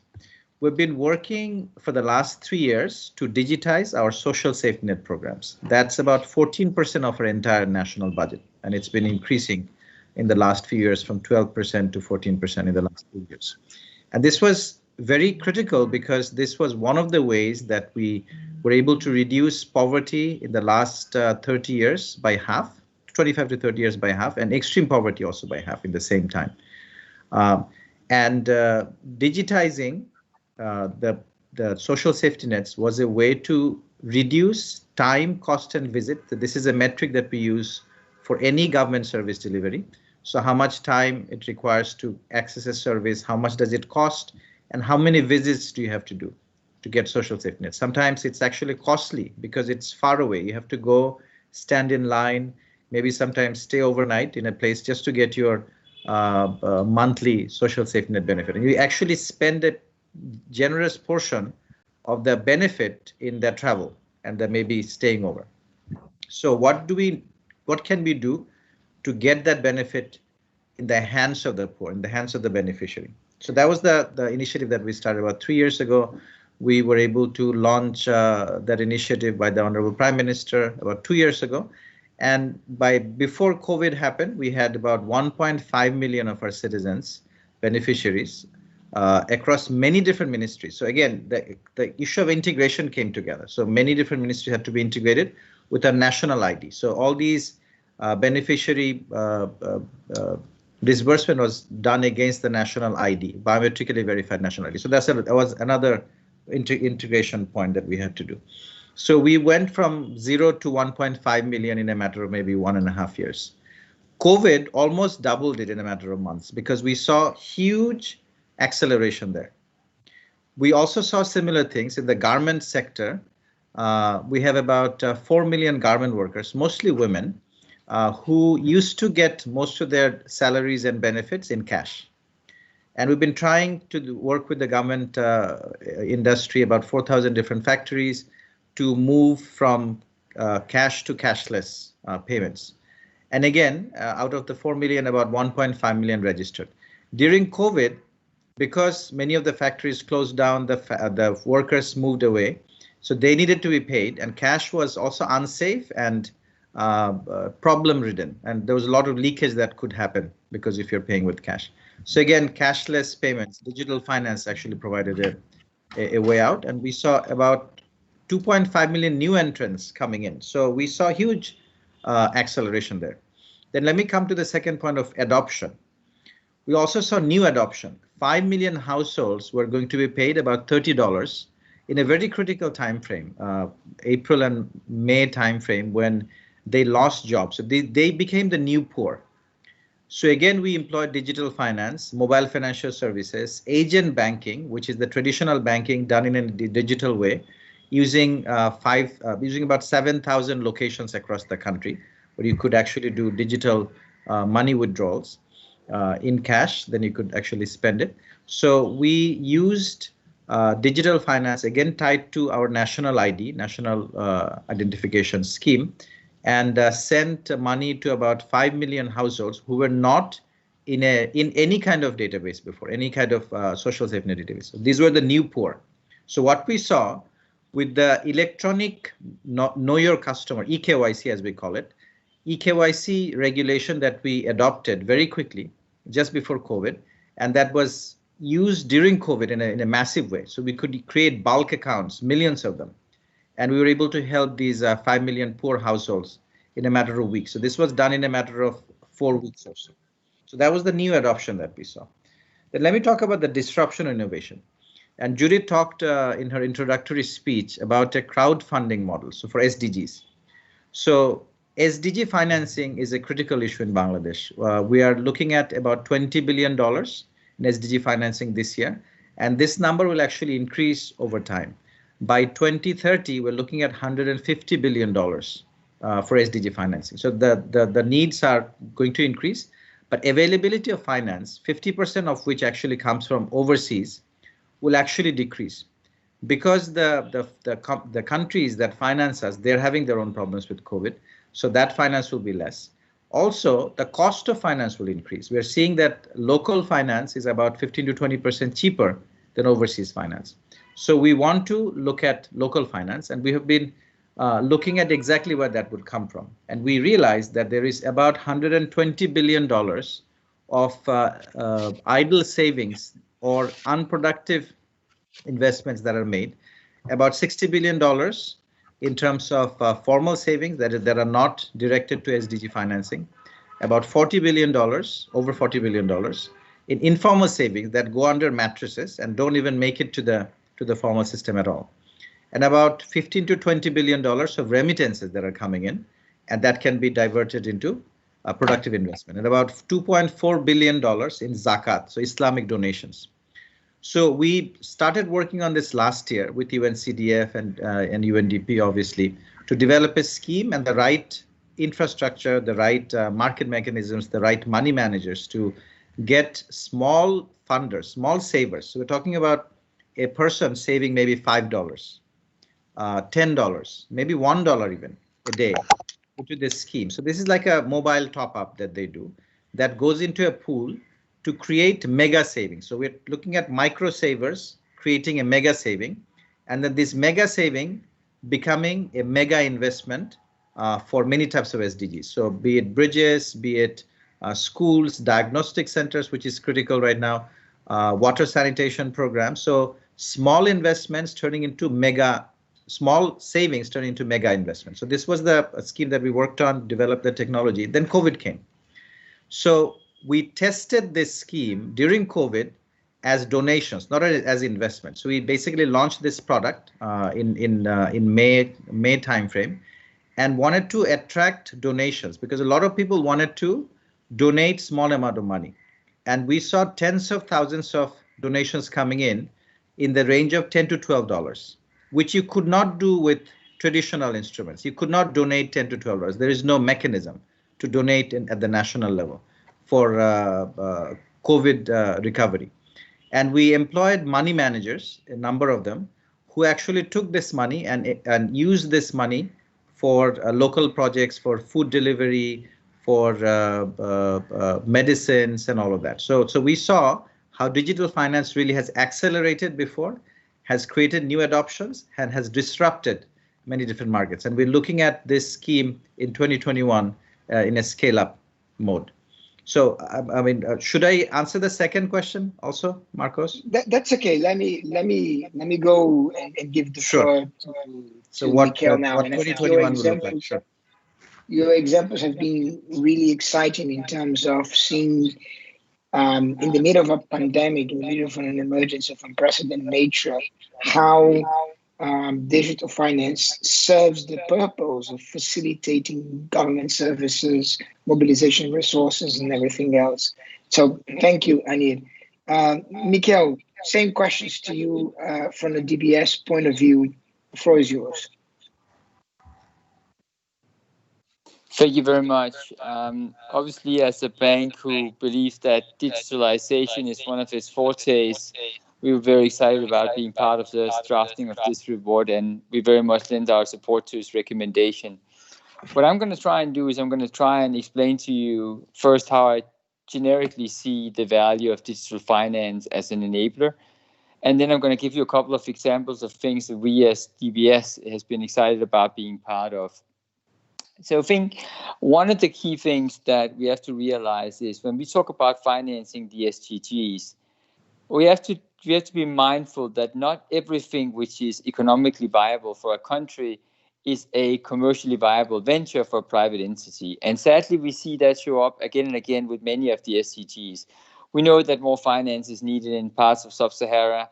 We need it in Southeast Asia. And yet some of these things are just inherently difficult to finance because the economics doesn't show up. But where I think digital finance has an enormous part to play, or one of the places, is in reducing the risk that comes from lack of transparency. So obviously, when a commercial entity makes decision, it will balance the risk, and part of that risk is the lack of access to data with the return that it requires. And once you start to model or change that risk-return equation, you will start to see funding flow much more easily. So when I think about where digital finance in its broader self can help in terms of data generation, I think of it in 4 areas. Data capture first. So we know that today data is only really available for a very, very small subset of companies today and projects, mostly those that are listed, but not for unlisted company, which after all makes up, in the part of the world where I live, 90+% of the economy. So the ability to use AI to scrape some of that data and make it accessible at a price that is cheaper is crucial. Today, these things are often behind paywall, meaning that they're only accessible for those who have the ability to pay. The second thing is really around the data aggregation and making these things transparent. We know, again, that the data sit in different silos around the world, around different companies. And so therefore, comparing the viability of projects across them is limited. And we are starting to see some of the early startups that can try and compare these, but we need a lot more in terms of a transparent, open API infrastructure for that. Once you have that, you can start to price some of the externalities. And perhaps the one thing that I'm most excited about is the work that we started to see and that we've been part of as well as DBS in trying to price some of these externalities. Only then will we start to see changing in decision making. Now, so for our case here, we've been doing some work around impact measurement and trying to understand with the data available what is really the impact of a dollar made. And once you know these things, you can start to say, well, not just from a risk point of view, but from an impact point of view, what are the changes that we need? And then finally, we need to have much better financing platforms. We need to be able to make crowdfunding a lot more easily available. So that's kind of how I see you can reduce the risk and by an investment, just on a very generic level. But I want to talk to you now about 3 areas where concretely DBS have been involved and where I see that the ability to have digital services makes all the difference. The first one is, of course, we all recognize that there's 1.7 billion people without access to formal capital. And one of the reasons is that they don't have a credit history. Now, the ability to now use other types of data, social data, to effectively create credit histories for these people is enormously powerful. And we've been doing some work in Indonesia and India, teaming up with other parties than banks to try and get that running. And the results are encouraging. It's not an easy place to do, but once you make it happen, you'll start to see that the money can flow to some of these people. I do think that one of the things the report does very well is it calls out that these things are not without risk.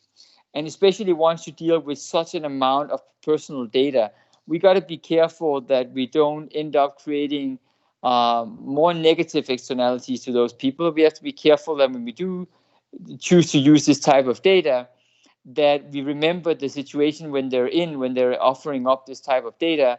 Normally, these people don't have an alternative. So the whole data transparency, data protection has to be very strong in this area. The second area I wanted to briefly mention is one of the things COVID for sure have done. It has reduced the trust that we have amongst countries, and therefore the whole supply chain essentially breaks down in different places. We are much less likely to want to buy products from far-flung places where we don't really know what the source is and how it's been handled. And so again, this is where digital could come in. So we built a platform that allows you to now track the origins of raw materials, in our case is rubber, all the way from source and all the way to final use. As you start to see these type of platforms, we're not the only one who've done that, but they come to life. You will start to see that you can add data to this, so that only will you be able to see the origins of this, you'll also be able to see how it was handled, by whom it was handled, what were the touch points. And this is especially relevant in a post-COVID world, where the exact location, where it came from, who's been involved in this is crucially important. Satellite technology has a crucial part to play here. Why would a bank want to get involved in this? Well, also because from our point of view, trade finance really only works if you either have the transparency and or a price premium from an offtake contract in the end. So our willingness to finance the suppliers obviously increase once we know these things. And then finally, I want to share with you some work that we've been doing on carbon credit for nature-based solution. It was something that was announced earlier this week as part of the opening speeches by the ministers and the MD for MAS. So if you think about what the problem is in carbon credits today, it is essentially one of trust again. We know that good solutions to carbon credits and carbon offsets can be a part of achieving climate solutions or zero net carbon. But today, investors don't trust them. And when they don't trust them, they don't want to buy them. So we've been doing some interesting work around how can satellite technology help in create the transparency around deforestation, around burning of forests, but also the sequestration of forests. You can actually point these types of technologies towards them, towards areas that are forested or where there's mangroves, And you can actually capture with a high degree of accuracy the biomass and how much carbon that has sequestered. And that allows a higher degree of trust and transparency into the ultimate product that we'll be selling, which is carbon credits. Now, moving on from that, you also need to have financial trust in these things. And this is where blockchain technology has proven out to be helpful. You want to know that if you're an investor, that if you put $1 into this, that the money follows through all the way to ultimately to the person who's planting the trees. Now, that is another thing that technology does immensely well. And then finally, if you take this to perhaps the nth degree, it is exciting to imagine a world where today's cycle of releasing carbon credits is on a 2-year cycle. Imagine a situation where you can have real-life monitoring on these things, and therefore also real-life releasing of carbon credits for you and I to buy. I think all of those things are only really made possible by the immense step forward in technology we have. And it also allows us to think more widely about the term digital finance. It is a lot of technologies that allow finance to flow, not just what we normally talk about, the basic things of payment structures, which are very important, but not the only thing. So I'm excited about the future ahead. And back to the original question, I see digital as an enabler for every single one of the SDGs, some more prevalent than others, rather than something separate from the SDGs. I think I'll stop here. Thank you very much. I love the way you stop, and I think we are seeing this notion of digital being critical to the SDGs playing out during COVID. And in that sense, digital with the broader sense, not just digital finance, being telemedicine and education. And so that as a basis. Now, as financing is also an enabler for the SDGs across all of them, I think the combination of digital and finance, what we're talking here, it's a powerful enabler in that sense. Now, let me turn to Ayaz, from whom I have learned a lot in the last 12 months on all those matters of digital finance. On top of being leading our work on big fintech governance, Ayaz was one of the lead authors of the report. So he's bringing that perspective as well. Ayaz, the floor is yours. Thank you very much, Marcos. And I think a lot has already been said by my predecessor, so I'll just make my comments very short for this round of questions. I think, there's multiple ways in which digitalization is already very relevant to the SDGs, and I am not going to talk about the financial inclusion aspects, which is very obvious, and I think everybody now clearly understands. But I think it wouldn't be possible to have $1 trillion of green bonds if large data sets and real-time data flows on use of proceeds were not becoming the norm. Carbon markets, as Mikhail was saying before, wouldn't exist without sophisticated digital infrastructure. And maybe this is one of the spaces where we see the largest amount of innovation happening with blockchain and distributed ledger technologies, where we see a full disruption of the natural capital asset market. In many ways, we see natural capital-backed digital coins and tokens emerging like Cedar Coin, Carbon Coin, that really allow citizens to participate in climate action and climate mitigation and adaptation efforts in many ways, and direct their financing to reforestation efforts and other efforts that are important to them.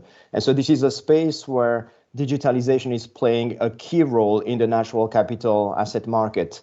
Another aspect is, and perhaps sort of pointing to some of the things that Anir said before, is in financing infrastructure, financing long-term development, but also unlocking access to capital-intensive utilities and services. In many ways, digitalization, because it allows low-cost fractional payments, is unlocking access to large-scale capital-intensive utilities and services, both in developing economies and in mature markets. So in developing economies, it will take the form and shape of pay-as-you-go models, rent-to-own models that unlock access to clean renewable energy, to tractors for farming and agriculture, to paying in fractional payments for education, for healthcare, etc.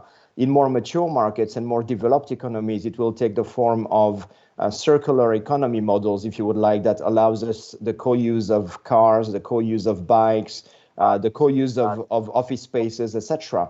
And so this is extremely relevant to both developing economies, mature markets, and maybe one of the areas where we're also seeing a lot of new developments in the alignment between digitalization and the SDGs is this growing surge in impact and robo-investing that are really putting, again, in the hands of the citizens, the means and the choice to make financing decisions that are aligned with their objectives, with their values, with their long-term priorities. And so these are all the different ways in which I would say digitalization is already supporting the SDGs. And as we can see, it's really part of our global economy and essential in rechanneling and repurposing citizen money and citizen finance towards long-term development goals. So I will just pause here for a second, go back to you, Marcos, and I look forward to the next questions. Thank you, Ayaz. That's the moment now that I see if technology works and perhaps open the floor and see if there is questions coming from the audience. If there is none, then I actually wanted to bring it to a quickly rounded on a particular stakeholder, which is the SMEs. But before I go there to my panelists here, how do I know if there is any questions coming from the cyberspace? Well, I guess I don't know. So I'll pose to Ayaz, Annie, and Mikhail. You've talked about a lot of issues here: governments, social protection, big things. As UNDP, we've been leading the technical work for the UN on socioeconomic recovery to the COVID crisis. And we've conducted 113 socioeconomic impact assessments around the world. And one common, there are many, but one of the big commons is the problem with SMEs and how SMEs, which are the backbone of most economies anywhere in the world, and 90% of the jobs in the developing countries, SMEs are in trouble, basically. We join up with the ICC, the Global Compact to create a program on SMEs, digitization recovery. So my question perhaps is, as a bank, as a practitioner, as a government official here, what do you see is the role of digital in unlocking capital as well as capacity, innovation to establish SMEs, not to startups, but to establish SMEs? Let me start with Mikhail and ask the three of you to be quickly so we don't run into time here. Mikhail. Yeah, so I'll try and do it quickly. I think that the critical thing that digital can help solve is reducing the cost of providing data to banks and from banks accessing this data. We appreciate that the data that we require from a SME to lend and get the trust that we need is a lot. And so digital have the ability to streamline that and therefore reduce the friction of that. And I mentioned that specifically in the mentioning of now that ESG has become your ESG credentials have become so critical in lending opportunities for us. Every bank would ask these questions. We really need a lot more data on these things, and it's not a forte of the small companies. So there's a number of different platforms that now allows them to, for a small fraction of the cost that we used to see, actually provide that data, and this is useful for banks. So if I can only mention one thing, this is one place where it could unlock. Thank you very much. Anil, any schemes on SME digital over there in Bangladesh you can quickly share with us? Sure. So my government announced about $2.5 billion in incentive packages, primarily for SMEs and some large businesses to some extent. But SMEs, as you mentioned, about 87% of our employment and the market economy. And many of them are hurting. The banks are supposed to provide these loans. These are loans, not just handouts to SMEs. And the banks had a very difficult time identifying SMEs who are deserving because there is no credit history per se. There is no registration in many cases. So SMEs are informal, part of the informal economy. So we're looking at three things. The first is, just as we have worked on an eKYC for individuals, we're working on an eKYC for SMEs. Because there are different types of registration. Some are not even registered. So we're trying to bring some consistency, some order And as Mikhail talked about data that you need for the lending organization. So this is a registration, a track record that will really establish the identity of an SME. That's the first thing. Second is digital credit. And that could come from many different, again, data plays an important role. Their credit history that will be built up over time, any digital footprints they have, money transfers that they have done digitally, which there are many mechanisms for. But they need to come together to give a digital footprint for the SME. So that will help us make credit decisions in a more seamless manner and unbiased manner. And the third is access to market. What we have seen during COVID period is that there was a huge upsurge in e-commerce. E-commerce was a fairly urban phenomena and a phenomena for the elite or the rich segments of society. During COVID, because people were not able to move, e-commerce went through the roof. People actually came online, and we introduced something called P-commerce, phone commerce. So people who could not come online on the internet, they could actually access e-commerce by calling into a national phone line, 333. So e-commerce, there are hundreds of companies that existed before, e-commerce companies, and some new companies also emerged during this time. Daily essentials, medicines, these were the commodities that were actually sold through e-commerce. So that allowed SMEs to do sell and buy in a very seamless manner, a low-cost manner during the COVID period. And I think that will continue to grow even after COVID and vaccination arrives throughout 2021 and beyond. So establishing an identity through an eKYC for SME, access to credit, and access to market through digital finance are the three areas that we're now currently focusing on. I will see a huge expansion in future.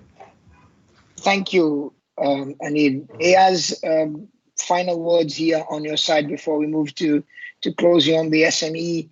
Maybe if you can also describe what happened with EcoCash in Zimbabwe vis-a-vis SMEs, or any other example you have of a concrete work going on. Over to you.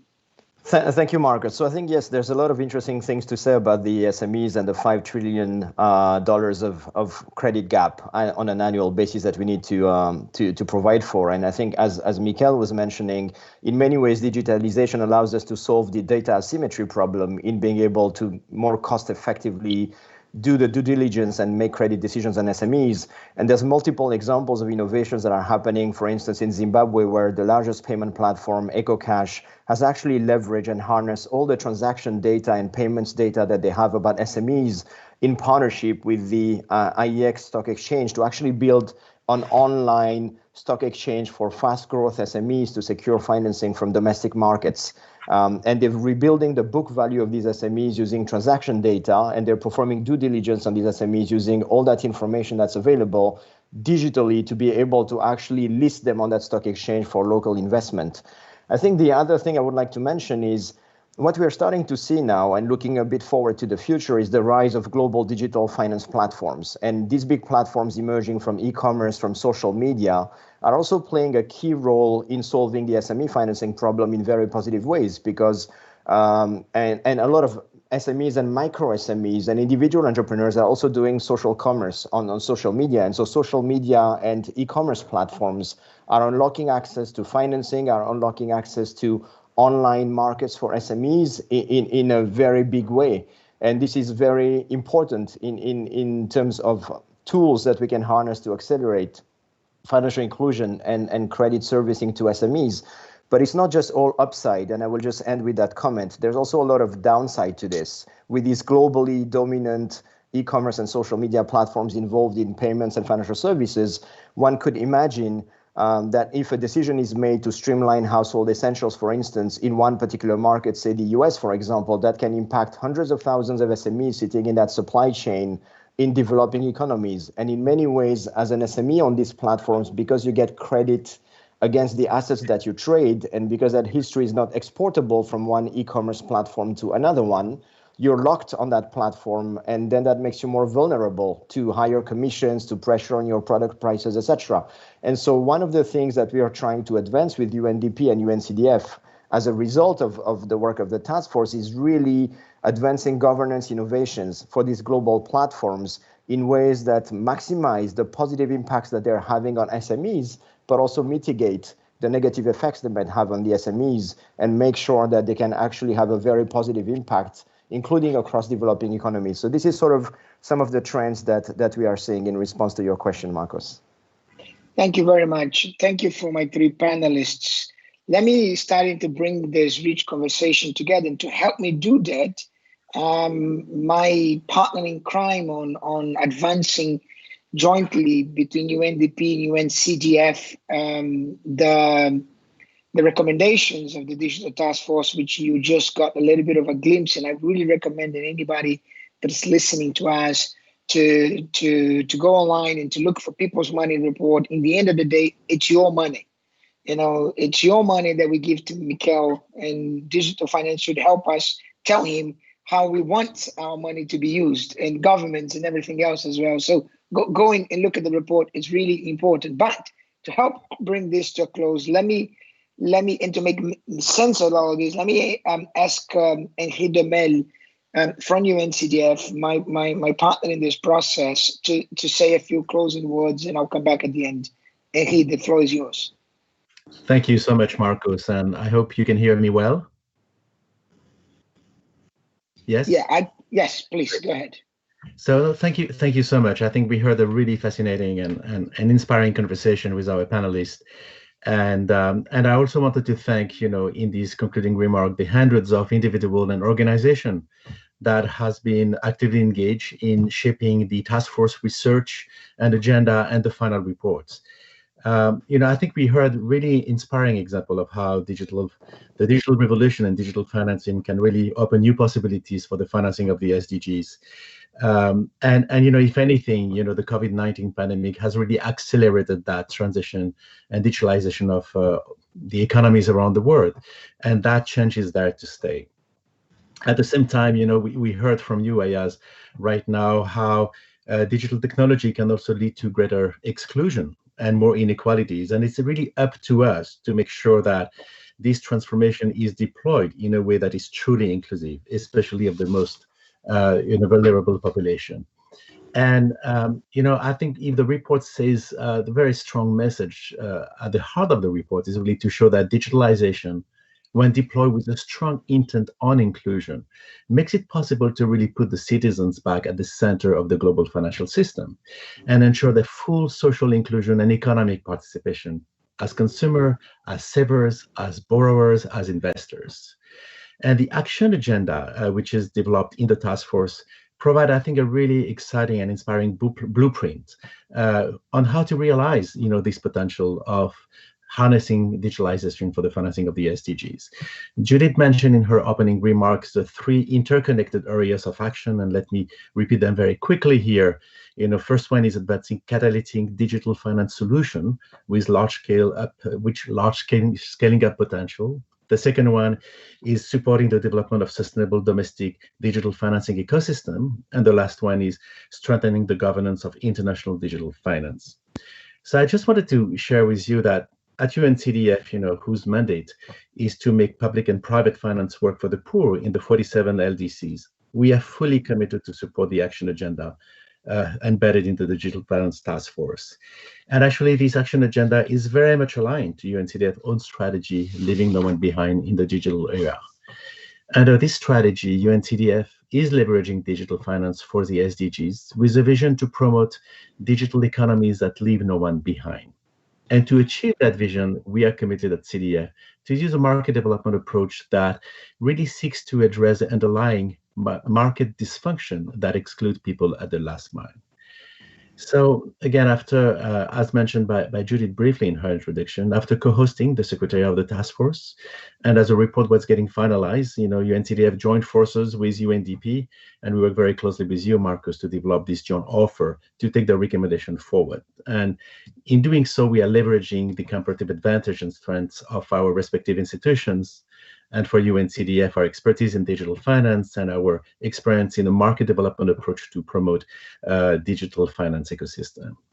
And as we move forward in implementing this joint offer, I just wanted to share that for us, for both of us, it's really a platform through which we really want to nurture a continued engagement with the task force member, the broader UN system, and the international community to see how we can together develop initiatives which are going to respond to the challenge and potential of harnessing digitalization for the financing of the SDGs. And we heard again today a very exciting example from our panelists.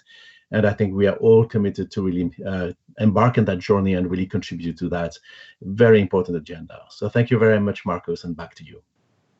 Thank you very much. And thank you very much for the trust and the partnership that we've established and will carry on going, making those issues a reality, especially for the most vulnerable people of the world.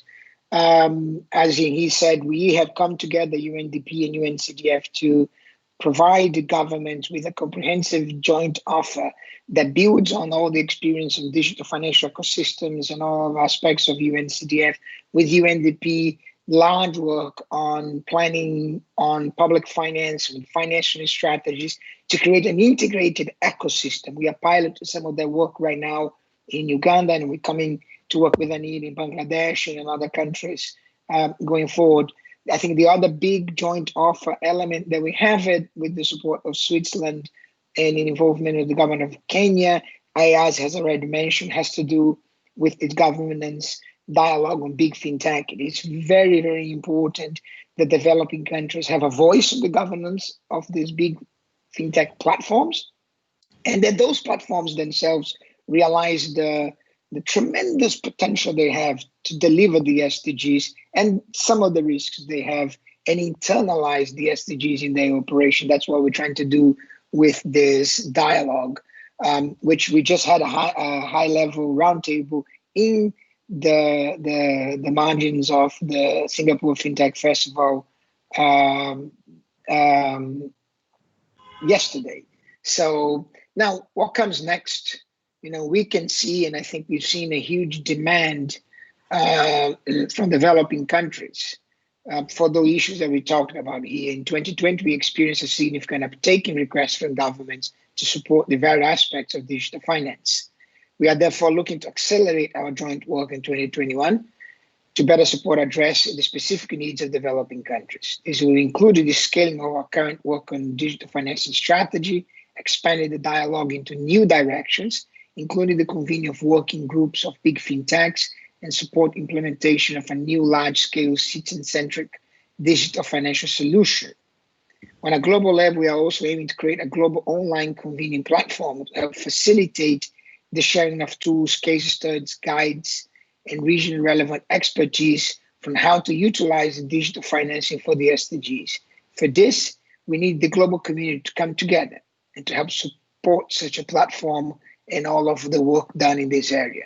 Indeed, as mentioned by the task force, we need the global community, member states, private sector, civil society, and ordinary citizens to play the individual role to enable digital financing to be used in an inclusive manner that help finance the sustainable development goals and leaves no one behind. With that, I want to thank again Mikhail, Anil, Ayaz, and everyone out of there listening to us. Thank the Singapore FinTech Festival for hosting us today and for the partnership of many years. Bid you farewell. We're coming to the holidays, so happy holidays to everyone. And may 2021 be more gentle to all of us around the world than 2020 has been. Thank you very much. Enjoy your evening, your afternoon, and your early morning like we are here in New York. Thank you. Goodbye. Thank you very much. Bye-bye. Thank you. Bye.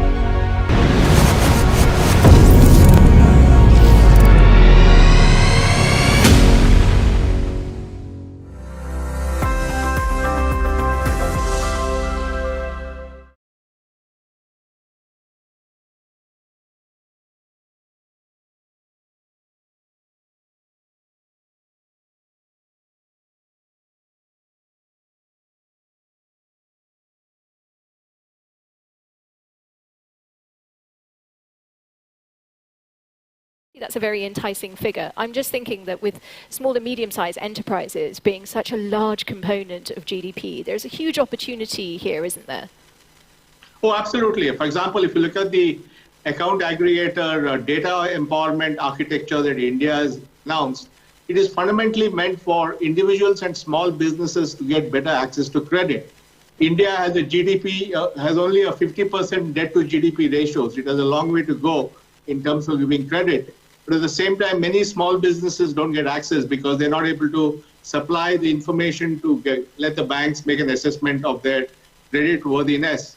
And now with the account aggregator, a small business that is selling and paying GST, which is our national indirect tax, can actually use that data of invoices and tax payments and give it to a lender, and he can say this data is real data coming from the government and use that to get credit. So essentially all these things will democratize access to financial services, access to credit, and you're absolutely right. If millions of small businesses get better access to financial services, it will be a big push to the economy.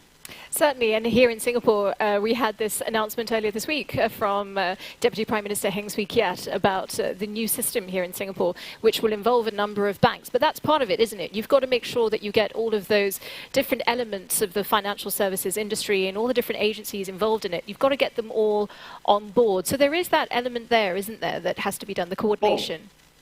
Oh, absolutely. And that's where the central bank regulator like MAS or RBI has a role to play. I know that Singapore, they've just announced new licenses for digital banks. India has a concept called small finance banks, and there have been some very, very successful small finance banks.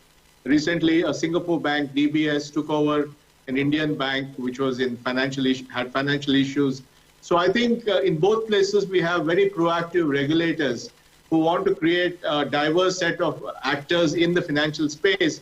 At the same time, do this balancing between regulation and innovation. Yeah, and look, I'm not going to deny that it's all very exciting, but of course there is this big debate at the moment about data nationalization, so being nationalistic when it comes to the data, making sure that there are open and free-flowing conversations about how this conversation evolves. How would you like it to go? Let's just project forwards a little bit, because obviously there are those who would just say, look, this should be simple, we should sit down, we should talk about it, we should figure this out. But it's not so simple, surely. Well, I think, I think the broader issue, Manisha, is that now with digital becoming so important to our lives, and COVID has accelerated that trend, how we deal with technology, how we deal with data, how we deal with information is becoming so super critical to countries. And therefore, every country will have its own view on data, it will have its own view on privacy, it will have its own view on what is the level of surveillance or non-surveillance that is going to happen. So I think we are entering a world where countries will increasingly have a different view. And therefore, we can expect that the internet globally will sort of splinter into different versions. For example, the one in China and one in the US and maybe elsewhere. So I think it's just that technology has become so important to our lives that we can't walk away from its other implications. I mean, we are seeing the impact of social media, the impact of fake news, polarization of people, and so on, elections. So I think really technology has come front and center, and it has to become part of the debate everywhere, including about data. But Nathan, just doing a history lesson again, and I'm thinking about, again, during the Cold War, when the realization came about that if we all, nuke one another, that's mutually assured destruction. We shouldn't see that happen. It's perhaps a distant metaphor, but I want to know, how do you feel about the fact that we may end up with these different pots when it comes to the data? Wouldn't you like to see a world in which it's just an international approach, a multilateral approach? Well, I think countries have a concern. The concern is that if their data is somewhere else, then, if they're cut off from that data, then they can't operate. I mean, the point, Manisha, is that technology has become the lifeblood of today's societies. And therefore, governments do want to balance sovereignty with, international movement. And so these are all legitimate conversations that everybody has to have. They certainly are. But I'm just going to push you a little bit more on this one. You speak to a lot of people all the time. Do you think that there can be consensus on the basics, on the basic expectations, on the basic rights or whatever consumers should have, particularly since we're also working on education, literacy, and more people are going to understand data. They're going to have worries, but there must be some basics that we can all agree on. Well, I think broadly people would agree that people's data is, they should have access to it. I mean, the general thinking now is that if I'm going to generate data in my digital interactions, I should have access to it. The problem has been how. How do you make sure that everybody has access to their own data? Which is why the if you think of the big three things in India, well, one was the Aadhaar ID system, the second was the payment system with UPI, the third was the data empowerment system. And that is really what people are looking for. Even in Europe now, they're talking about data empowerment, where people are able to use their own data. Because once we are going to be so digital in our lives, every action we take will create a digital footprint, digital byproduct.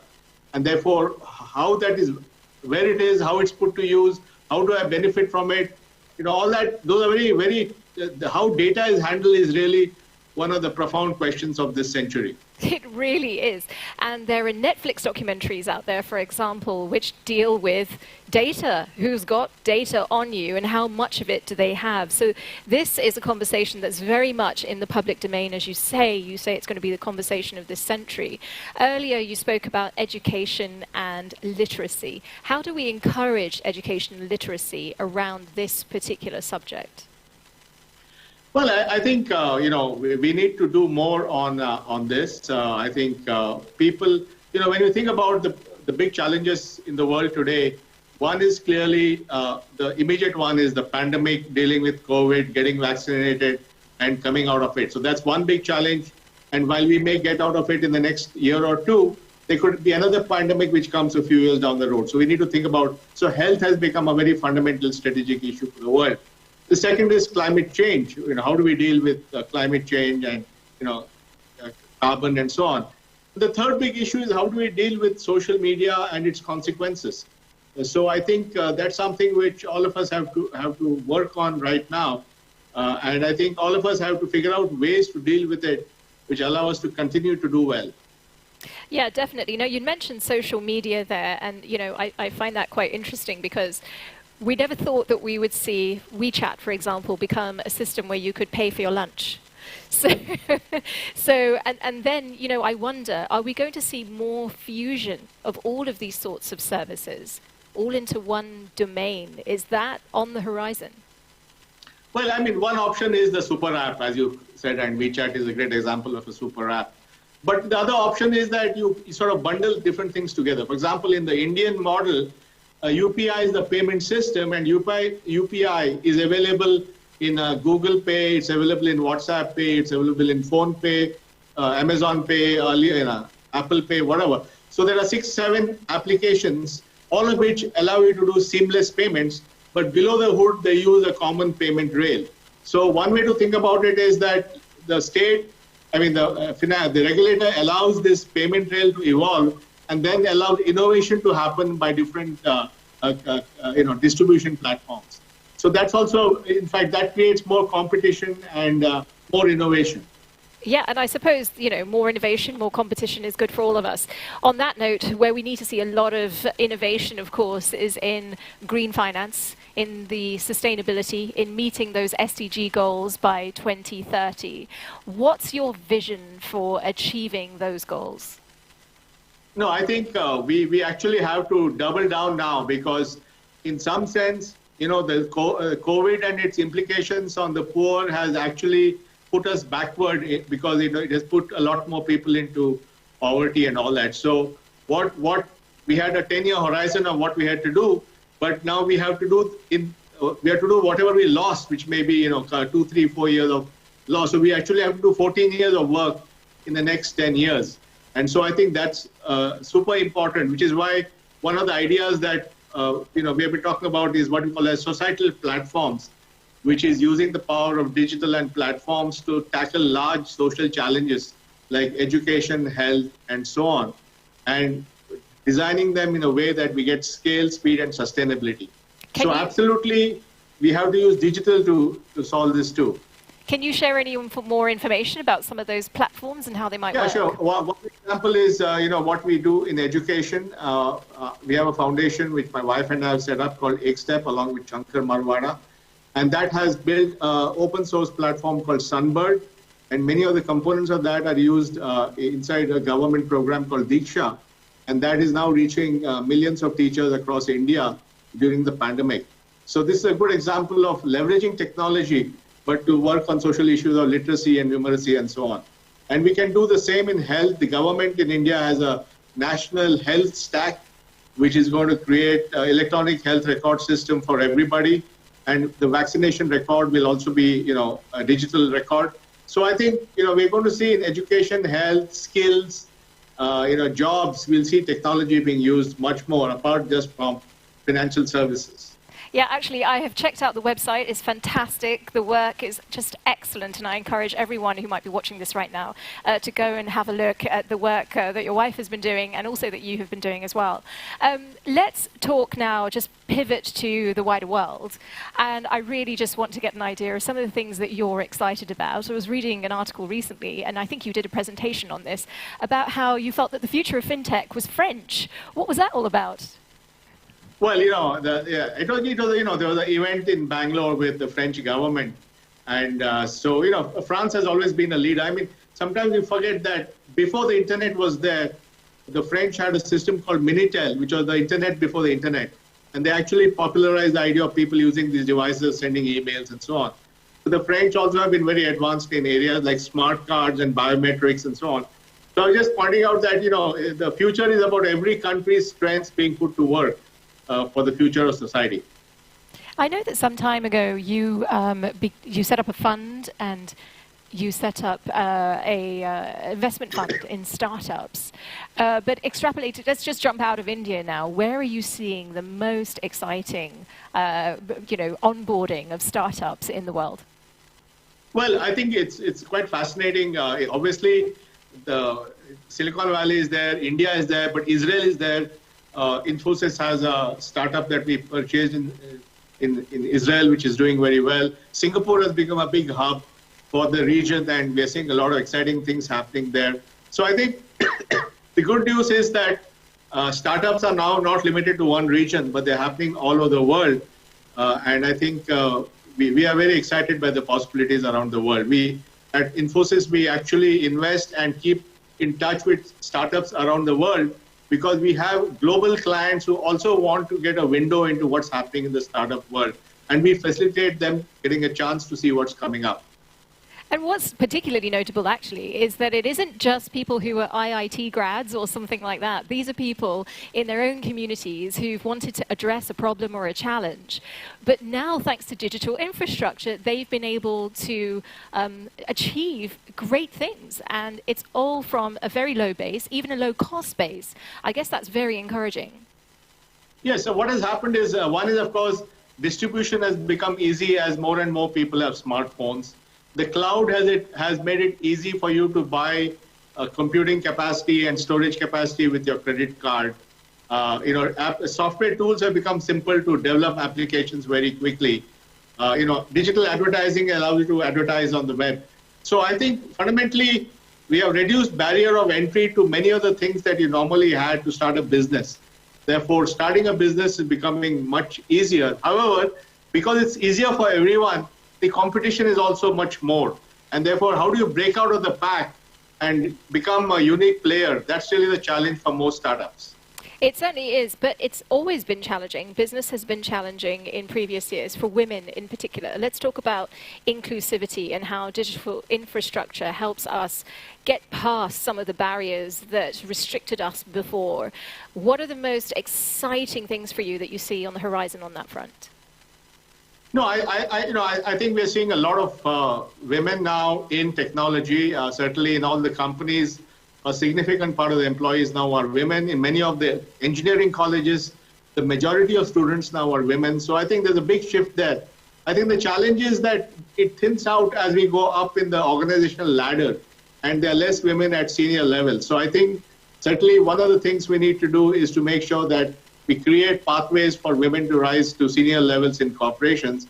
And at the same time, I think make sure that we have enough women become entrepreneurs. And that is something that I'm seeing today.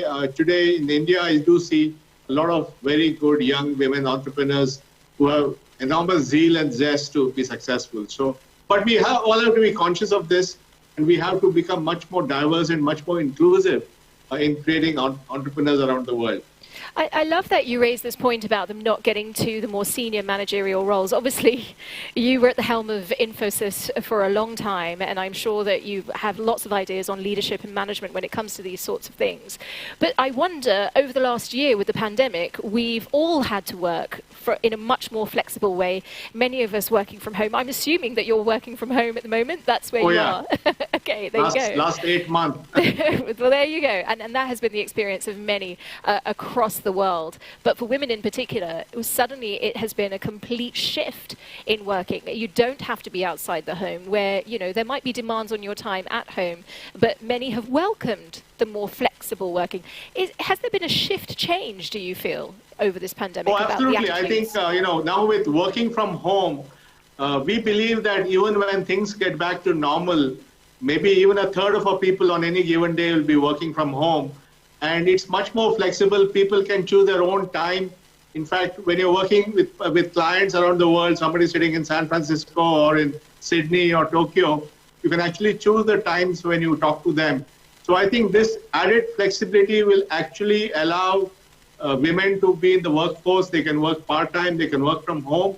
So I think the complete global mindset change on working from home is actually very, very good for encouraging diversity.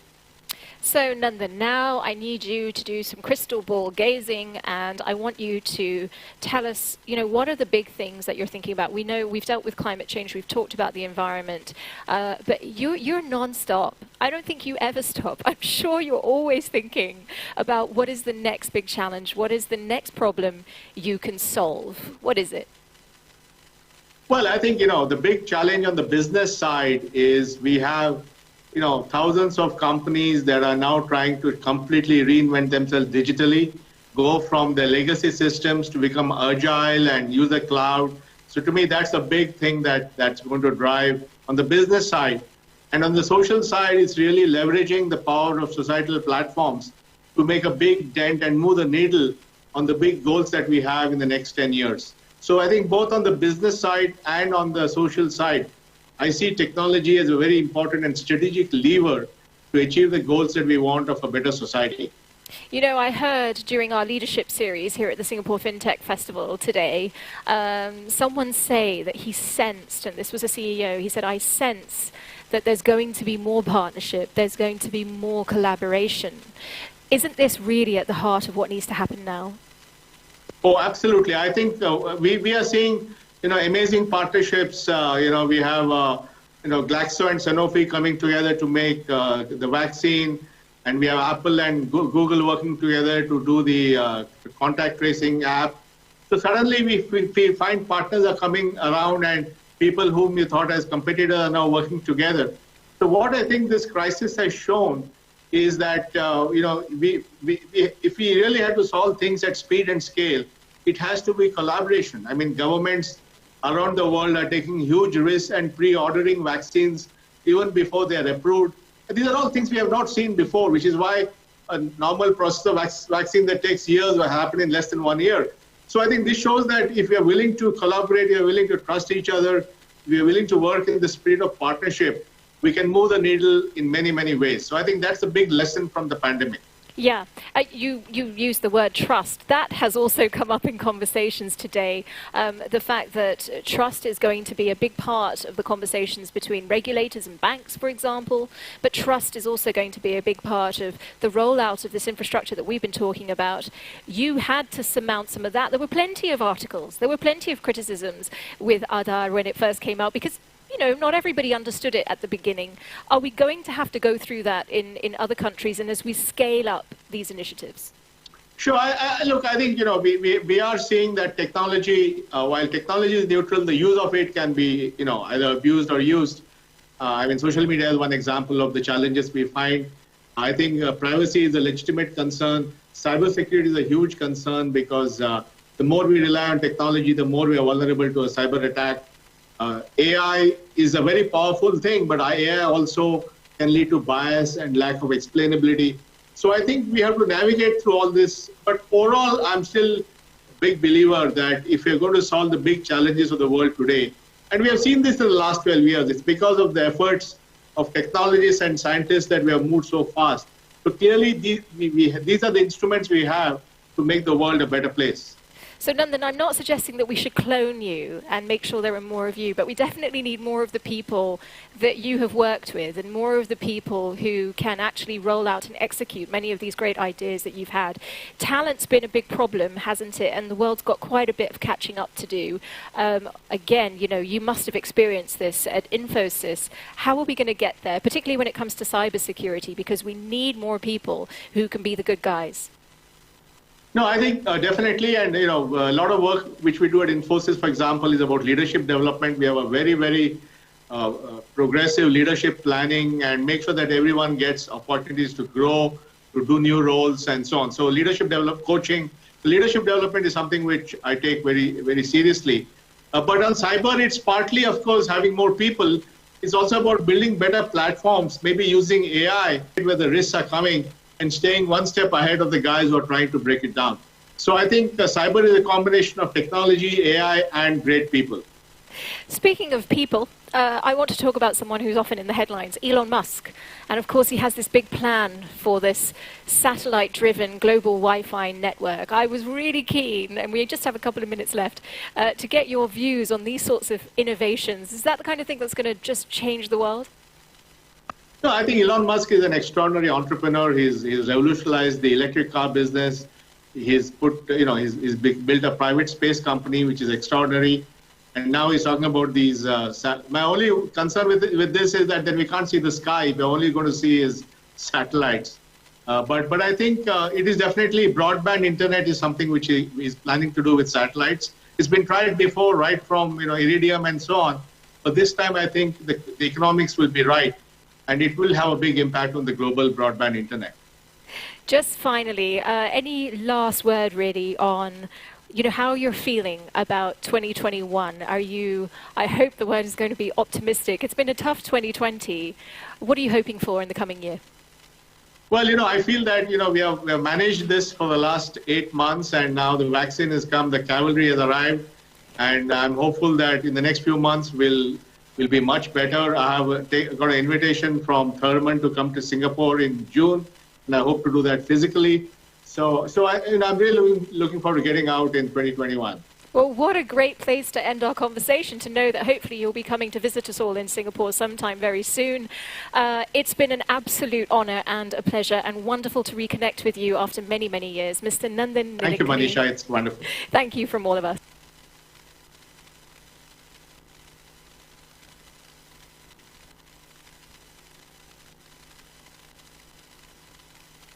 Do not go anywhere.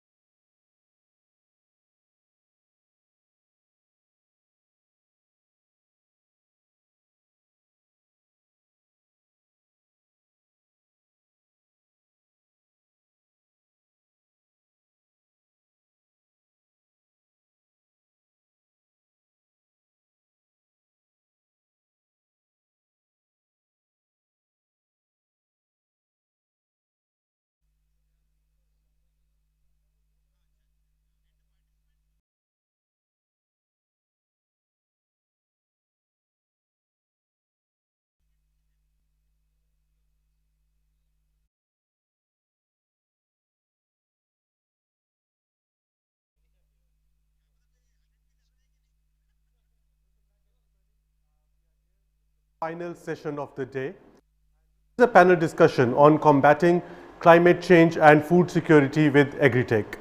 Climate change-induced disasters and change in weather patterns are causing major loss of crops across the globe. Wastage of crop in supply chain is another critical challenge. In developing countries, 90% of food loss is in the value chain due to poor handling, transportation and storage. Damage to food crop is further affecting more than 700 million people who are already exposed to severe level of food insecurity.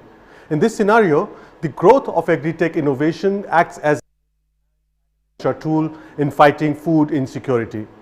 However, the question remains,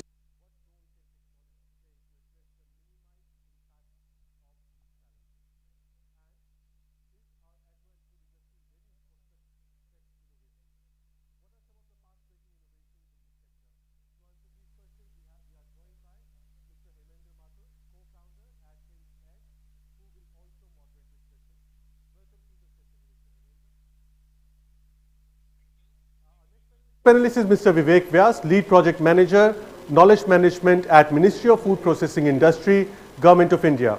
The discussion, Mr. Vivek. And rounding our panel, final panelist on this session is Mr. Jinesh Shah, Managing Partner at Omnivore. Welcome to the show, Mr. Jinesh. And with that, Mr. Hemendra, I'll throw the session open for you. You can take over from here. Over to you, Hemendra.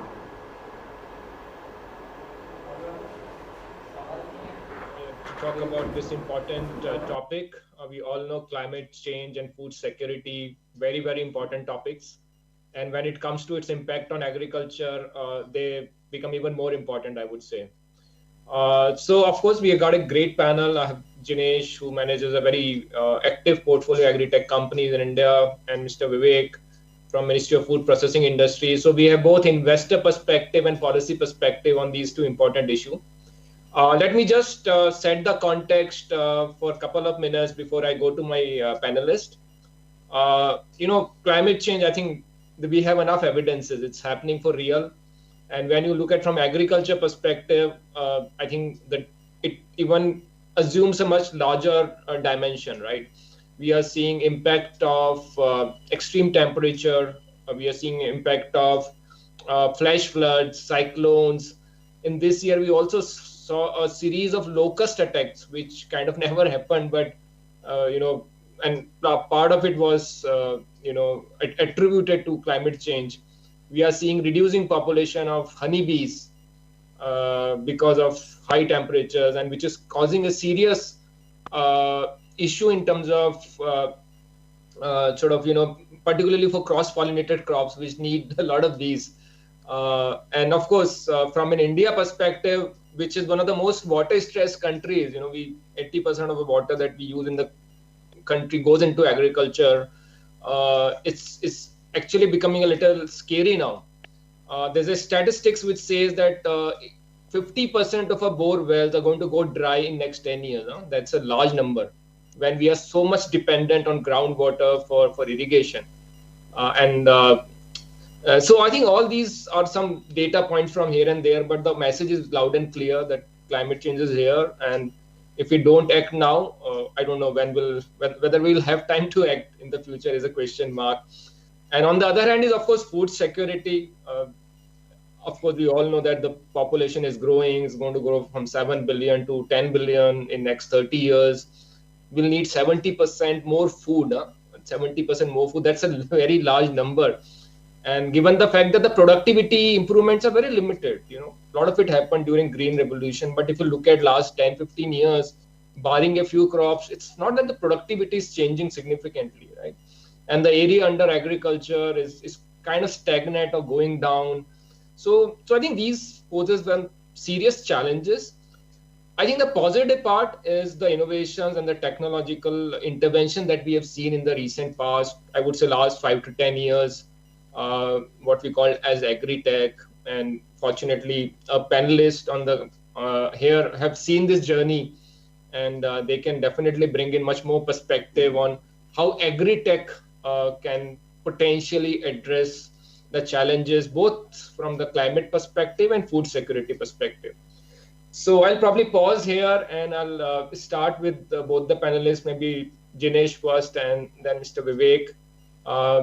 If you can throw light on what are the challenges that you see arising out of climate change, and how does it impact smallholder farmers? Because that's where most of our farming community is, right? 80% of farmers are smallholder. So if you can throw some light on the challenges and what's its impact, and then maybe we can go to the solutions which are available to address it. Maybe Jinesh, you can start. Thanks, Hemendra, and thank you everyone for hearing us.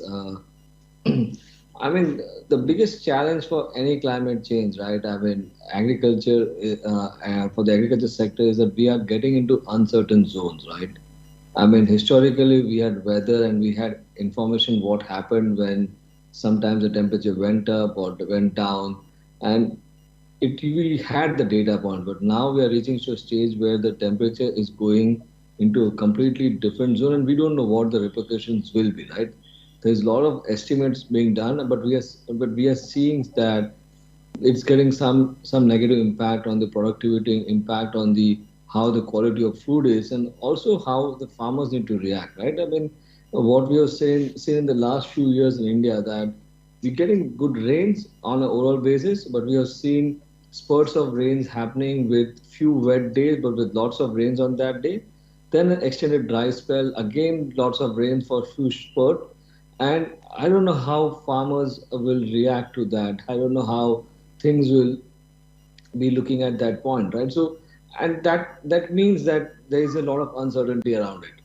We don't have enough data points to figure out what is to be planned out, how things has to be reacted out, and that throws a challenge, right? And whenever such change happens in a very erratic manner, we will see that the smallholder farmers, that is the farmers who are the fringes in terms of the economic value chain, will have the worst impact. I mean, larger farmers, because they have the large landholdings, because they have some money they've been making, they would be able to make some adjustments and hopefully get along, right?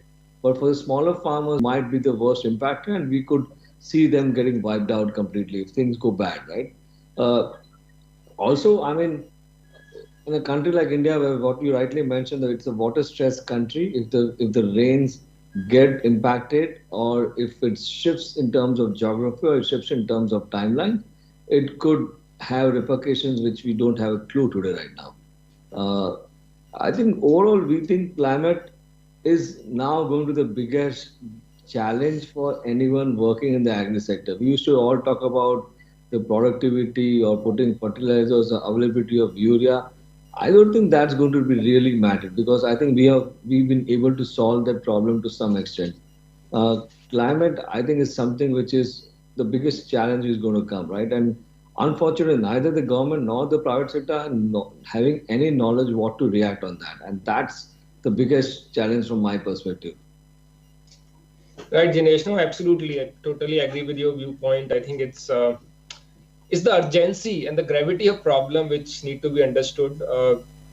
And of course, innovators can do whatever they do, but without enabling policies, we don't have climate finance as of now, which is I think need of the hour. How do you incentivize farmer to even adopt a climate resilient solution, right? When you don't have enough incentives for them.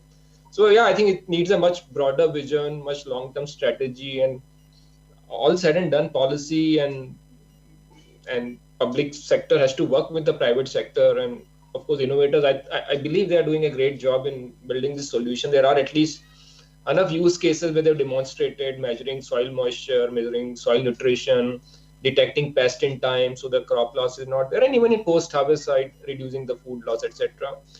But yeah, they need to be scaled maybe 1000x to make a meaningful impact, right? So thanks, Jinesh, for those opening remarks. I'll come back to you. Vivek sir, you present the policy perspective, and you have what's your take on this issue? How do you see this climate change impacting Indian agriculture, and an impact on smallholder farmers? A question that I asked to Jinesh. What's your perspective on that? Thank you, sir, and thank you, Jinesh ji, for a good icebreaker. Basically, let me throw some light on the basic elements. Suppose I am a farmer.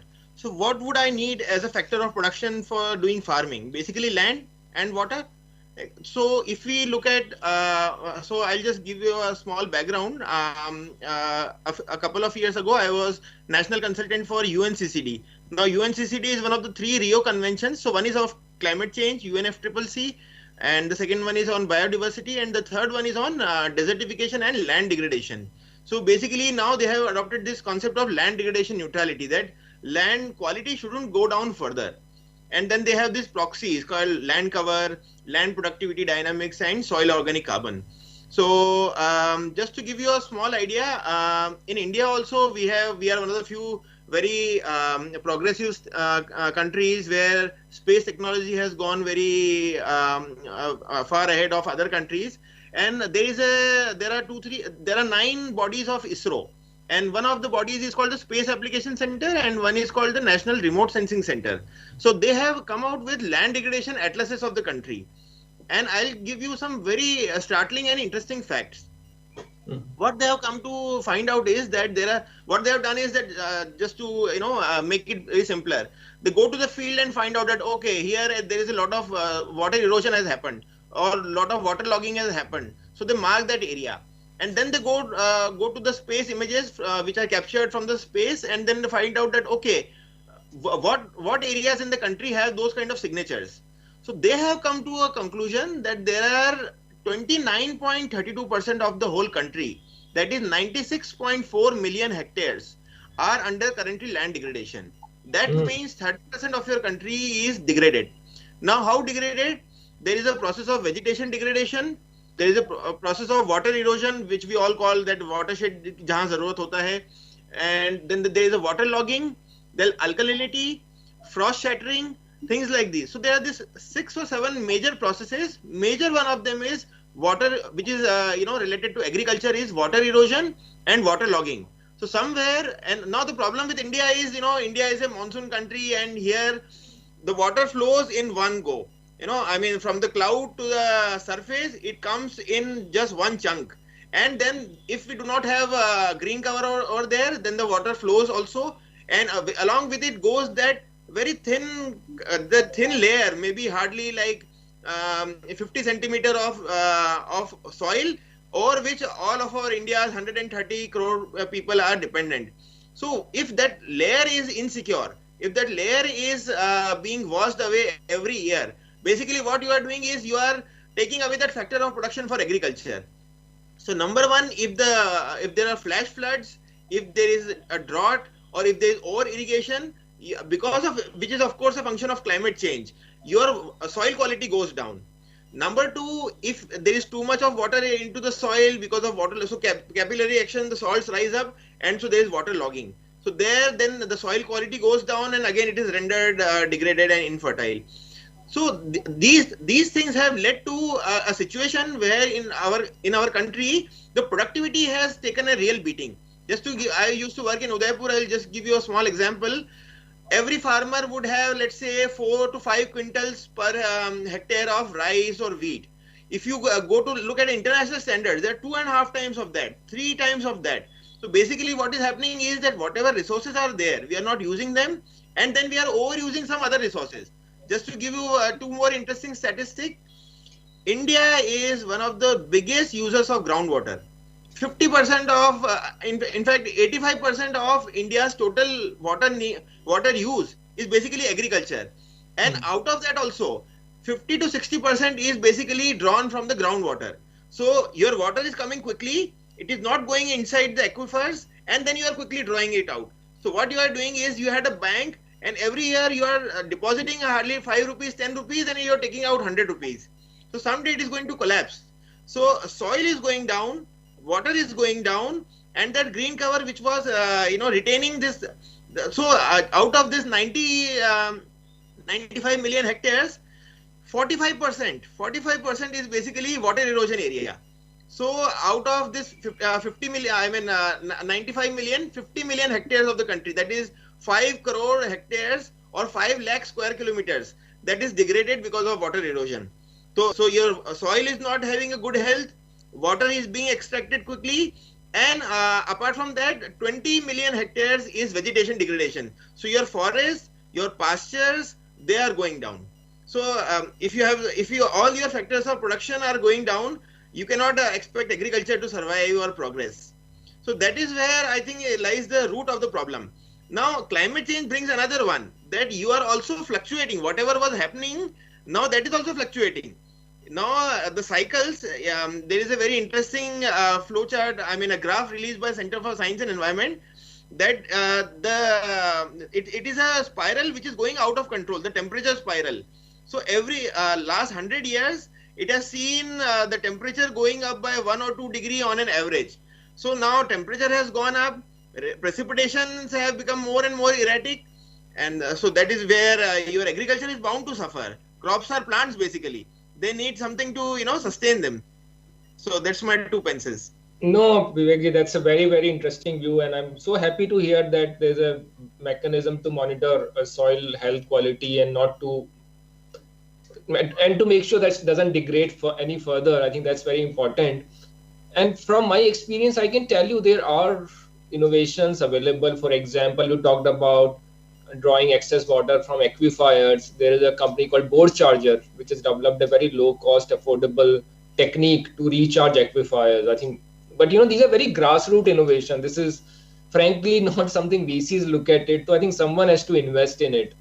If you talk about soil health, I think measuring NPK, and I think Jinesh can talk about it. They've invested in Krishi Tantra. I think they have done a great job in measurement of soil health and using fertilizer accordingly to make sure that the ratio of all the key nutrients is in the right order. We have a startup called Distinct Horizon, which pricks holes in the soil and puts urea so that its efficacy improves significantly, right? So you use 40% less urea. It's basically deep urea deep placement technique, and you have better productivity, right? But again, someone has to support these kind of innovations. There's a startup called EF Polymer, which has developed a hydrogel. So if you put it in the soil, it kind of make sure that the moisture remains closer to the root zone, and the use of soil water is more effective for the plant growth. So I think we have many of these grassroots innovations which are present, which can possibly solve some parts of the problem. But again, challenge is how do we scale? Of course, one part is investment, but other part is how the public ecosystem can come together and drive scale in some of these innovation.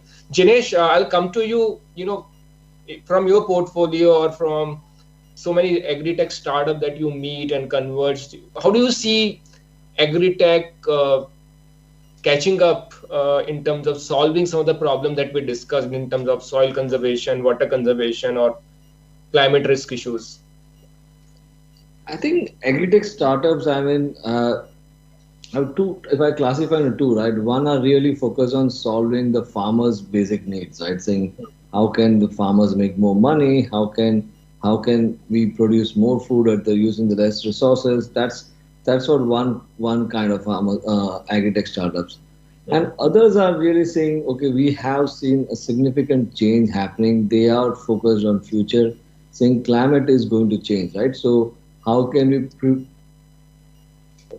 adapt the agriculture ecosystem so that we are ready for the climate change or make it more resilient, right? So companies like Clover trying to use protected cultivation, companies like Krishi Tantra trying to figure out how much inputs we have to provide in the soil so that you are able to optimize the input resources and get the right yield. Companies like Ecozen trying to work with natural resources like solar energy to figure out how can we help in the post-harvest cold storage. So those are two other kind of startups doing it, right? But between the both, right, even if the startups didn't have focus on climate, there is definitely an overlap with the intent saying that if I'm able to optimize the use of resources, because the intention is to make more profit. So I want to help farmers make more money. You end up in optimizing the resource utilization in agriculture, right? Whether in terms of water, because if you have to draw water from ground, you have to spend money on electricity, which is either diesel generated power generators or using some other way of extracting water. or even companies like Clover, which are trying to say, we know for the fact that climate is going to change. We don't know how the short-term solutions are, but can we prepare the agriculture farmers so that their resource utilization is optimized? So it's these are the two starters. But of late, what we have seen, Hemant, in the last 2-3 quarters, that climate is now becoming in the center, right? Climate used to be at periphery in terms of all new innovations in agriculture sector. But of late, in the last 2-3 quarters, for sure, we have seen more and more people focusing on climate, trying to make the solutions which are more adaptable and help, right? We have seen companies like Fussell scaling up wonderfully, right? They're using technology to optimize the amount of water being used, amount of fertilizers being put in the soil, so that the yield is optimized, because put up more water than required, the plants don't function properly and they would not get the proper yield, right? At the same time, if you end up overdosing of fertilizers, with which the flood irrigation or the previously farmers used to do without any sensors or technology, the results are not optimal, right?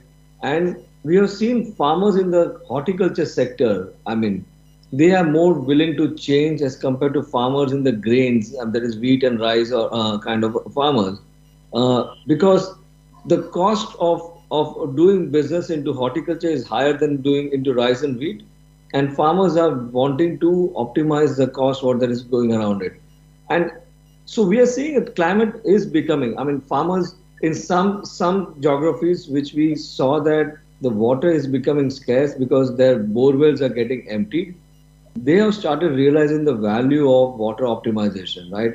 And so they themselves are coming, say, can we get me a drip irrigation solution so that I can optimize and get better crop yields? So we are seeing a push from startups, but in some geographies that we are seeing a pull from farmers as well. I mean, because it's not that they wanted to do anything good for the mother nature, but because water's not there, right? And what we have seen in India, I mean, especially in any democratic country and more in India, that we evolve where there is a bloody crisis.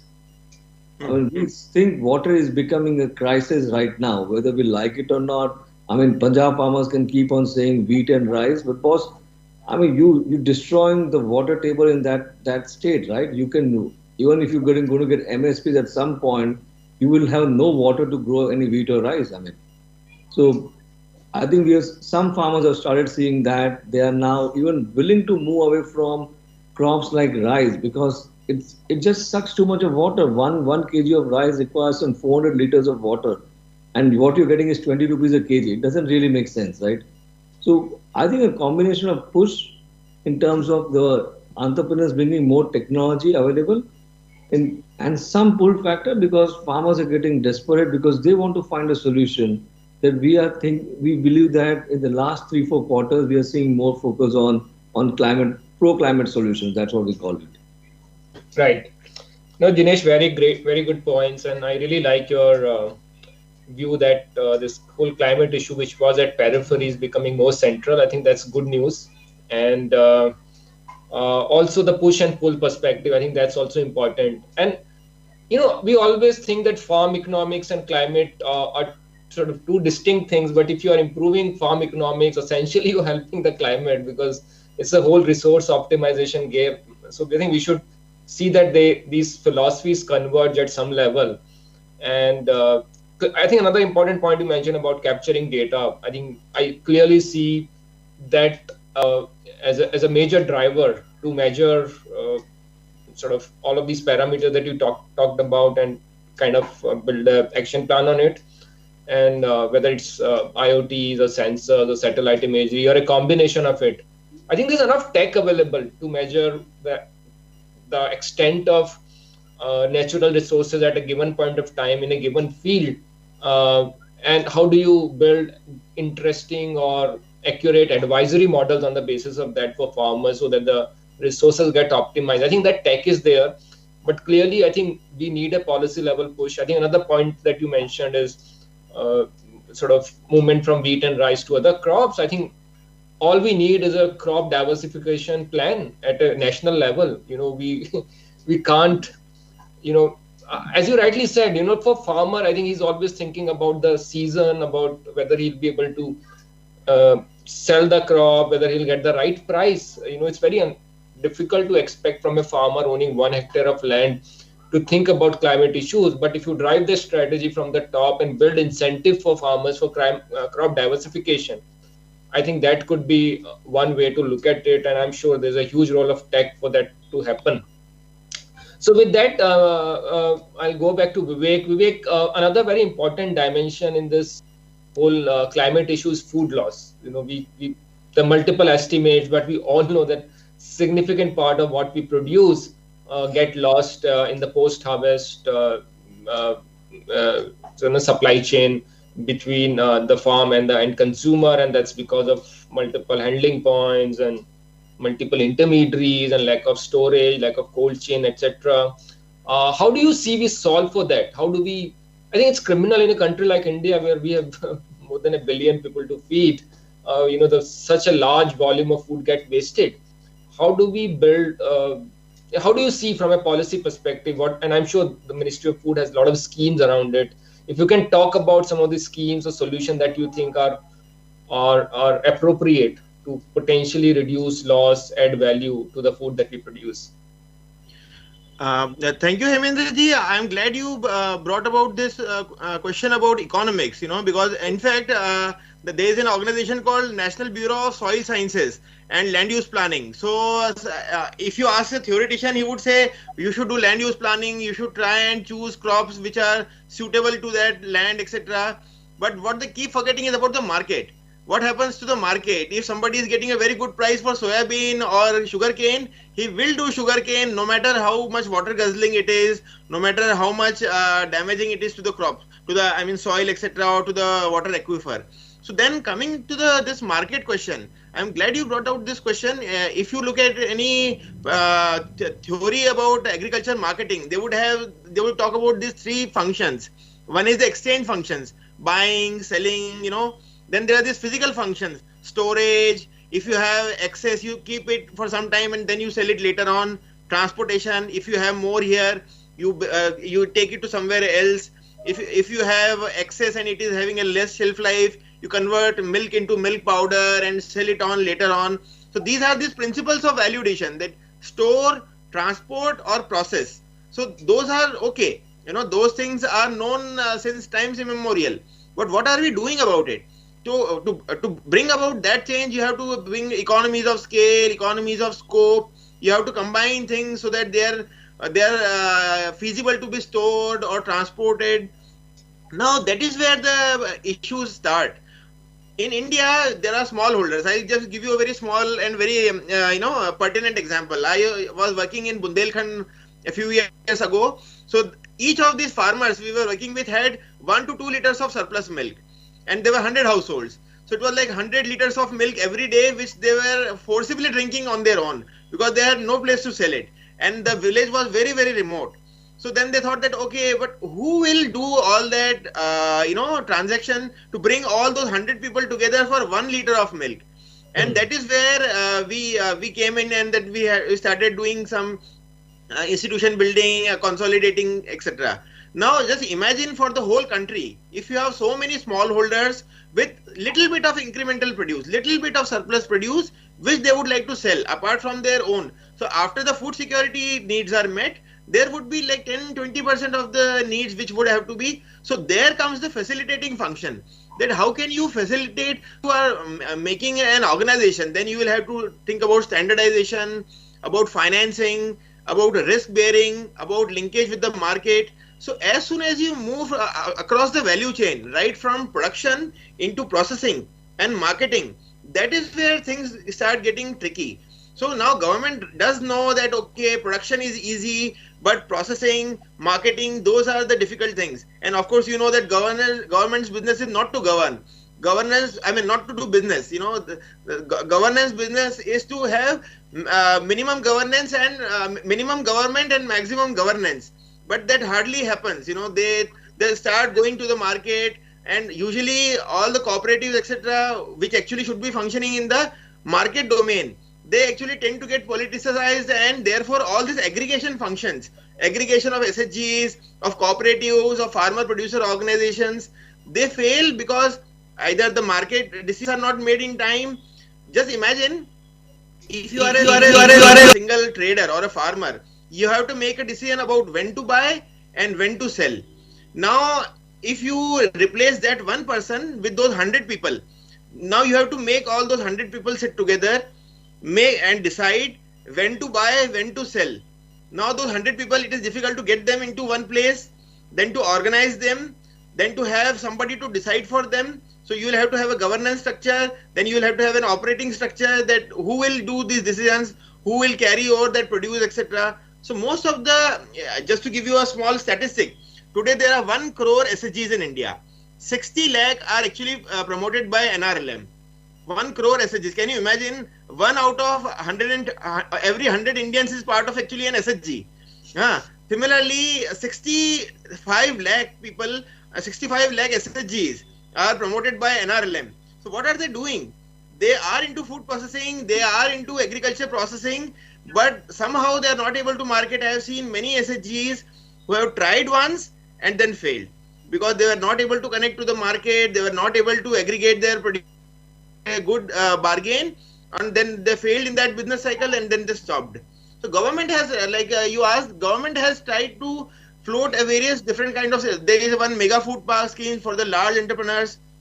Recently, the scheme which I am working with is called the Prime Minister's Formalization of Micro Enterprises. So this scheme talks about helping out these smaller groups with credit link subsidy. So to help them with the finances part of it, also the capacity building part of it, the formalization and the standardization part of it, that how can you get the FSSAI license, how can you get the GST registration, how can you be a formal setup which is able to compete with somebody like Nestle or Britannia.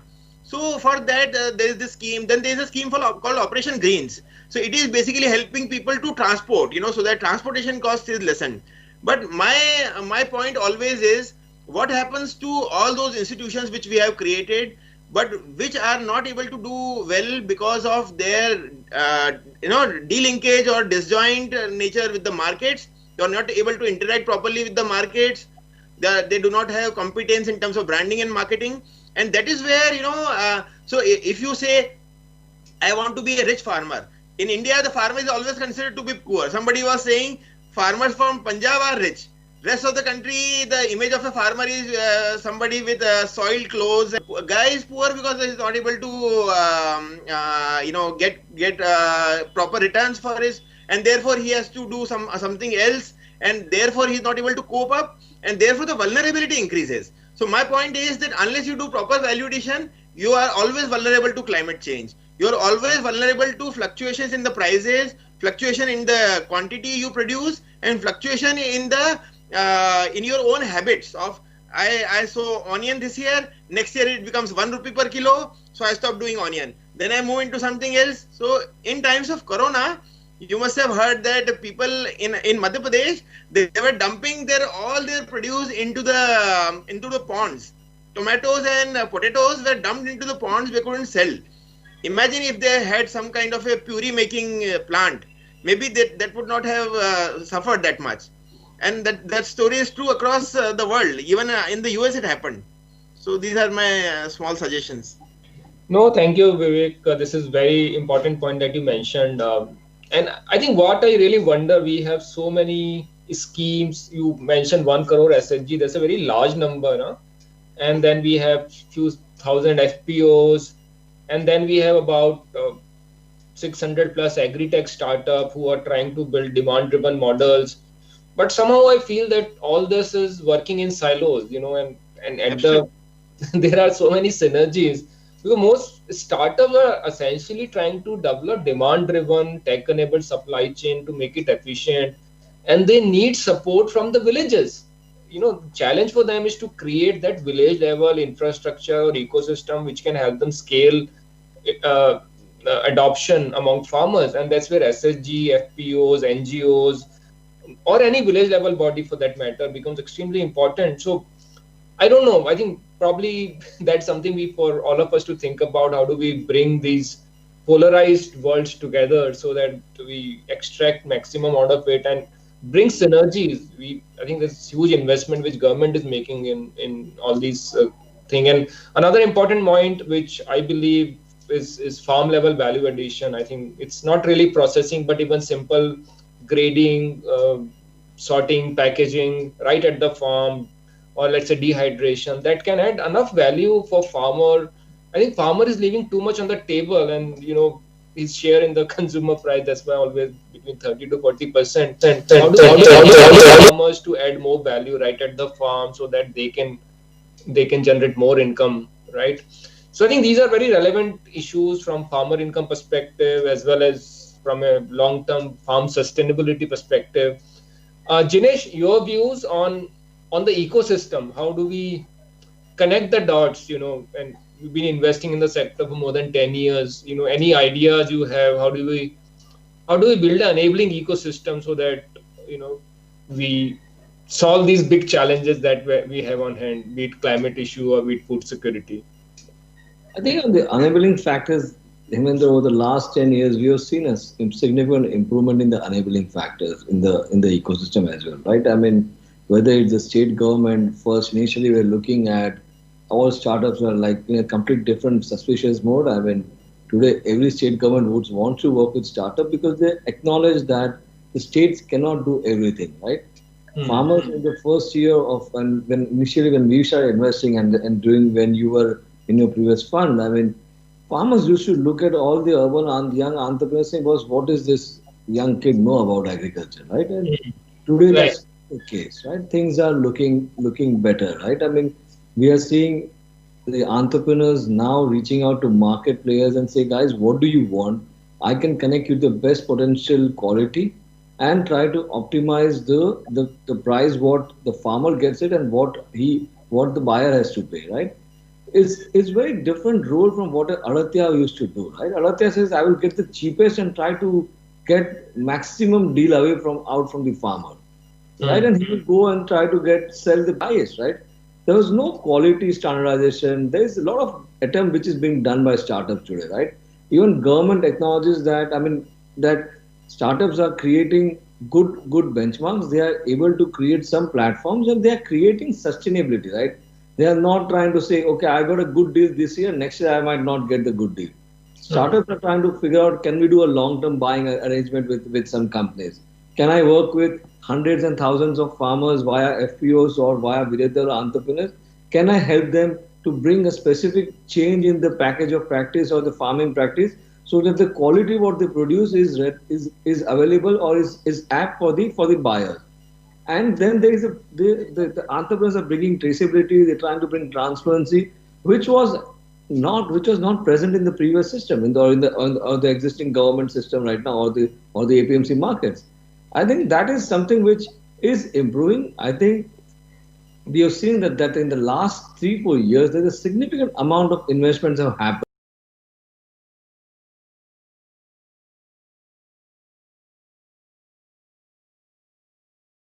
Right, and we have seen companies like AgroStar, Dehat, I mean Gramophone, they've been able to work with lakhs and lakhs of farmers, right? I mean, some are doing a full integrated play like Dehat, some are focused on inputs like AgroStar, but everyone's trying to work with farmers and they are reaching to a scale, right?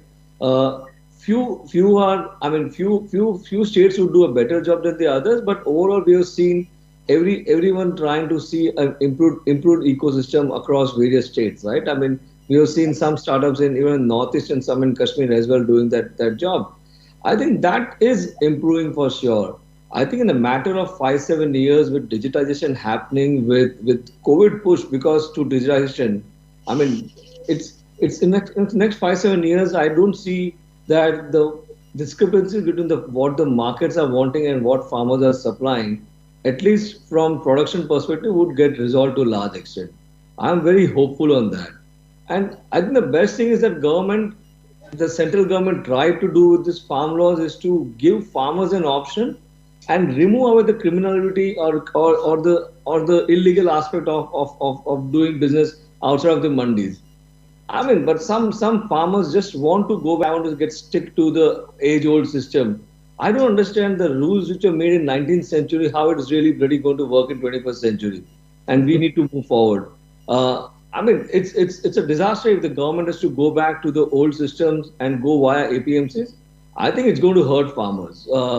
But fortunately for horticulture segment, for poultry, for sericulture, for dairy, that's outside the APMC Mondays, and that's going to do well, right?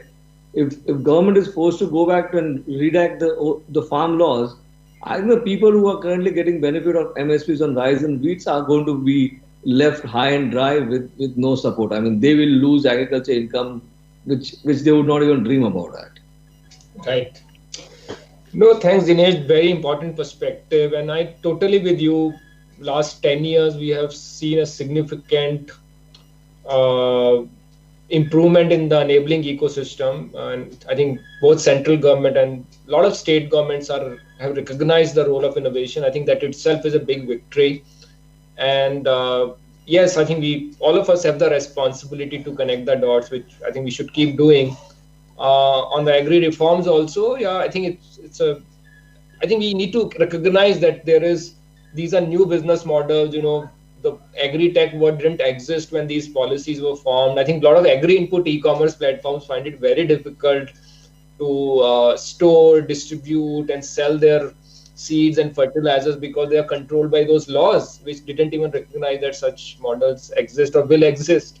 So we need to have a progressive reformist agenda, and I think reform we should not see in an abstract form. I think the kind of entrepreneurial model it will create in the value chain is something which is very critical, and ultimately driving jobs in rural areas and building these models. Let's say these collection centers, which as you talked about, some of these startups, the collection center, the distribution center, or someone who's going to farmer and collecting data so that he can be financed, or someone flying a drone, someone doing beekeeping. So and of course livestock is a huge sector. You mentioned sericulture. I think these are totally untouched spaces or white spaces from an innovation perspective. So I think yes, we have to keep on building a reformist, keep on working on a reformist agenda, and I'm sure the ecosystem will change for good. And you're right, in next 5 to 7 years, digitization is a real possibility. Government is targeting to connect all 600,000 villages with the broadband, right? I think that's a big step. Farmers are comfortable with WhatsApp, and now WhatsApp payment coming into existence. I think the digital payments, I believe, is going to go up significantly from a farmer's perspective. Any farmers are using a lot of YouTube for selling their tractors, and even Facebook and other mediums, social mediums. I think they're getting more and more friendly and comfortable. And a combination of voice, vernacular, and video, I think, is a great model to reach out to hundreds of and thousands of farmers digitally. So yeah, I think these are all good steps. I think we are about to close the session. I think we have about 3 minutes left. Any concluding remarks from both of you? Vivek, probably we can go with you first. Just one point to add to what Jinesh ji said, that basically now we have to, if we are talking about value addition, so then we also have to talk about perishability. So basically perishability is what we have to be worried about, because all said and done, if you are faced with rotting agriculture produce, you have to do something about it. You have to sell it to somebody, at least, government or private player, whoever. So how to tackle this perishability issue? Grains are okay, but what becomes of milk, of horticulture, of vegetables? So all your agri-tech, whatever agri-tech is coming into play, it has to somehow deal with the perishability of the produce, either dealing it at the farm gate or dealing it at the at some farm hub. So that's just my small suggestion for the agri-tech. Thank you. Thank you, sir. Jinesh, you want to respond to it and maybe give your concluding remarks? No, I think what Vivek has said is right, that we need to ensure that the food doesn't rot, right? I think we have systems in place. I think hopefully technology as well as market linkages will solve the problem. Vivek, I think I'm very hopeful that it will start happening. I think overall, I think what one point I would like to make is that as people in the ecosystem, when we talk of agriculture, we should really think climate as a centerpiece and not a periphery. We should, anything what we suggest as policies or market linkages, I think if it's not going to be pro-climate, we're going to be facing music sooner than later. I mean, that's what you said. Yeah. Thanks, Dinesh. That's very useful. And thanks to both of you for wonderful remarks, comments, suggestions. And all I can say at the end of it, yes, I think, of course, the challenges of climate and food security, they're enormous. If we don't solve it now, we will never be able to solve it, and it's going to get worse.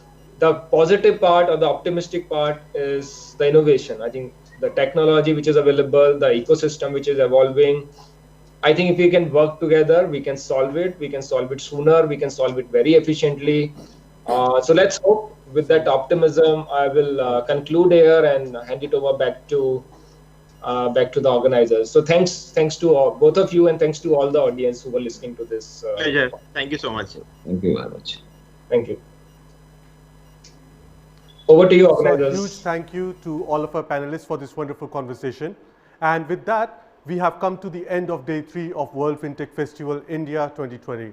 We will see you again at 10 a.m. on Friday, December 11, and do join us for more such sessions on Friday.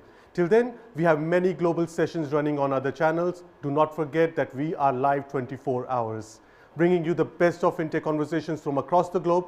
This is Amit Sharma signing off for today. Goodbye.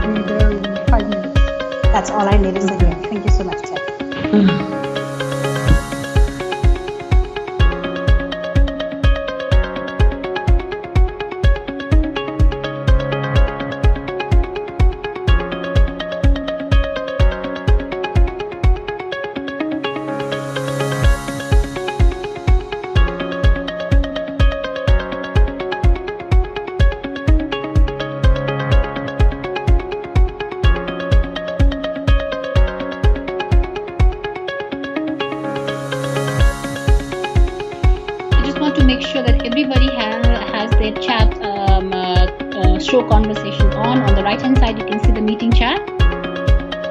Please confirm. Okay, just make sure that it is open. Because if there is any problem, we will not be able to step in and speak on the mic. We will be communicating you on this chat. So if you are on and if you don't realize that you are on and you need to speak, you will see speak over here, so that you know that it's time for you to speak.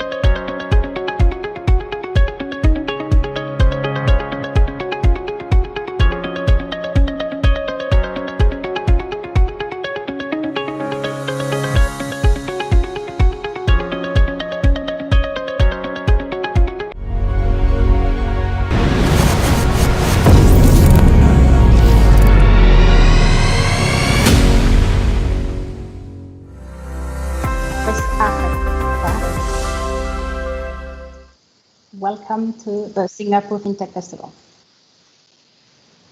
Welcome to West Africa. Good afternoon, good morning, wherever you are in the world. And if you are live here with us, we welcome you to West Africa.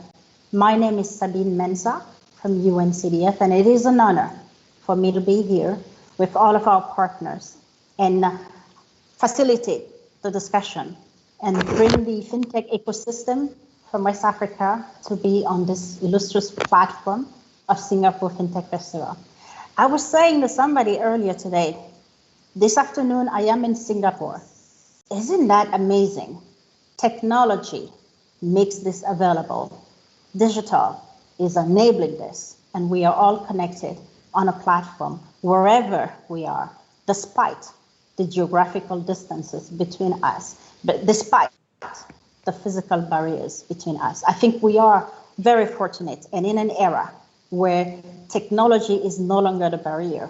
Actually, it's quite an enabler of inclusion, an enabler of access, financial services, innovations that can help the unbanked, people who are not visible to the formal ecosystem, and can bring us all together to really see to what extent we can take this forward and provide services that are adapted to the needs of the most vulnerable population. I'd like to thank all of our partners who are here today with us, starting with the central banks who have agreed to be our partners on this panel and who are participating or listening in. So thank you very much to the Central Bank of Gambia. Thank you to the Central Bank of Sierra Leone, and thank you to the Central Bank of West Africa Economic and Monetary Union and BCAO for all your support. And I would like to also thank my colleagues, the unsung heroes of UNCDF all across the world who have worked really tirelessly to make this happen.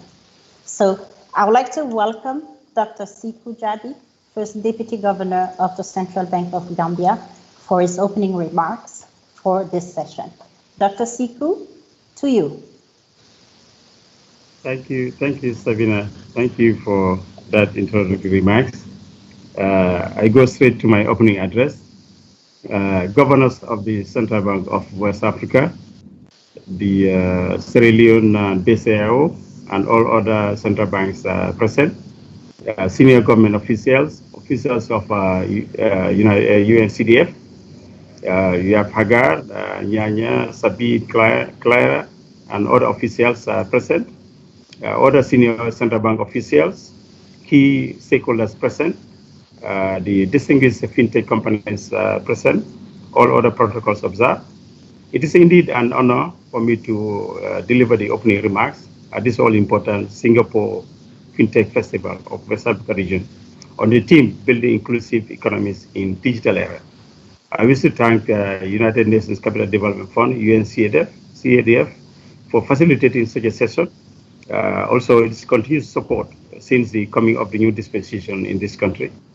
Its continuous support on behalf of the Board of Directors of the Central Bank, the Governor, and staff of the bank, I wish to extend our appreciation to UNCDF through its officials present for the support in the financial inclusion space since we started the financial inclusion programs. They've been with us. I look forward for more future partnerships.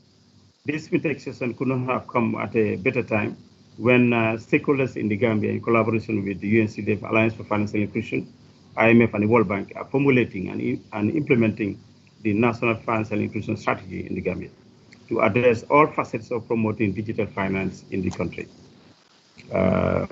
Ladies and gentlemen, the unflinching commitment of our governments to youth and women empowerment underscore numerous initiatives across sectors to increase employment, skilled labor, unrestricted access to finance at both rural and urban areas through fintech systems to enhance lives of women and youths. Madam Chair, the Sub-Saharan Africa region is at a turning point, being the world's second largest, fastest growing region after Asia, with annual GDP growth rate of in excess of 5% over the last decade. The continent has also shared youth population showing brighter future for growth and development, being the largest youth population in the world. Despite this growth, the Arab Spring events show that the good economic growth in the continent has not translated into shared prosperity in most economies, and better lives for the majority has not been inclusive. Chairperson, the growth and development has to be economically inclusive to be socially and politically sustained. In the Gambia, the government has opened the economy to new opportunities to stimulate economic growth. The economy grew by 6.5% in 2019, premised on growth in agriculture, construction, trade, and tourism. The economic fundamentals remain stable, steadfast with low inflation of 5.6%, stable economic foreign exchange market, low lending interest rates to boost private sector credit. Despite the challenges of coronavirus pandemic in 2020, the challenges of youth employment and financial exclusion with high informal sector in the continent remain key challenges. The increasing level of financial inclusion is at different levels across the continent, with Kenya, Tanzania, Uganda, Ghana, and Nigeria showing high levels of broad financial access, while the rest of the continent are lagging behind with limited outreach, particularly in the remote areas. The low and volatile income levels, inflationary environment, high inflationary rates, high illiteracy levels, low financial sector debt, inadequate infrastructure governance challenges, as well as a high cost of banking and doing business in Africa are some of the factors explaining limited financial outreach. At the global stage and national levels, policymakers have been embracing financial inclusion as an important development priority. Financial inclusion is highly topical globally, hence made one of its pillars in G20 St. Petersburg Summit. The World Bank postulated the global goal of universal access to basic transactions as an important milestone towards full financial inclusion, a world where everybody has access and can use financial services to capture opportunities and reduce vulnerabilities. Hashtag leave no one behind. Financial inclusion is a multidimensional concept and encompasses all initiatives from both supply and demand sides within the financial sector.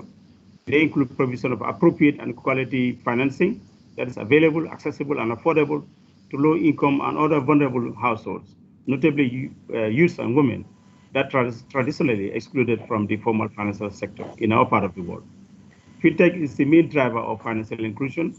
We must employ all efforts and energies to roll out digital finance globally to bring on board 1.7 billion people excluded from the formal financial system. As global financial sector embraces advanced technologies and innovations in financial intermediation, intensity and risk exposure continue to increase in tandem. The issues of cybersecurity issues became more prominent than ever before.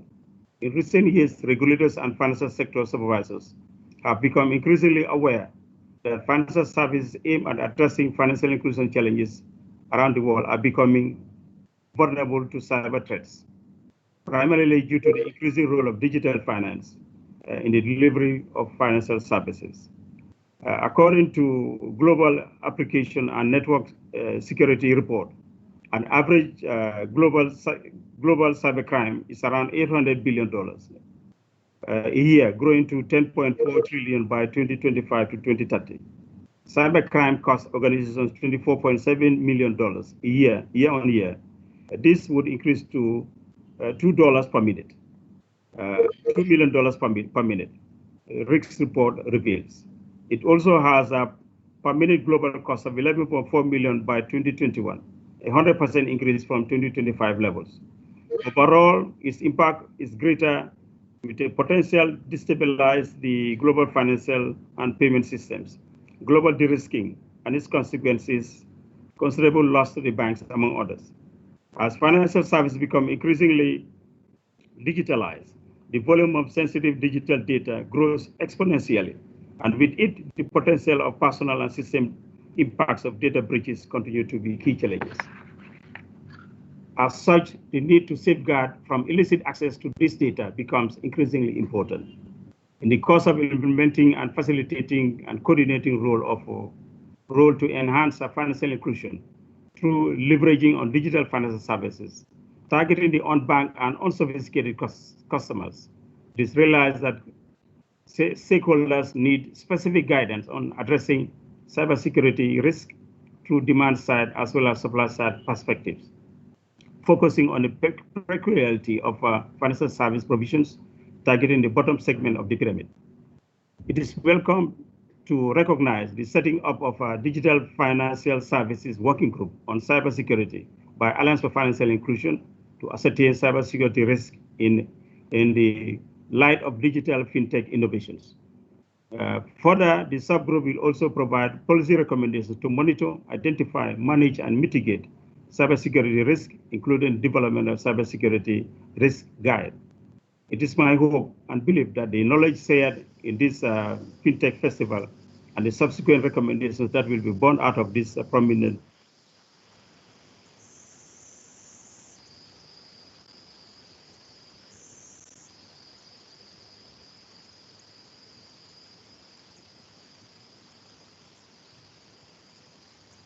Thank you very much, Dr. Siku, for your opening remarks. Right. As key stakeholders, we must believe in the concept of financial inclusion as a way forward.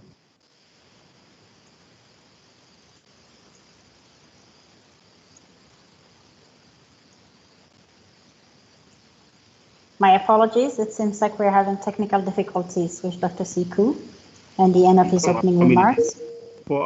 Yes, as policy makers, we urge for an enabling regulation that will not hinder but promote innovation while balancing risk and consumer protection. Financial regulation has vulnerabilities and imperfections in the financial markets that weaken financial stability, undermine market efficiency, and expose consumers to risk. Technology and regulation closely interact, with the latter having an important influence on the development of the former. On this note, I wish you all successful deliberations, and thank you all for your undivided attention. I thank you all. Thank you. Thank you very much, Dr. Siku, for your time and these great opening remarks. It is time for us, as we move on to our agenda, to see and discuss what fintech innovations can do for SMEs, particularly as it relates to financing the missing middle, as it relates to access to capital and access to finance. I am really honored to be here today with my colleague Ariana Gaspari and our partners across different countries to facilitate this discussion on fintech innovation and SMEs. Ariana, this is to you. Thank you very much, Sabine. Thank you all, and thank you, Dr. Jabi, for such insightful remarks that give us the floor to navigate how fintech can drive the innovation and support MSMEs. My name is Arianna Gasparri, and it's a pleasure for me to be here today to moderate this panel. I'm the financial inclusion specialist for UNCDF in Ghana, driving the efforts in country to build inclusive digital economies. It's my pleasure for today to have panelists from all over the world that I would like to introduce. Let me start with my colleague, Hilda Mora. Hilda is the CEO and founder of Pesesha, a crowd investing platform, active in Kenya and in Ghana, thanks to the work we are doing with UNCDF. I would like to introduce Nazir. Thank you, Nazir. Welcome. Thanks for being part of this panel. Nazir is the CEO of Loft. It's a Luxembourg house of financial technology, which is a private and public initiative to drive fintech innovation. We then have Francis from Innovation Sierra Leone. Hi, Francis, and welcome to this panel. Thank you for your participation. Francis is the CEO of Innovation Sierra Leone and have more than 25 years experience in the fintech and entrepreneurship sector. Last but not least, I would like to introduce Sidi from Insys Global. It's a pleasure to re-meet you again here after our work in the Gambia. Sidi is the CEO of Insys Global, a software company in the Gambia, driving digitalization for MSMEs and help them to de-risk when they access to finance. Thank you all the panel members. It's a pleasure to have you here, and it's a pleasure to host this panel at the Singapore FinTech Festival. But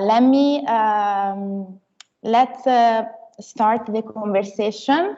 I would like to open the discussion. We know actually that especially this year during the pandemic, SMEs have been struggling when they access to finance, and they have experienced challenges in their growth and in their potential to create job opportunities and create the ecosystem around their communities. We also realized during this year, during the pandemic challenges, that fintech and in general financial innovation can drive a change in support of these MSMEs to unleash their potential at the benefit of an inclusive economy. I'll stop here, and I would like to hear from my dear panelists what is, in your opinion and according to your experience, what are those needs of SMEs and why they struggle when they when they try to access to finance. I would like to start with Hilda. If you can share your point of view, please, in this regard, and then I will also ask the panelists to join. Thank you. Thank you, Ariana. I will start by saying that COVID pandemic has tested our resilience more than ever before. It has tested economies, countries, big companies. But I think the most vulnerable community that has been tested is the small businesses, both formal and informal. And I think that leaves us to a stage where we see their needs and their challenges become, the lack of skills to be able to handle the current pandemic, the ability to be able to reset and survive during the current pandemic. What do they really need to be able to recover? The reduction of supply and credit, of course, at the center of it all, helping them to survive. What has this really led to? I mean, beyond curtailing these businesses almost to close off shop, it has led to lost jobs, dried up liquidity. We have basically seen most of these businesses almost trying to stay afloat. This is where Pesesha really helps to provide is financial services to these businesses in the missing middle. But again, we hope this is temporarily.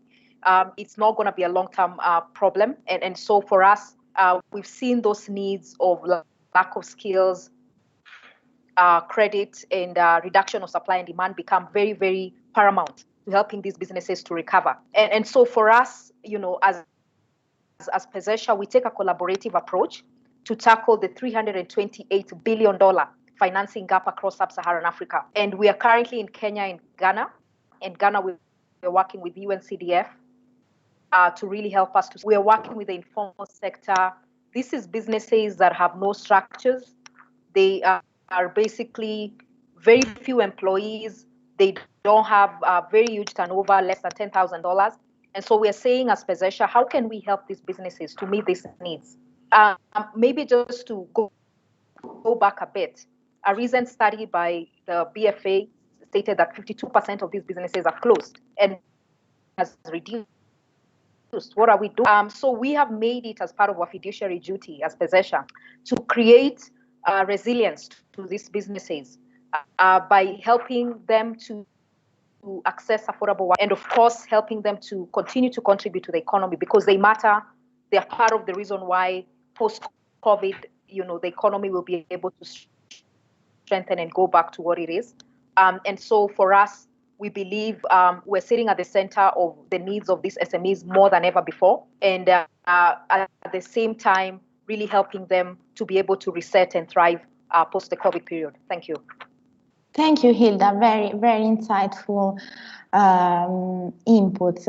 Now I would like to hear from Sidi and Francis. Maybe Sidi, you want to start your understanding of those needs, right? Why MSMEs, they struggle when they try to access more traditional finance. Can you please share your experience from the Gambia, and then I would like also to hear from Francis. Thank you.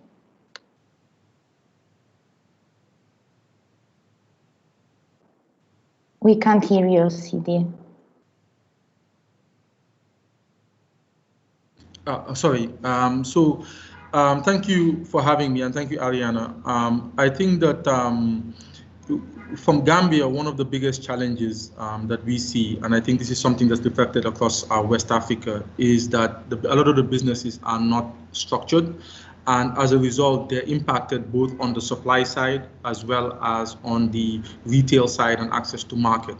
When COVID hit, I think for Gambia, it happened a little bit differently, where there was an outbreak everywhere else in the world, and everybody kept saying that there was no outbreak in Gambia, no outbreak in Gambia. Then all of a sudden, people started getting sick, and businesses, the government then asked all businesses to shut down.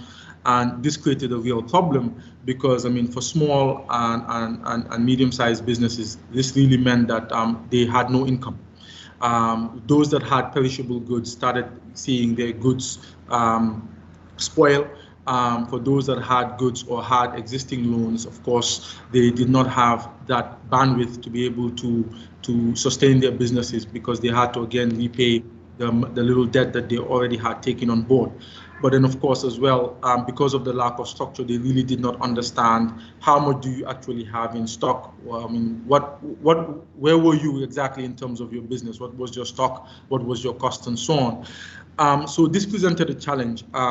As we engaged businesses, we found that there was almost a degree of desperation in that they needed help. A lot of them felt that, okay, digitization or technology was the way to go.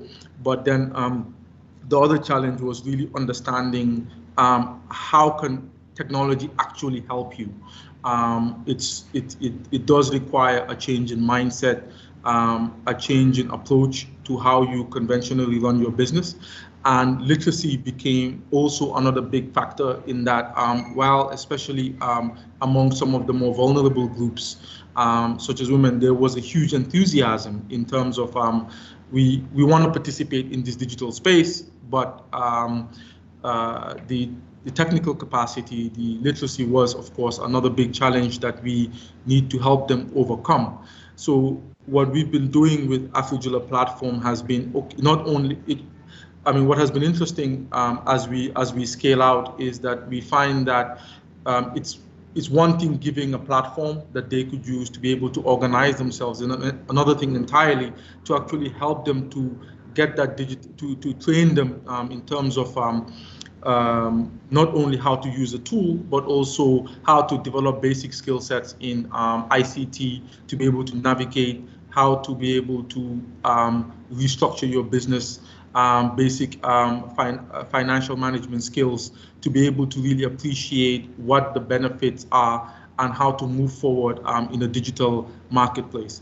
Then I think the other main challenge we found that we needed to help a lot of businesses overcome was access to market. Because as we found that a lot of our existing subscribers as well as new potential subscribers would say the same thing. But guys, we can't really do anything. Our business is closed. So we really had to pivot to be able to say, hey, since you have all this stock on our digital platform, why don't we give you access to a digital marketplace and start helping you link in, connect to existing digital marketplaces so that you can actually sell your goods online.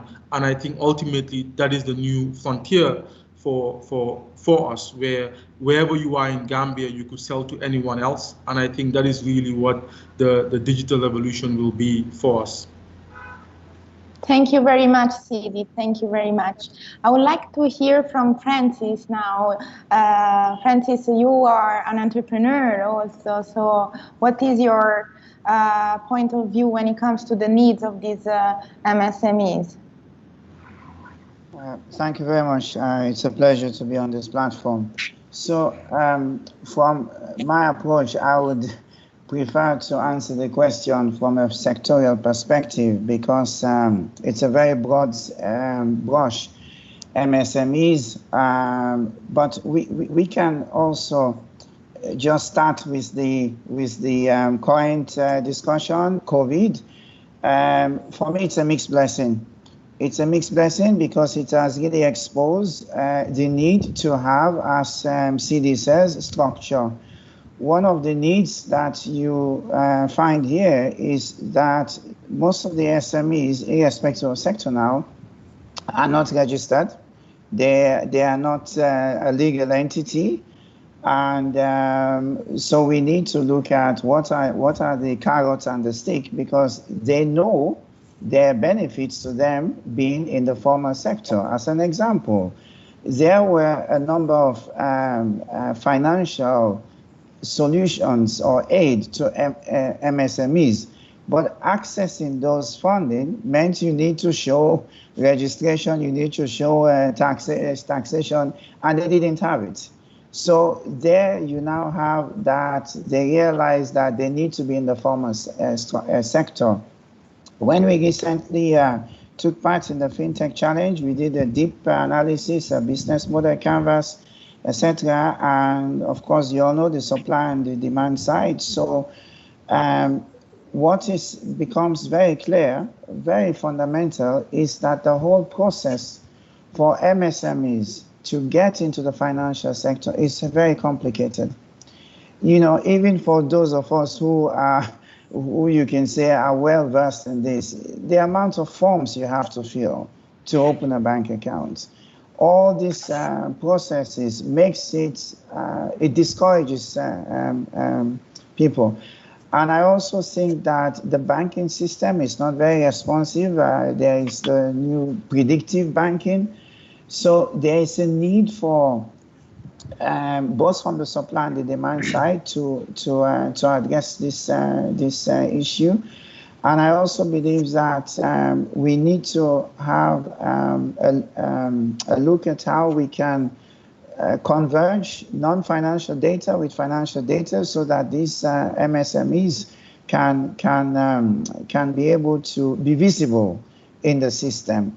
So and of course, you know, they all need money. They all need financing, short-term, long-term financing, etc.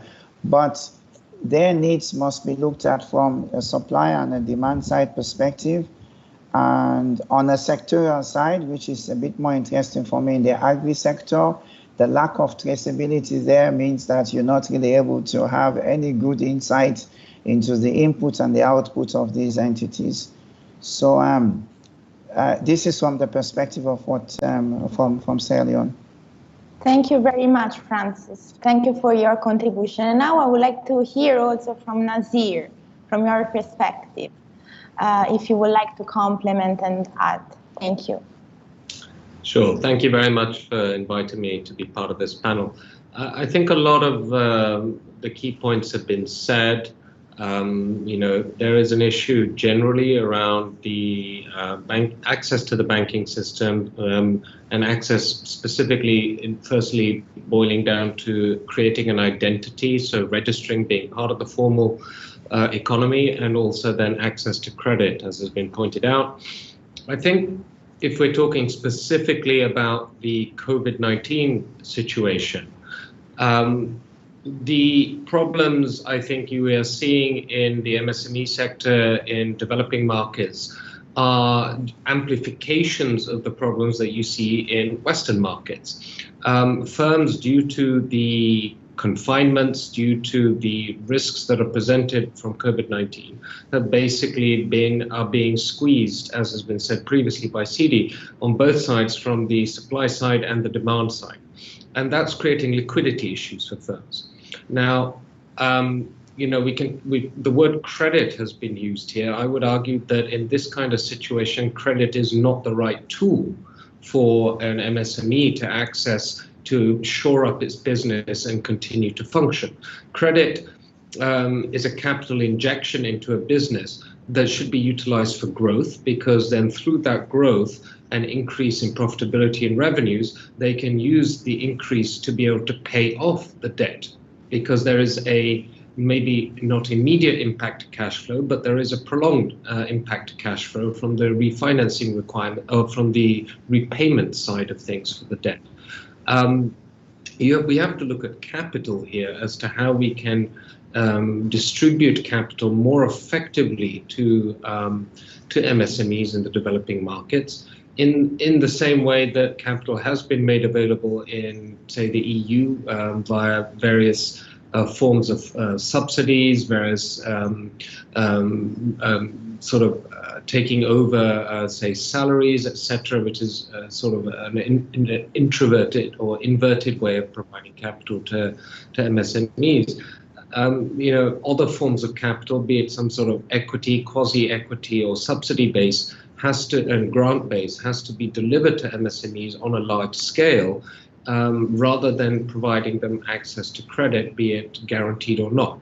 Because on the flip side, institutional firms, banks, and micro lenders, etc., are concerned in terms of granting credit, because ultimately we have a situation with a great deal of economic uncertainty that is only going to increase the potential for non-performing loans, which then puts the financial institutions at risk if they have a large number of defaults. So there's this vicious spiral that's occurring, because firms getting into trouble, employees therefore have a risk of their paycheck, therefore they're going to be spending less, therefore other retailers and other firms are going to get into trouble. Banks don't want to lend to MSMEs because they're worried that they might default on loans, and there is a high risk, so they're shutting up shop. So there's this vicious spiral that kind of needs to be broken by some level of government intervention or national intervention, or entrepreneurial intervention through financing by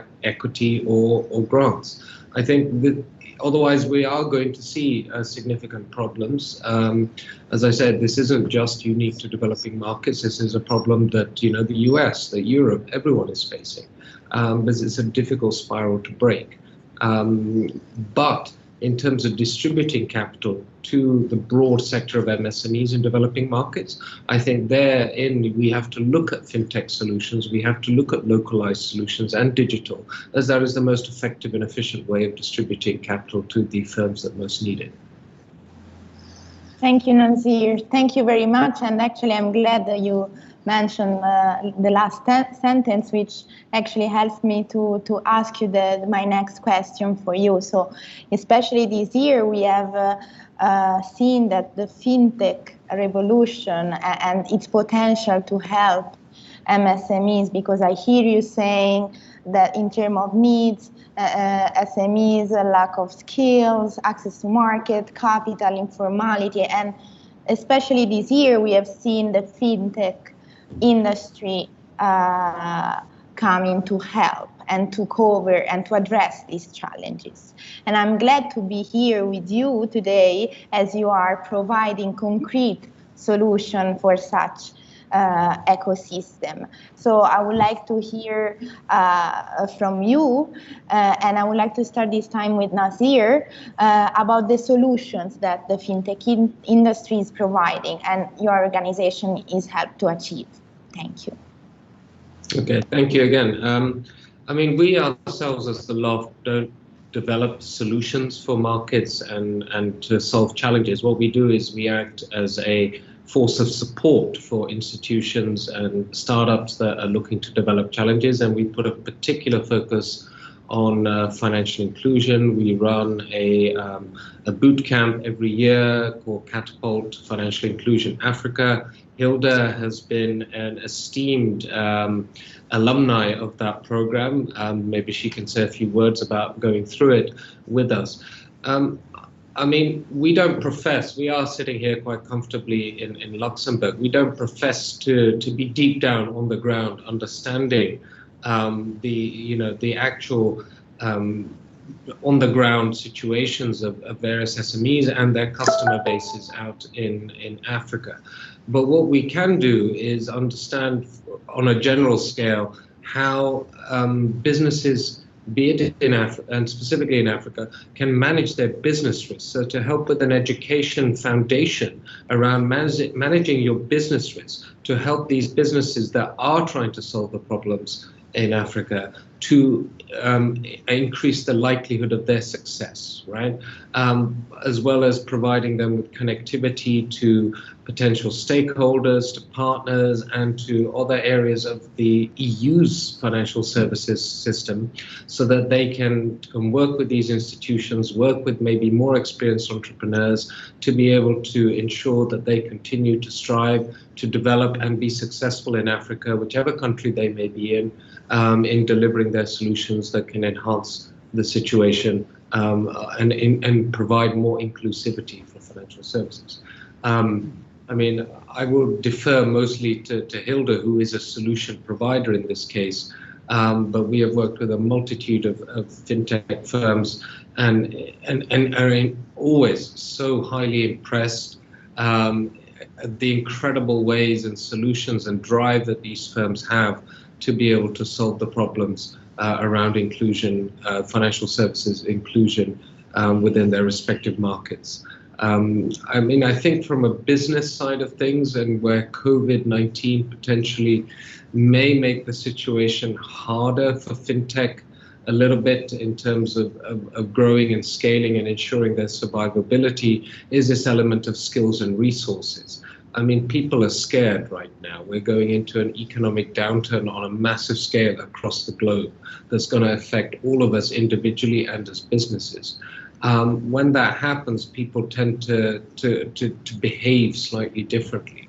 And I think one of the things that we've seen as a consistent theme across all of our programs is this element of entrepreneurial spirit, entrepreneurial drive, that not just the founders, the CEOs of these fintech firms need to possess and must possess to be successful, but that you also need to see within the people working for you this desire to make a difference, a desire to achieve, that sometimes that leads to creativity, that leads to people executing effectively, that leads to people really trying to solve problems, being ingenious, being agile in terms of the way that they build their role within an organization and ultimately build that organization itself.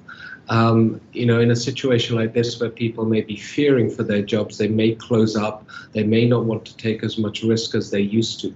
So that could impact, the growth rates or the penetration and success of a variety of fintech firms that are looking to do good within various countries in Africa. Thank you, Nancy. Very, very true. But it's good to have organization like yours to support the ecosystem. Now, so I would like to hear from Hilda, maybe, to link your intervention as here with the solution that Pesesha is bringing to the table to support SMEs. Thank you. Thank you, Ariana. I must say that the way I think about solutions is it's going to be a collaborative effort. It's not going to be just about, the private sector, the fintechs where, Pesesha is involved. What, for example, the public sector is forgetting, especially governments, is if these businesses die during the current pandemic, whether they are profit-making businesses or they were very well resourced companies, is if they die during the current pandemic, the likelihood of them coming back is very, and so it's gonna be a collaborative effort for all the stakeholders in the ecosystem to play their role and to play their part in really helping these SMEs to be able to weather the storm and recover during the current pandemic. And I must add that we have played a pivotal role as Pesesha to really make that as part of our fiduciary duty, in the solutions that we've offered. For example, we just recently partnered with MasterCard and Google, and of course UNCDF, to really provide resilience capital or funding to underserved, SMEs who have been affected by COVID. And these are SMEs who are disadvantaged. Most of them are women. We're talking about 80% of them being women and youth. And we have played a pivotal role to bring our financial infrastructure to really help to disburse affordable capital to these underserved communities through models such as crowdfunding. And I wanted to mention to Nazir's point of beyond government playing a role, what fintechs like us are also doing is we have rolled out alternative models such as crowdfunding that are provided transparency and allowing local individuals to participate in providing capital in a productive manner and allowing these businesses across supply chains to be able to succeed during the current pandemic. And those alternative models, we are very excited as PESESHA. The regulator has given us blessings. We recently gotten the Capital Markets Authority to give us an approval. And I think this is the time for Africa to think about harmonization of regulation so that we can scale certain models such as crowdfunding to allow for underserved communities to be reached with access to capital. The other thing we've done is access to financial education. We've rolled out our financial education across Africa. Of course, Ghana and Kenya being our primary markets. And the way we are doing it is allowing SMEs to go through debt stress. So right now, as much as capital is a huge need, it's really important that we establish a national agenda. Financial health as a very important component, as much as financial inclusion and financial access is as a priority of that. And so we've made it part of our responsibility to educate SMEs that it's important to think about the debt, making sure they don't get over-indebted, and of course not perpetuating the debt cycle in the end to end up in a vicious cycle. So we have continuously educated them through chatbots, AI, and many others through agent networks so that they can understand why they should take credit and why they should be very careful about the credit they get during this time. And of course, we have played a pivotal role to be the voice between public and private sector. We've sat in conversations where regulation is being drafted, stimuli packages by government beyond tax. But then the question becomes, what kind of incentives can we give on the table to allow SMEs and informal sector to be able to participate in a formal manner, to be more structured, to allow their data to be accessed, to allow us to build credit scores for them. We have so far created more than 200,000 credit scores for the informal sector, businesses that never had a credit score before. And so we're very excited about some of the things we've done to accelerate and create hope for the future.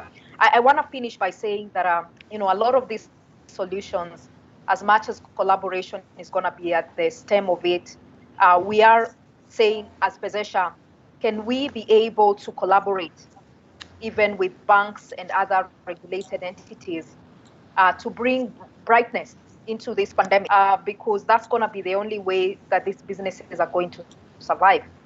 And for us to be able to achieve that, I think three things need to happen. Government need to play their role in not only just providing an enabling environment, but allowing information asymmetries to private sector needs to come in, not only just us as fintechs with agility that we have brought on the table, but also other private sectors willing to allow us to access data for us to be able to credit score their SMEs and provide access to capital in an affordable manner.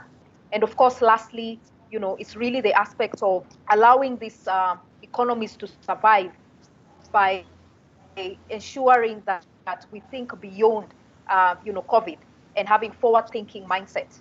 The future is here, and so the most important thing is for us to say what can we do to ensure that other initiatives such as open banking become reality now more than ever, to make sure that everyone is included, including the SMEs in the rural area. Thank you very much. Thank you, Hilda. Very inspiring. Thank you very much. I think, yes, indeed, this comprehensive approach, so not only fintech, but the whole ecosystem will drive change. However, we recognize that fintech are the fuel for this change. I would like to give the floor to Sidi now to hear what Insist is doing to bring a solution for MSMEs. Sure. Thank you. So I think for us, I think if you look at history, I think whenever there's a major challenge, I think the strength of humanity is to be able to rise up to that challenge. And I think that we are now beginning to see that. And so I think for me, it's not only we see COVID as a challenge today, but something that we can go beyond. And I think the question should always be, how do we enter the new future post-COVID? The best way out, one of the things that we are trying to do, or we are doing, is that we are really looking at how do we help you, the SME, to be able to fully digitize your business and to be able to understand what is coming in and what is going out, and to be able to have that degree of transparency so that when you engage a bank or financial institution, they can have that 360-degree view into your business, and that will ultimately give them a lot of confidence into investing or supporting you to be able to expand or grow your business. However, what COVID has also helped us understand is that we need to be able to go beyond that. It is one thing for us to be able to provide this 360 view into an SME's business, but then how do we link some of the other possibilities? How do we create that ecosystem that allows a business really to be able to get all the necessary support? How do we work with those in the capacity building sector that are trying to train businesses, help them to structure, help them to set up, organize their business, register their business? How do we also link them with fintechs that are looking, or microfinance institutions that are willing to lend to some of these high risk groups? So how do we bring this ecosystem around so that really we can support the businesses end to end? Because I think ultimately, when you look at the businesses, that's really what they need. We need to be able to create sort of a pipeline, if you will, where you can take a business from getting structured, getting registered, getting organized, being able to fully digitize, but also being able to have access to markets. So on the supply, on the demand side, being able to link them to payment gateways, payment facilities, and also being able to link them, for example, bringing on board delivery companies, and also encourage startups in this sector, because really it takes a whole ecosystem to be able to really move forward. I think that one of the biggest challenges that you have specifically in Gambia is that the lack of infrastructure. You will find that in the Western world, it's so easy to get connected, get your business online, start selling. There's a FedEx or a UPS that can do the delivery. It's so seamless, it's so easy. Here you find that there's so many different obstacles. Like Francis mentioned, there's the cost of getting registered, getting your business online. How do we help you? How do we link you with the right people to get you to solve that problem? How do we link you with the startup incubators to help you get started? From there, how do you help link you with trainers to help you to understand the importance of a financial tool and to help you to use it? And so with Insys Global and AfriJula specifically, what we are looking to do is to be able to tie an ecosystem around AfriJula as a digital financial tool that allows them not only to get that 360, to allow banks to get that 360 view into their business, but to also really maximize the benefits around them, to be able to really leapfrog into the 21st century. And I think that's really what what I find to be the most exciting about what we are currently doing now. Thank you, Sid. It's very interesting, and I see already some complementarities that I would also like to discuss with you. Francis, please, can you share with us your experience and your solution that you are bringing to the table? Thank you. Yeah, thank you very much. Some context is that in Sierra Leone we have it's a pretty nascent ecosystem. In general, the entrepreneur ecosystem is nascent. The fintech ecosystem is probably even more nascent, and thanks to the amazing work of the UNCDF in the past 3-4 years, we are now moving to build a fintech ecosystem. The work with the FinTech Challenge, together with the Bank of Sierra Leone, has